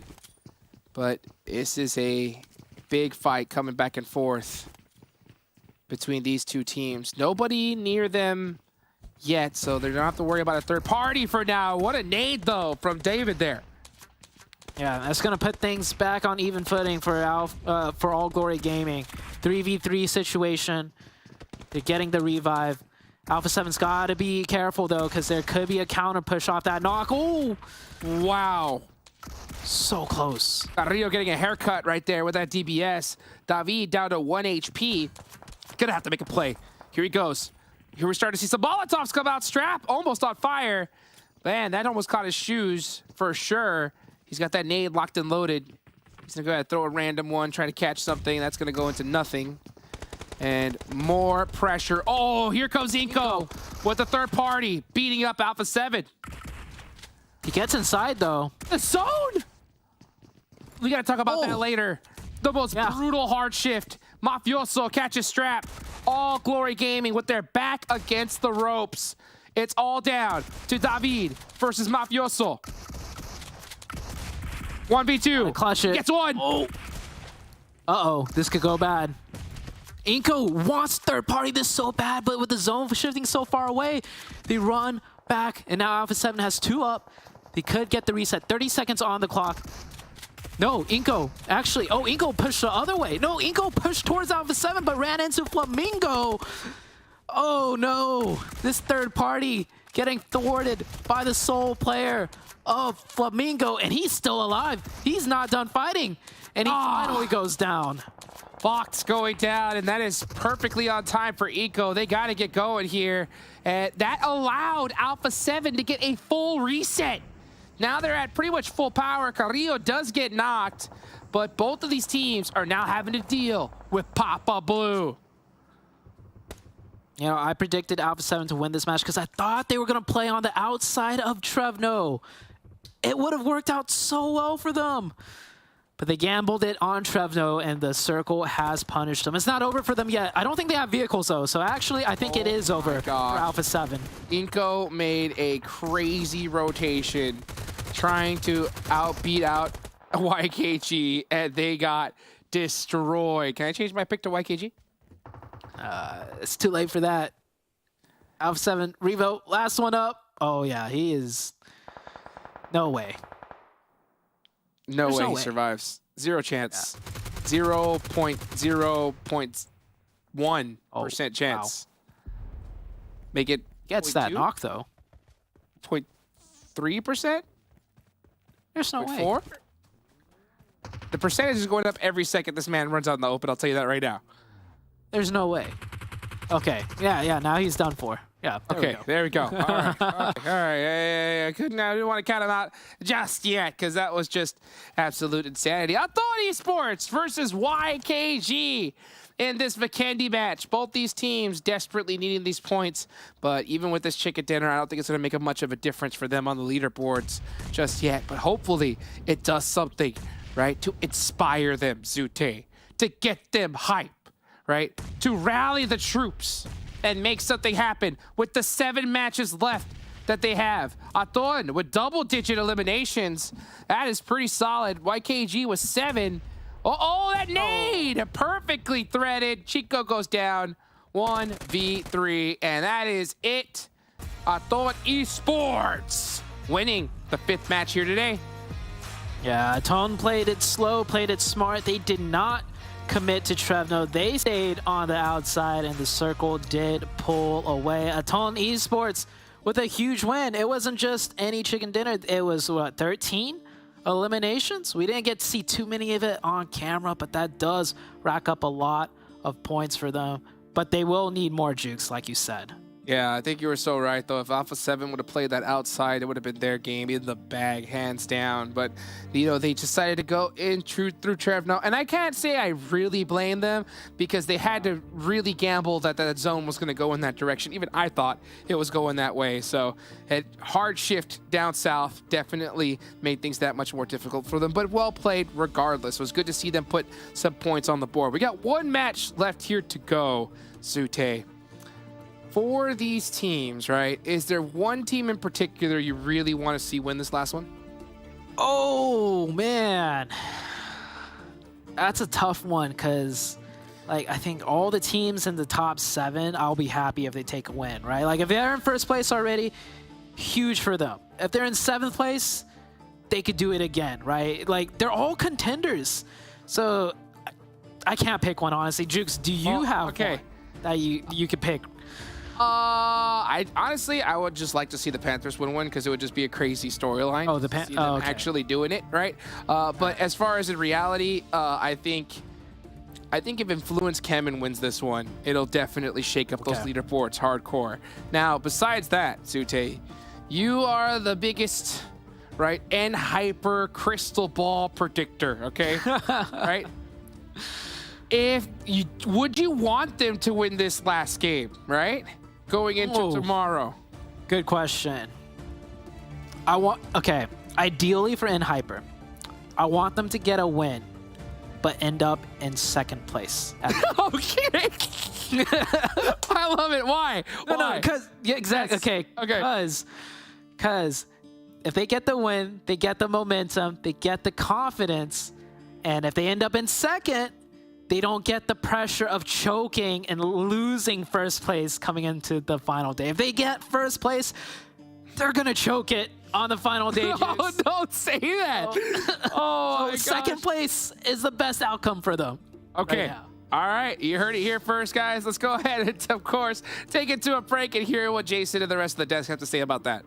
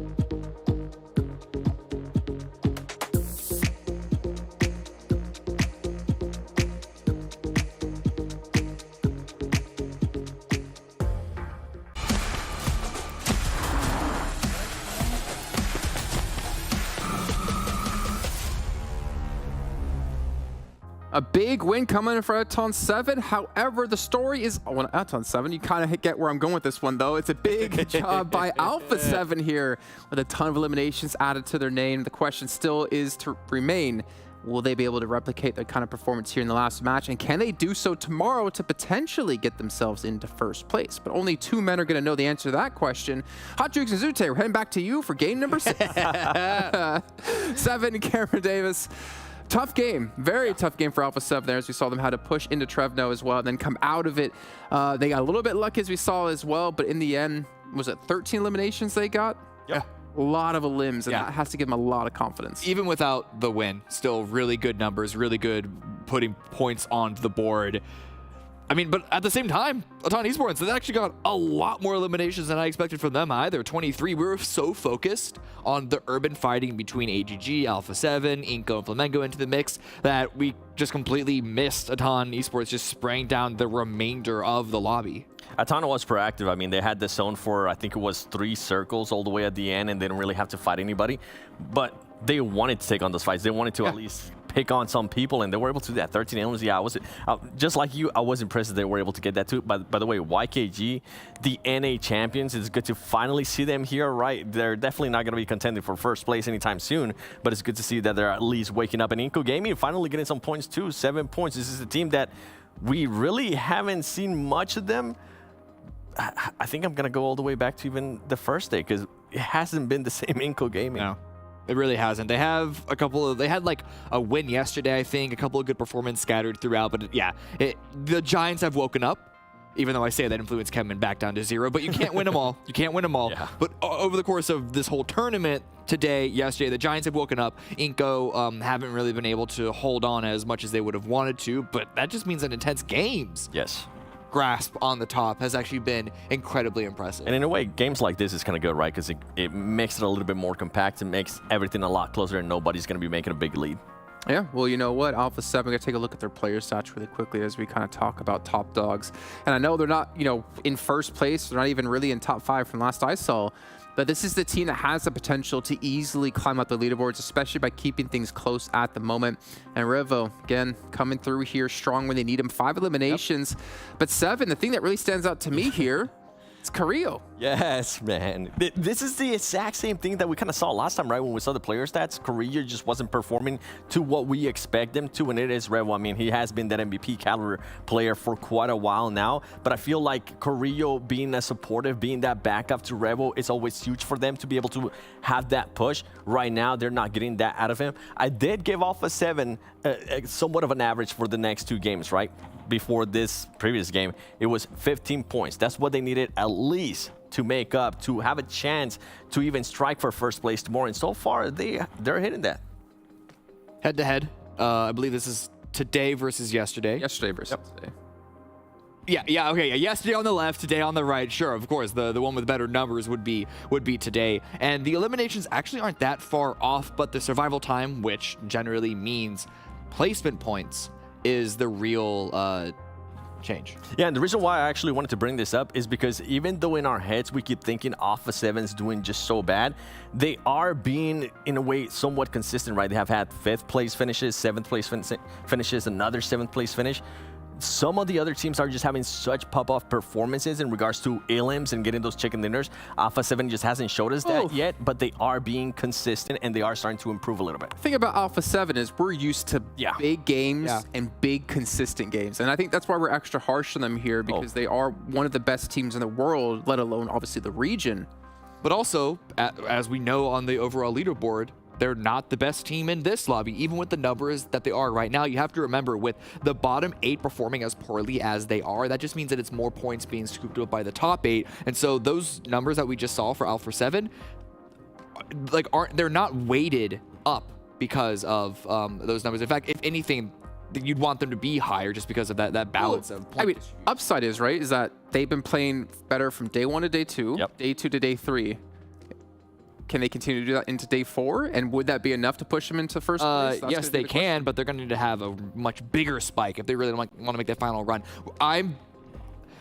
We'll see the overall numbers at some point. I don't have them in front of me, so I can't make a super declarative statement, but I'm basically expect for them to take first at this point would need to have tomorrow the start that Influence CHEMIN had today, and for them to continue it in the way that Influence haven't been able to. Why don't we check in actually where they're on their leaderboards? That'll give us an idea of where they're going to be currently in. Oh, fifth place. Okay. And they're, what, 21 points? Okay. Behind first? Okay. And it's doable. It is. It's definitely doable. And this is what I'm saying. Like, and you said it best too, Jason. We're being harsh on them because we expect those high elims. And on top of that, those chicken dinners. Right now, on 3 days, they've only had 1 chicken dinner. We're not used to that for 17 matches. Behind second place. 4 points. Yeah, that's what I'm saying. Like, they have been so consistent and they have been so outshined by the great performances that we've seen and the great chicken dinners that we see out of INCO Gaming, right? Day 1. Earlier today, we saw Intense Game being able to get that chicken dinner too, and also being able to back it up with those elims. Alpha 7 just hasn't showed us that yet, but they've been just so quiet and so sneaky to at least put themselves into contention here. And I feel like going into the next Erangel is gonna tell a lot of what's gonna happen tomorrow. They have the 3rd most elims in the lobby as well, which is massive. They have 1 chicken dinner. I mean, the teams above them, 1, 1, 1, or sorry, 1, 1, 3, 3. Like, there's a lot of placement points they're going to be lacking in, which, funny enough, they're not even really lacking that much compared to the teams ahead of them.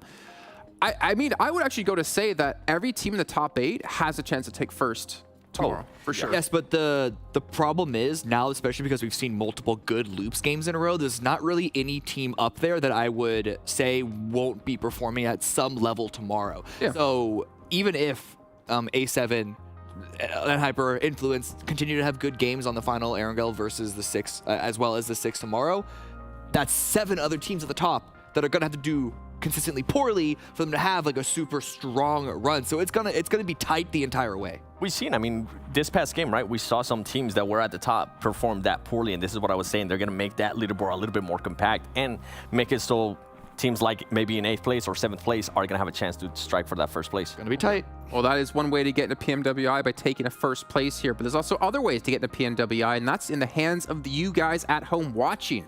Make sure you head into the client and go vote for your favorite teams for these regions so they can get a chance to get into the All-Star batch where they can qualify for the PMWI main event. Make sure to get those votes in because we have seen some pretty close races in some of these regions. But we're also seeing a close race here currently in the Americas Championship. So let's head back to our commentators to kick off our last match here of day 3.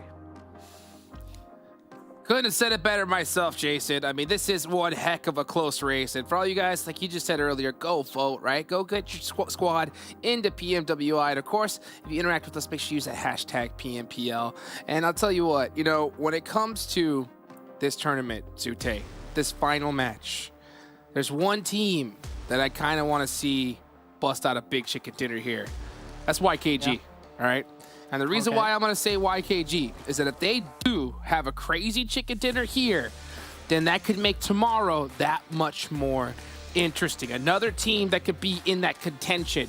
If they don't, though, it's all over. It's all over because these squads, even like Alpha 7's firing up right on time, Influence CHEMIN has. I mean, it's anyone's tournament here at this point. It's YKG. I'd go for the chicken dinner in this match if they got the chicken dinner in the last match. They got second place. They were so close, but if they got that and then a back-to-back, then I'll be a somewhat believer heading into the last day. But I don't think they're gonna be able to get the chicken here. And even if they do, I think going into the next day, they're not gonna be able to carry that momentum. It's not enough. Well, you might not be wrong. You might not be wrong at all. But you know what? Looking at the numbers, right? Just pure, besides looking at how they've played and predicting that way, numbers-wise, right? It makes sense. But I see what you're circling, Zute, and I think I know why. That is a very tight spread right there. 4 points. You heard the desk talk about it. Second to fifth, 4 points. A little bit of a gap between the first place team and down, but with this game and 6 more, I mean, that gap is so negligible. You're right. It is such a close circle. Gap. This circle is ridiculous. It's time to take a look at some teams real quick. INCO down there on the bottom right-hand side. And then you also have Loops down here on the bottom left-hand side. Both of these teams got such a long way to go. Same with Hyper. And the team that's in a really good spot that's already in first place. Take a look at this intense game. They get the prime pickings on this first zone, and this first zone is going to be crucial for this Erangel match. You're right. You're right. Intense games in a really good spot here. All Glory Gaming over there by Stalber as well. Right, they're already in this position, so they're going to be pretty well set up. They're going to have that entire side of the map to loot. There's not a lot in that area, but you never know what you could find. This is a tough one for INCO, though. All the way down in Novo, they have a heck of a trip to make. First point picked up by ATON. And I'm hearing here we might actually end up getting a remake. So, Jukes, this circle... Hey, it went far to the north. I would have loved to see how this one plays out, but maybe the Circle Gods have something better in plan for us here. Hey, I'll tell you what, for fortunate remake for INCO, right? For Alpha 7, all those squads, you know, intense game, I think is kind of kicking a couple cans, right? Because I think this could have been a really good one for them. But hey, you know what? It happens for a reason. You never know, guys. So we still got this match coming up, right? With this remake, it's going to give these teams, I think, a little bit more time to kind of shake those hands off, right? Talk to each other, get hype, and make something happen here. Because, I mean, you've worked all year long, Zute. And, you know, you're right. When it comes to YKG, the chances of them actually pulling out a chicken dinner here and making things happen tomorrow, they're abysmal, according to how we've seen them play, right? If you're able to rally the troops, because we know that they have the gun skill in them, right? But if they're able to make something happen and just bring that outside of them, right? We could see some magic, but it has to happen now. That's the thing. There's just no more time to waste. As far as NA is concerned, I'm putting all my spiritual energy into Hyper at this point. Like, I don't even want to think about YKG, the Panthers. I'm putting all my spiritual energy into Hyper because this is when they need it the most, right? They're always on the cusp of like qualifying out of this stage. In particular, last year, right at the end of the year, you get PMGC. At the mid-year, you get PMWI. Last year, they didn't get to PMGC. Yeah. Right? We thought they would. They were looking so good, but then they choked it. We had the Knights end up going. Now, once again, they're at this stage again, the Americas. They're always here in the Americas, but they can never make it past the Americas. And this is the closest, in my opinion, that I've seen in Hyper get to the international stage. So I would really love to see for them, you know, to make it over and get a chance to experience that. Yeah, I'd love to see them too at a LAN, right? All on equal ping going at it. I think that can make things a little bit extra spicy as well. You know, so I can't say I blame you, right? And Hyper, definitely the squad that NA is going to be keeping a close eye on. And honestly, we really need to see an NA team make it to the global finals, right? We've seen teams make it to PMGC League stage from NA, but it's been what's been years, I think, since we've seen one. Yeah, make it all the way to the global finals. So heck, you know, having a good performance here is definitely going to help out. So hopefully, after this match, we'll see Hyper in second place, right? According to Zute. That's not first. Not first. Not first. Too much pressure. Place. That's right. Second place. That is that little beautiful cherry on top where we want to see them going until tomorrow. But you know, I think you're so right when it comes to seeing Hyper. This is a different squad than what we've seen in the past. They have adapted to this lobby. We're seeing them rotate way faster than before. Hopefully they don't have that kind of mental fatigue now that it's game 6. Hopefully they kind of just have that talk with each other, you know, knock back a monster energy and come in hot here. Yeah, keep that mental up. Every game matters right now. And this last game, you know, carry that momentum potentially into the next game. If there's a team that you want to see take it all, Jukes, like win the whole thing, which team would that be? That's a tough one. I don't even know my answer yet. I think I would just say Hyper because I want to see an NA team, you know, actually get it done here. Which team do I think will take it? I think it's obviously going to be one of the Brazilian squads. I mean, I think INCO could definitely get it done. Intense game. I think we could see Alpha 7 take this one away. But Alpha 7, they have this title, you know? Yeah, they already have America's Championship on their belt. So, you know, me personally, I think it'd be good to see, you know, an NA team take it for once. Yeah, share the wealth. You know, we're starving out here in North America, especially since, you know, some of our top players either have retired or moved to another region completely. So, Hyper is the shining star for North America. But I'll say it, man, North America in general, they're slacking. I'm much more impressed with the Brazilian side of things, and even LATAM has, you know, shown some things here too that have surprised me. Oh, new playing path here. Hopefully we'll get a favorable circle as well. Let's take a look and see exactly how this is going to work out for these teams. Alpha 7 dropping real early. They really like those early playing path drops, and they're going to take this Zarky North George area, and they're going to have all this loot to themselves. Indeed. Alpha 7 on the Northwest. Intense game, also dropping out pretty early. And South Georgia Bohol right there. And teams are continuing to spread out. We haven't seen a single hot drop on Erangel, no matter how the playing paths have shifted around. So I'm not too worried about, you know, any early game clash. It's all about that first circle. If it's going to be a circle that presses teams to rotate, or if it's going to be a circle where teams could take their time, that's honestly the biggest factor in the early game right now for Erangel. New zone comes on up, and it's a healthy one, okay? It's a nice, healthy circle. Most likely, we could even see another Gatka finish here. So these teams very familiar with this zone. YKG going all the way down to Primorsk Ferry Pier. Looking solid. All Glory Gaming, right? They're going to take that coastline here. That's going to make things a little bit interesting. They're going to have to find a perfect way to circumvent these squads holding down the middle of the map, like Dope, Esports. I'm looking at you. Intense game as well. It's South George. They could definitely rotate this way and make things dangerous for All Glory Gaming.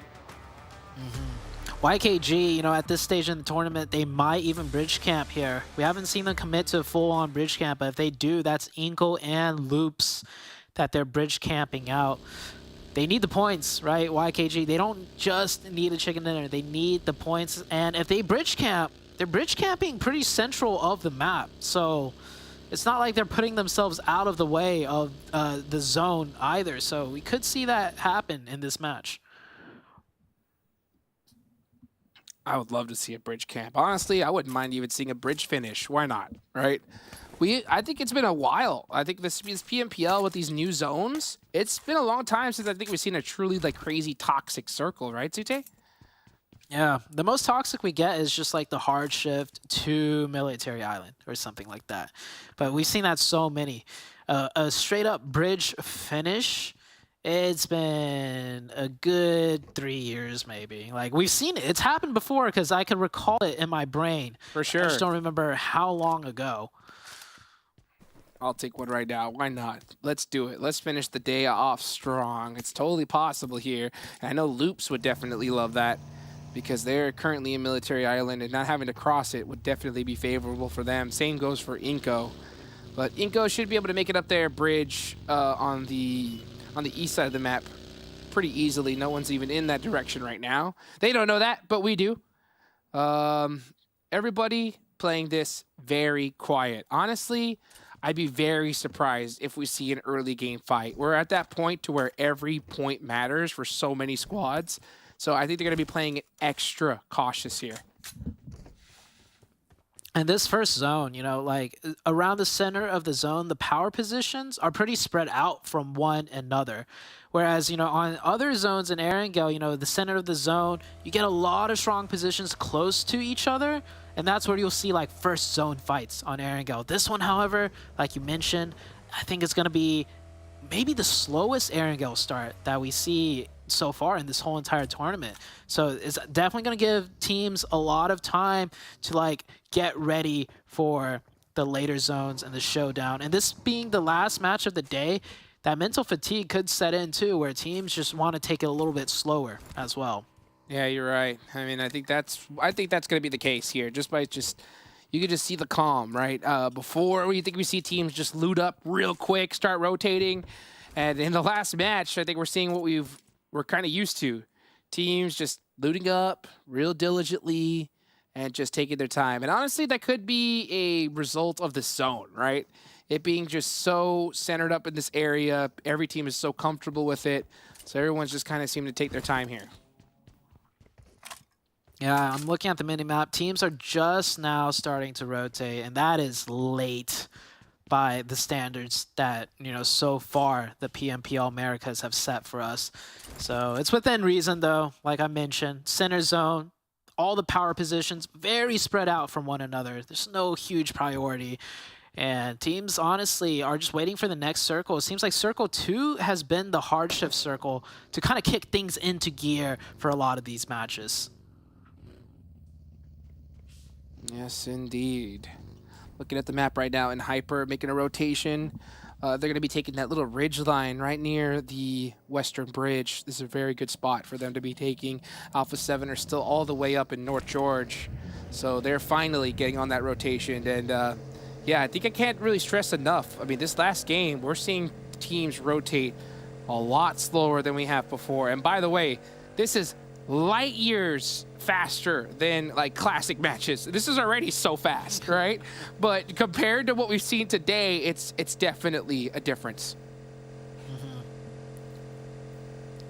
Taking a look at Alpha 7 Erangel stats right there, 3.2 average eliminations. The survival time definitely slacking a little bit, only 16, 17 minutes.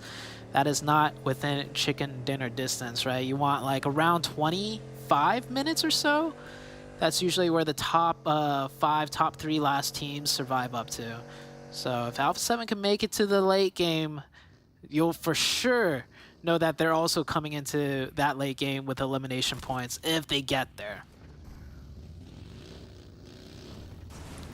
Anying, Chosen. Okay, we're starting to get to those points too, Zute, right? Where these teams at the bottom, they got nothing to lose. Like the Chosen, there's zero chance. Zero chance this squad's going to make any impact on the leaderboards. But they can impact one of these teams' dreams of making it to PMWI. ATON getting first blood again for themselves. All right.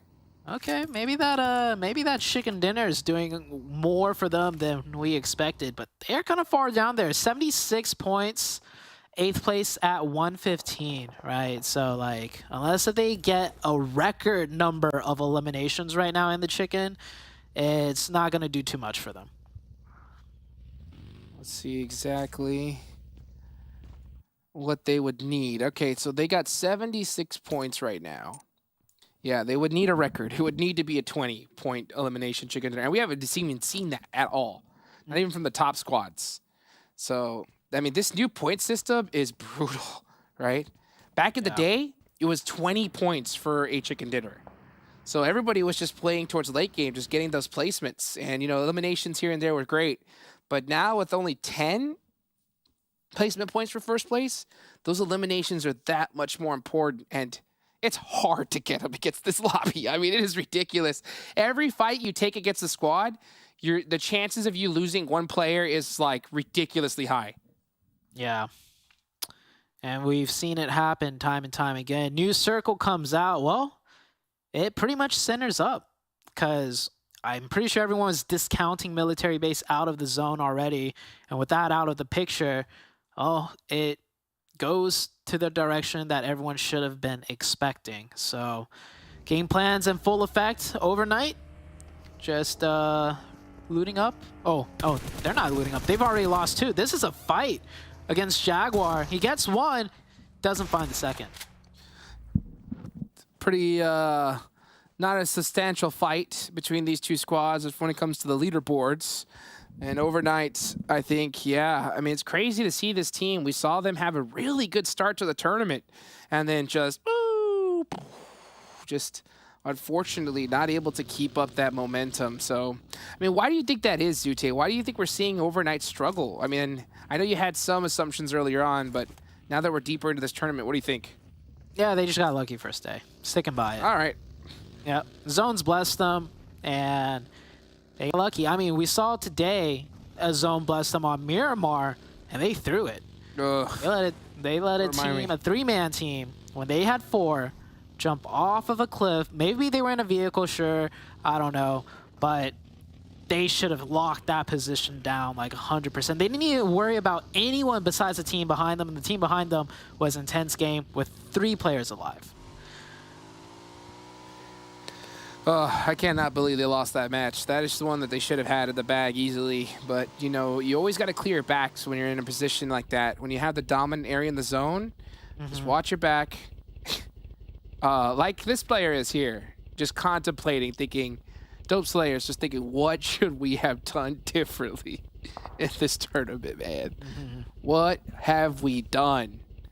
Because they are in 13th place, and I think that's a good example of how Dope Slayers is feeling right now. Yeah, welcome to Americas. That's all I gotta say. And ATON, feeling it from the previous game, just looking to take fights with everyone. However, that was not the fight they wanted to take. 2 members knocked, nowhere close to being revivable. That's FLAMENGO picking up 2. Toiko is down, and bridge camp by Loops onto INCO. This is the bridge camp we've been waiting for, right? A very interesting one. Ayala creeping up the side of the bridge, trying to get some angles. And this is against INCO. INCO's in a tough spot here because they are stuck on that southern island. You can see it there on the minimap. INCO is between a rock and a hard place, and trying to get into this next circle is going to be close to impossible, especially when Loops is gatekeeping you. And they are 2nd place on the leaderboards. Yeah, 2nd place. Loops is 3rd. They actually have the same amount of points. So that's a very crucial fight. Influence CHEMIN coming on around the side. New circle shift, hard shift to the east. And it kind of keeps that bridge in zone, so INCO's just going to have to eat that bridge camp once more if they try to go for the bridge still. A brutal, brutal shift for so many of these teams, and especially a squad like Alpha 7. Alpha 7 really has to full send it on through. You can see Influence CHEMIN having to rotate through the blue zone of Pachinki, and they're going to go ahead and creep their way on in here. Looks like the only team that's going to be really between them is going to be the Panthers, and Panthers had a really rough day, but good sign for them. Chronics came back. Just need to take a little chill pill, I guess. YKG pushing on to N-Hyper. Ooh, some NA versus NA action here. Both these teams need these points too. Yeah, I mean, I'd say technically YKG needed more, but N-Hyper can actually make use of those points. That's so true. definitely want to give it to the side of N-Hyper. But this might not even be a full-out fight. You know, this is not the YKG we see out of NA, where they're just ready to take any fight. This YKG has been beaten and bruised so far in this tournament, and they're just not playing as aggressive as they used to, and they can't because the skill level in the lobby in general is just way higher. Right, you are, Zute. They have definitely proven themselves, that is for sure. And it looks like both these teams are going to chill out for now. Loops getting another shot onto INCO. So INCO were forced to do a water rotation. They said the bridge isn't going to happen. We're going to swim it. But now Loops has found them, and they're in big trouble on this rotation. And this is one of the top teams in the lobby. Yeah, I'm surprised INCO never took the Eastern Bridge to begin with. We saw on Plane Path off drop. You even mentioned it slightly, like an offhand comment, like, yeah, INCO, they should be fine. They'll take that Eastern Bridge, right? Like, it was such a clear rotation to make, especially with the circle being west. You don't go to the Western Bridge, so this was a huge flop, in my opinion, from INCO. And just too slow, too. I mean, this area was completely open. If they would have done a faster rotation, they would have had it wide, free, and clear. But taking their time, now they lose Nenebete to the water. And the rest of the team's going to be pretty beat up on the way in here. So not looking too good for INCO. Let's see where the next zone's going to go. Final game of the day, everybody. Get hype. Put your predictions in early, because this is going to be a heck of a battle. Look at this. We got squads all over the place here. You got Influence up north. You got Intense Game getting into it with Dope Slayers there all the way on that west side. And a nice shift over to the right side of the map is going to make things that much more difficult for those teams on the left. Oh, not just that. A huge majority of the circle is open fields now, Jukes. True. The Shacks are coming into play. Some teams, even if they have 4, are going to gun it for those Shacks. I see Loops. I see Flamingo. All Glory Gaming taking shots at Dope. This Western migration is all out chaos. You see teams everywhere going every which way that they can right now on that hard shift. All Glory Gaming taking some shots onto Jaguar here. They lost all their vehicles, so they are done for. And ATON Esports actually got taken out by Cardosen, but he is not getting out of this spot here. Only player up left for Loops, and Royals of War gets eliminated. So Cardosen's trying to figure out a way to get out of here with these smokes, but I do not think it's going to happen. I think he's just going to stay in that shack. He's like almost dead center, but that's one of the full sins I was talking about. 2 4-man teams went for that shack, and all that's left standing is Cardosen. So brutal exchanges happening here. And here comes the push in Hyper versus YKG. YKG do end up having to take the fight, and they are getting battered down once again. Yep, it's all up to Joey, I believe. Yeah, Joey in the back lines in the shack. He comes out, gets one, tries to get the thirst. He doesn't, and Hyper will get the revive up to 4. Beautifully done for Hyper, the NA team that really needed those points to try and get that first place ticket to PMWI. They're definitely in the best contention to do so out of all the other NA teams. No one else is even close, and they're going to hold this compound for now. You got Alpha 7 up on top. This is a position they're very familiar with here, so you can just see them already starting to rack up the points on all the rest of these teams here. Intense Game, this is a big fight. Intense Game needing to survive this one. They have 2 knocked already, and Jaguar has their number. Is Mercy going to peek this again? He does. Oh, but here comes the Buggy. Oh. Buggy. Knock from Adrian. Cleared it down. And can he get the double? Oh my gosh. Goodbye, Jaguar. Is that standard set play for Intense Game? I mean, like, we don't get to see them team fight aggressively in too often, because this is a very balanced team, right? They play center, they play edge every now and then, but hold that thought. Influence CHEMIN, this is a team coming in from the north side on the edge, looking to take the high ground position away from the Panthers, and Nate, I think he's gonna just have to give it up. The Panthers fall down to the side of Influence CHEMIN. So we got Influence CHEMIN, one of the top dogs in the north, Intense Game on the west, and Alpha 7 on the southern side. Ooh-wee. three monster squads here. All Glory Gaming goes down. Man, they really needed to have a good game here, but that's going to be tough for them. You can see Kowalski looking and hunting down some points on this side of the map. Alpha 7 and Hyper opting to just be friendly neighbors for now, and I cannot say I blame them. This is something we definitely need to see more of, as teams recognize that, hey, you know what? We're in a good spot. Now is not the time to fight each other. But now with the zone popping, that's going to make things really interesting for these squads. Ooh. Influence have to give up their high ground advantage. It's not in the zone, but they do get the vision to work with to fight into the next circle. The best spot for them would be where the Chosen is. However, the Chosen have all 4 up, and it's got to be a full send crash. They're getting a little bit closer, hoping to find some sort of opening before they take that spot. But they know the game-winning play is to take over the Chosen's position. They can full send it to center. There are a lot of, scrap cover, but you're just sacrificing, 1 to 2 players to make that type of full send rotation. This is going to be an interesting one to see, because this is all flat land. This one is brutal right here to hold. We'll see who's going to be able to come out on top. A lot of predictions, guys, for who do you think is going to win this one? I can already see a lot of Alpha 7 pickers here. I think I'm going to have to disrupt that a little bit. I think I'm going to have to go with INF here. They've just been hot all day long. Sure, they were quiet, but from their position, I think they got it in them. Yeah, it looks like Influence is actually going to wrap around the eastern side. So they're not going to fight for that TC position. See how it works for them. I will say on the eastern side of this new zone, right, Jukes, it does slant down quite heavily. So even though there's no hard cover, the west side of the field can't see them. So they might be playing for the elevation difference as their positioning decision. That elevation's going to come in huge, and Hyper wishes they had some of it. And look at Carrillo just single tapping his way to victory. Point after point after point. This guy is just ridiculous from long range. Everybody picked Alpha 7. All right.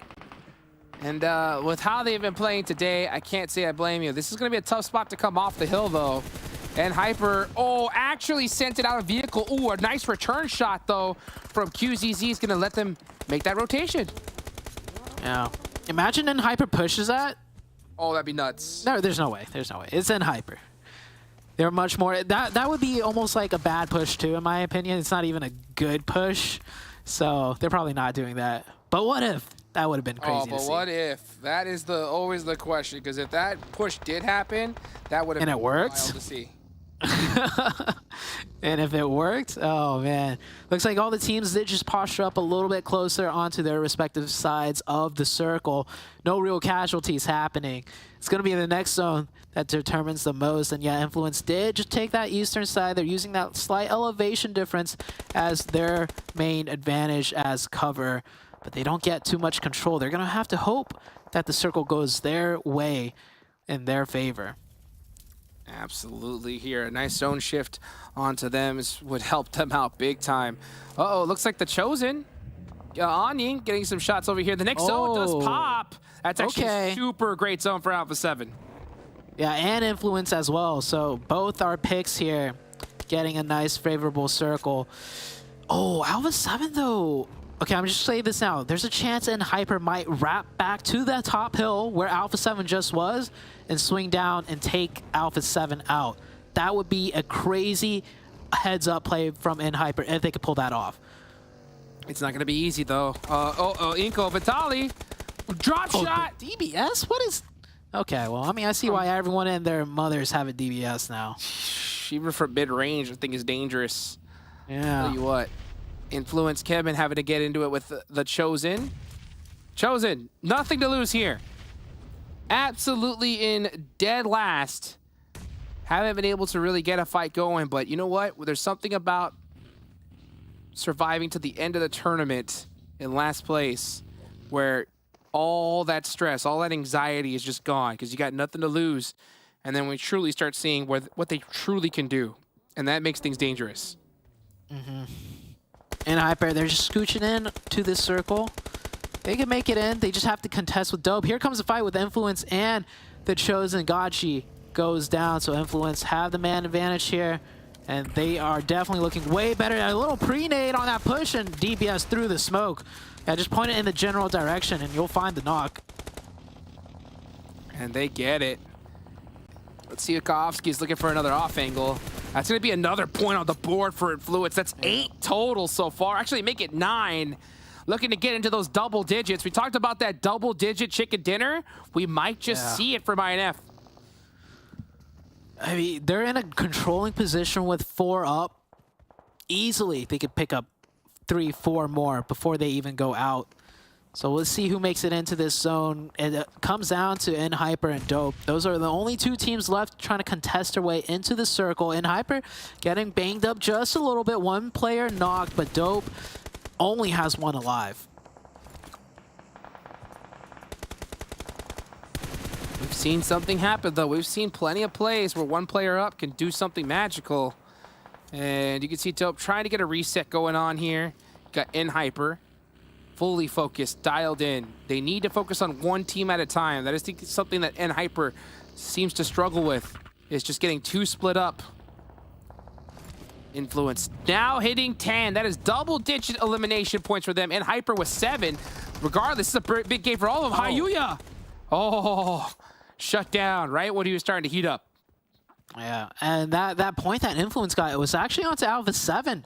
He somehow managed to knock an Alpha 7 player on the opposite side of the zone towards the south and get the finish. So Alpha 7 knocked down to just 3 players. NHyper and Influence CHEMIN, the Titans right now with 4. And we can't forget about Intense Game. They're still in this lobby. That's right. They may only have 3 up though, but they are a force to be reckoned with. NHyper, Kindness from downtown, applying some pressure to Alpha 7. Kofsky looking in the same direction, but Revel deadlocked onto Influence. This knocks are going to be huge. Anying taken out. That's the Chosen finally eliminated there. That's going to open up this side of the map big time. And now here we go. Look at who's left. These are all teams that have a contention for that first place finish. Yes. Intense Game in first place currently with only 3 up, 3 elimination points. You're going to have to hope they get some more points before they bow out, because anybody here that wins that chicken can take that first place away from them. You know, Alpha 7 wants it big time. They have had a very interesting tournament. QZZ getting knocked and thirsted here. Ugh, the snake that is caught out. Couldn't have been at a worse time, too. Now NHyper, they're forced to go a little bit south on their entryway in. They were not in the circle, so they tried to do what they could. Ran into opposition. They're going to go the other way now. GK first. Looking to catch some angles here.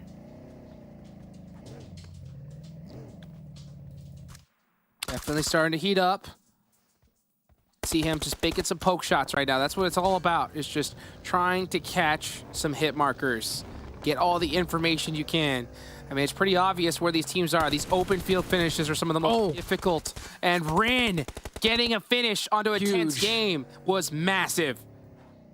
Yeah, any knock and finish right now on your side of the circle is big, because that just means on next circle shift, there's less chance of that team taking you out. Creates some breathing space. Zone still pressing players in. Influence CHEMIN. I don't want to say this is their game to win, simply because of the fact they have 4. But, I mean, they have 4 players, and they're looking strong. They're looking good. They're wiping the floor with these teams. NHyper is out, and now they're popping shots towards Alpha 7. NHyper eliminated is brutal for North America, but it opens the door for all these teams here. Intense Game still up in first place. Now one of their players goes down. Oh, it's going to be a big battle. Influence CHEMIN with all 4 players up. Gonna have the man advantage against Alpha 7. And the terrain, because they're gonna have to, they're having to push out of this area. But Carrillo, so deadly with that M4. The return fire so accurate. Just one quick burst and they'll hit their shots. They picked off 1 member of Intense, so Intense down to a solo. Alpha 7, I don't know if they have smokes, but they're gonna need to creep into this zone a little bit more. Influence CHEMIN just holding back, hoping to get a knock onto Alpha 7 as they move a little bit closer. Let's see what they ought to do here. The calm before the storm. Final player from Intense Game. Agrillin trying to find that perfect opportunity to snake and catch a lucky third party, but I think Kowski's coming with a buggy. He's coming with a buggy. Oh boy. Trying to catch some snakes out of the grass. And Federal applying that pressure. Gets a couple hit markers onto Alpha 7. Nothing too crazy just yet. But just trying not to let them push up for free. That's the goal. Yeah, Influence doesn't want to risk even a singular knock. With not much cover, you could get knocked and finished. Tense Game will stay alive. Will be the wild card factor in this fight. Stage 8 going into Stage 9 though, Jukes. The numbers do matter at this point. Alpha 7 have made it in without losing a single player.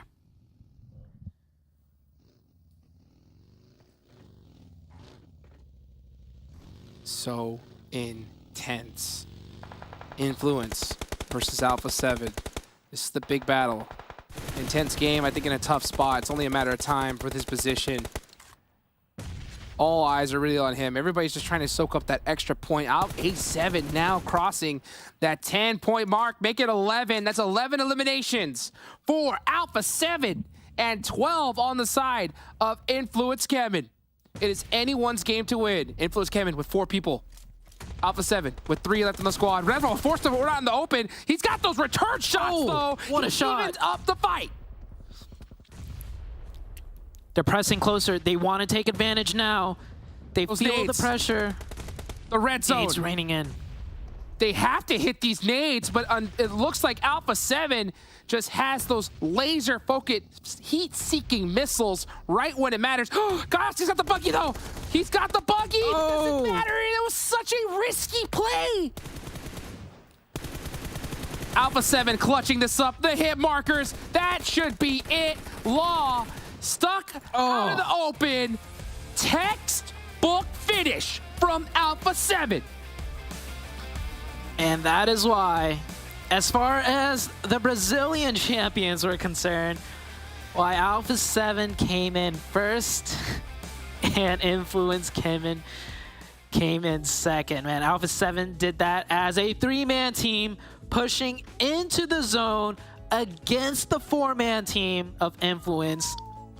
And Alpha 7 was the one that took down the last member of Intense Game as well. I mean, that's why this Alpha 7 team is a force to be reckoned with. But hey, that's still a great game. For all the 3 teams mentioned, Intense Game were already first place. That's a great finish for them. Influence CHEMIN, second place finish with a lot of eliminations. That's great. And Influence CHEMIN was above Alpha 7. So they kind of just scrunched a little bit closer to one another as far as the points are concerned. How did I not pick Alpha 7? How dare I defy them and not think that they were going to clutch that up? A crazy win for them. Jason, the boys, what do y'all think about that one? I'm thinking your prediction game needs to be worked on a little bit, Hot Jukes. It was pretty obvious Alpha 7 were going to clutch that one out. I'm just messing with you. That was an insane finish come out of them. And again, proving why we consider them the best Brazilian team in the world and proving why they deserve to be potentially #1. Maybe not today, but at the end of tomorrow, they have that chance. 7 and Cameron, things are getting spicy in these leaderboards. I'm actually curious to get into overalls when we get there to see how close this scrunch has become. But we got to take a look at our match ranking before we can get into that and see how many points all of these teams did get. It's getting tight. I was giving them an average of 50 points for the last 2 games. They blew past that. And they were able to get 25 points in the last match. By the way, when they won that, it was really impressive. We kind of saw the Alpha 7 that we're kind of used to seeing, right? The aggression that they have, they also being able to turn it off whenever they need to and waiting for the right moment. Influence came in. I thought they were actually going to be able to clutch that up. They didn't. And this just sets it up for tomorrow.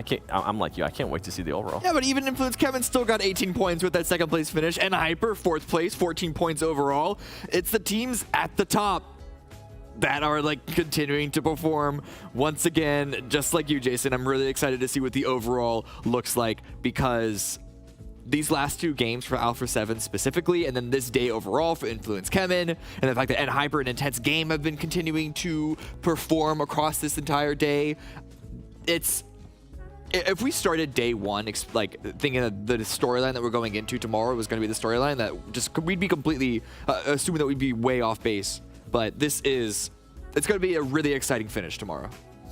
The only unexciting part is that INCO have just not lived up to what we saw on day 1. It's unfortunate. Maybe they haven't adapted enough. Maybe they didn't do their research enough. But they were the leaders at the first day, and they have just fallen down. Well, obviously not off the front page. We'll take a look at the match report here because obviously we want to quickly get into the overalls to see where we're at. But Senna able to get the most eliminations and most damage done. But I feel like that doesn't do justice to Revo out in the open, getting Noxed, allowing his team to help move up as well from that. Like that position, that situation he's in is just another example of why he was the MVP of Brazil. Yeah. Revo has been playing amazing, but like Asena, him coming into form and not only being, I don't even know if I would describe him as like the secondary fragger to Revo, because I think Mafioso is still the player so far this tournament that fits that bill. But Senna has been giving so much impact from that more supporty role. A lot of times he's the one that's like watching from, not only watching for like any potential backfill, but also watching at that far angle and just to make sure that he has covering fire over a lot of the situations. But he's doing work from that position as well. He's more than just a camera with the microphone. Head to head between the 2 players now. I'm assuming this from, is this from the day? I'm not sure. This is definitely not from just last match too. 11 elims though. But going to what you were saying too. Oh, I guess it should be from the last map setup with 11 overall. I thought it was 7 on the previous graphic, but either way, the point is that everyone from A7 can show up. It's usually Revo, but it doesn't have to be only Revo. Yeah, and that's the main thing that we're talking about, right? Especially when we mentioned Carrillo wasn't performing. Some of the other teammates were starting to pick up that slack, and now what's even more scary is with the way they were able to finish off today, especially with Alpha 7. Tomorrow, I feel like they are the team, even if they don't end up being in first place, that a lot of people need to be careful, because when they get it rolling, it's very hard to stop them. I think Alpha 7's a little bit lucky because they don't need to win this event to get into PMWI. Because they have the most votes right now for the All-Star votes. Well, but they would have to then play through the All-Star event, which just means more money to win. Remember last year at PMWI, there was 2 events, and you could win more money if you played in both events. If you had, because obviously the first event qualified into the second. I would rather just go straight to the main event. Ask Vampire Esports, man. No, they made over $1 million last PMWI from that one. It was insane. But obviously, yeah, it would be better just to get into the main event, right? But it would be cool to see what they're going to do here and obviously how things will work out. I wonder if they get into the main event here, does the vote then go to the second team? Probably. No. Why wouldn't it? Because they're not going to play in the All-Stars if they're already in the main event. Or maybe, yeah, because the All-Stars qualify. Or maybe they play in the All-Stars and then they don't count as a slot if they're like top 5 to get into the main event. It goes to the next team, like Intense Game. Huh. Not sure. My head hurts. Not a point. Yeah. Interesting. I know they do want vengeance from what happened last year with PMWI. So they want to make sure they are there, and they're going to be there one way or another. Okay, well, production, let's move it along here. I think we want to see overalls. Is that what's coming up? No, yes. We're going to MVP, actually. Oh, okay. Okay, Ooh, I thought we were on first. overalls. We're going to go to MVP first.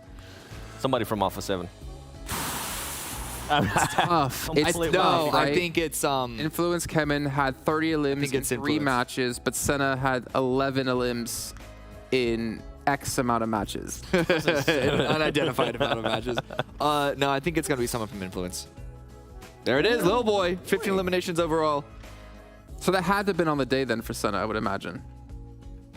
Oh, man, but Rebel I don't know. before? It seemed like super Yeah, I don't know. low. I don't know. We'll see. Doesn't matter. Either way, we see where MVP is going to be here. And honestly, we've had a new MVP every single day. I mean, our top of limbs has just shifted every single time as well. I'm almost certain it's going to continue to shift here. But Influence CHEMIN, they would not be where they are without Little Boy. If you want some level of conspiracy theory, we have had a new MVP every single day, but the team that has that MVP doesn't deliver the next day. INCO, I mean, they kind of delivered day 2, but then AGG didn't really deliver today at all much. So the tinfoil hat, Influence going to fall off tomorrow. Real Thinking Brain this is going to be a really amazing finish between Alpha 7, Influence, CHEMIN, and Hyper, IG, maybe even Loops there for the finish tomorrow. So what you're saying, an Alpha 7 player not getting MVP is a good thing for them? Yeah. Yeah. That is I guess. That is what he's saying. Let's take a look at a quick little recap of the day. If you missed any of the matches, you can see here what all went down. And it was an interesting day, I could say. We could see 2 double winners coming through, match 1 and 3 and match 2 and 4. But the elims, I mean, we're seeing almost double digits for every single one except Miramar at the moment. But look at the survival time between the 2 Miramars. They're a second off. Both of them went down to the wire, down to like the last possible moment. And this is going back, I mean, this is a perfect example of what we're talking about as well in regards to Alpha 7, was that they can be that team that can get the chicken dinners and can get those eliminations. And I mean, they got the chicken dinner and the most elims so far today. 15 elims. But is it enough, 7? They were in 7th place day 1, day 2. We know they're not in 7th place anymore. Yeah. Where do you think they are on the leaderboards right now? They have to be at Before least we see it. top 3. Top 3? At least. I think they're third. Oh, second! Wow! Okay. Okay. Oh, a big jump. I thought Hyper did enough that last game to keep that spot, but I guess they didn't do enough on Vikendi. So yeah, I guess that tracks. But second place. I was almost counting them out after the first 2 games today. We were like, sort of like making fun of 7 of like, oh, they just gotta, you know, they're a late starting team. They're a late starting team. Oh, we're, you know, most of the way through the event, but they're a late starting team. And just in time. They have showed up just in time right now, only 5 points away from an intense game. I mean, let's not let that like overshadow what Influence CHEMIN did as well today, because they were 20 points behind Alpha 7 in 8th place. Now they're in 4th, only 13 points behind. It's like 30. Well, there you go. I mean, they've been able to keep up with them and close the gap. Yeah. That's not easy to do here. Yeah. No, they definitely had a better day overall in isolation. And they're not even that far off from first place. This is what I'm saying. Top 5. Like top 4 mostly, but even Loops is not that far. INCO Gaming, I think you can make an argument that like numbers-wise they're in the mix. Performance-wise, though, it's looking like a downhill trajectory. Yeah, I mentioned how INCO was just gonna, if they didn't end up waking up after that first Erangel, they were just gonna start spiraling down even more, and that's a perfect example of it, being in 6th place. And some of these teams here, I mean, this team has now become that spoiler role, right? Who's gonna be able to be willing to maybe hot drop or just make a bad day out of some of the teams in the first match. And also they have to worry about like prize pool as well, because some of them want to be able to have a good performance. And I know if I know anything about NA teams, they usually tend to show up very late. So I wouldn't be surprised if tomorrow some NA teams end up getting some chicken dinners besides in Hyper. Yeah, I mean, on that second page, we talked about the discrepancy between 8th and 9th. And right now, the only way you can really go up is you have to make a lot of moves, actually, because I think it's 13th through 16th, and it's like 12th through 9th if you want to increase in prize pools. So only the teams in that bottom section could ever actually go up for $1,000 extra bucks. Well, with the lack of performance from FLAMENGO, from INCO, and from AGG, that big drop-off from 8th to 9th doesn't really exist anymore. It's actually pretty linear across the entire thing, but the point totals overall does mean that if you want to get into top 8, or at least like, I don't even know if top 5 is even possible, but it's possible for the teams like OVERKNIGHT, for JAGUAR, who I think actually had a pretty good day today, overshadowed by of course CHEMIN and Alpha 7, but they had a good day. I think if they're able to keep on that trajectory, we could see them in the top 8 for sure. About time for a team that's champion out of the region too. Yeah, that's actually a really good point. 7, remember at the start of the day today, you were beating me in predictions. At the end of day 1, we were tied in predictions. No, we weren't. Please tell me I'm beating him now. I am kicking his butt. Just that was I'm on really brand good too. day for you, Jason. That was really, really good. It was a very good day, and now we're opening the Monster Energy fridge here and getting it ready for tomorrow, because the deal was if 7 loses, he gets a Monster Port on his head. So we need to make sure to get a tarp laid down in here for the last segment of the show tomorrow, just to make sure, you know, we don't get dirty anything in this beautiful studio. I'll make sure I will my A7 shirt. 10-point lead still. Yeah, but there's nothing for the winner. Maybe you're the one that pours. Actually, I don't know, because our agreement was me. I'm leaving. I'm leaving that. Okay. You deserve it. Well, you know what? In the meantime here, make sure you hit up all the social media channels you're seeing on your screen, because you know what? If you ever are out of the loop, that'll keep you in the loop especially if you get over to Discord as well with PUBG Mobile or PUBG Esports and PUBG Mobile Esports ending. Where am I going with this one? But ladies and gentlemen, that's going to do it. We have 1 day left, 6 matches to go until we can determine who our winner is going to be. And honestly, right now, I don't think any of us can tell you with any certainty who it's going to be. So make sure you tune in to see the conclusion here of PMPL Americas Championship.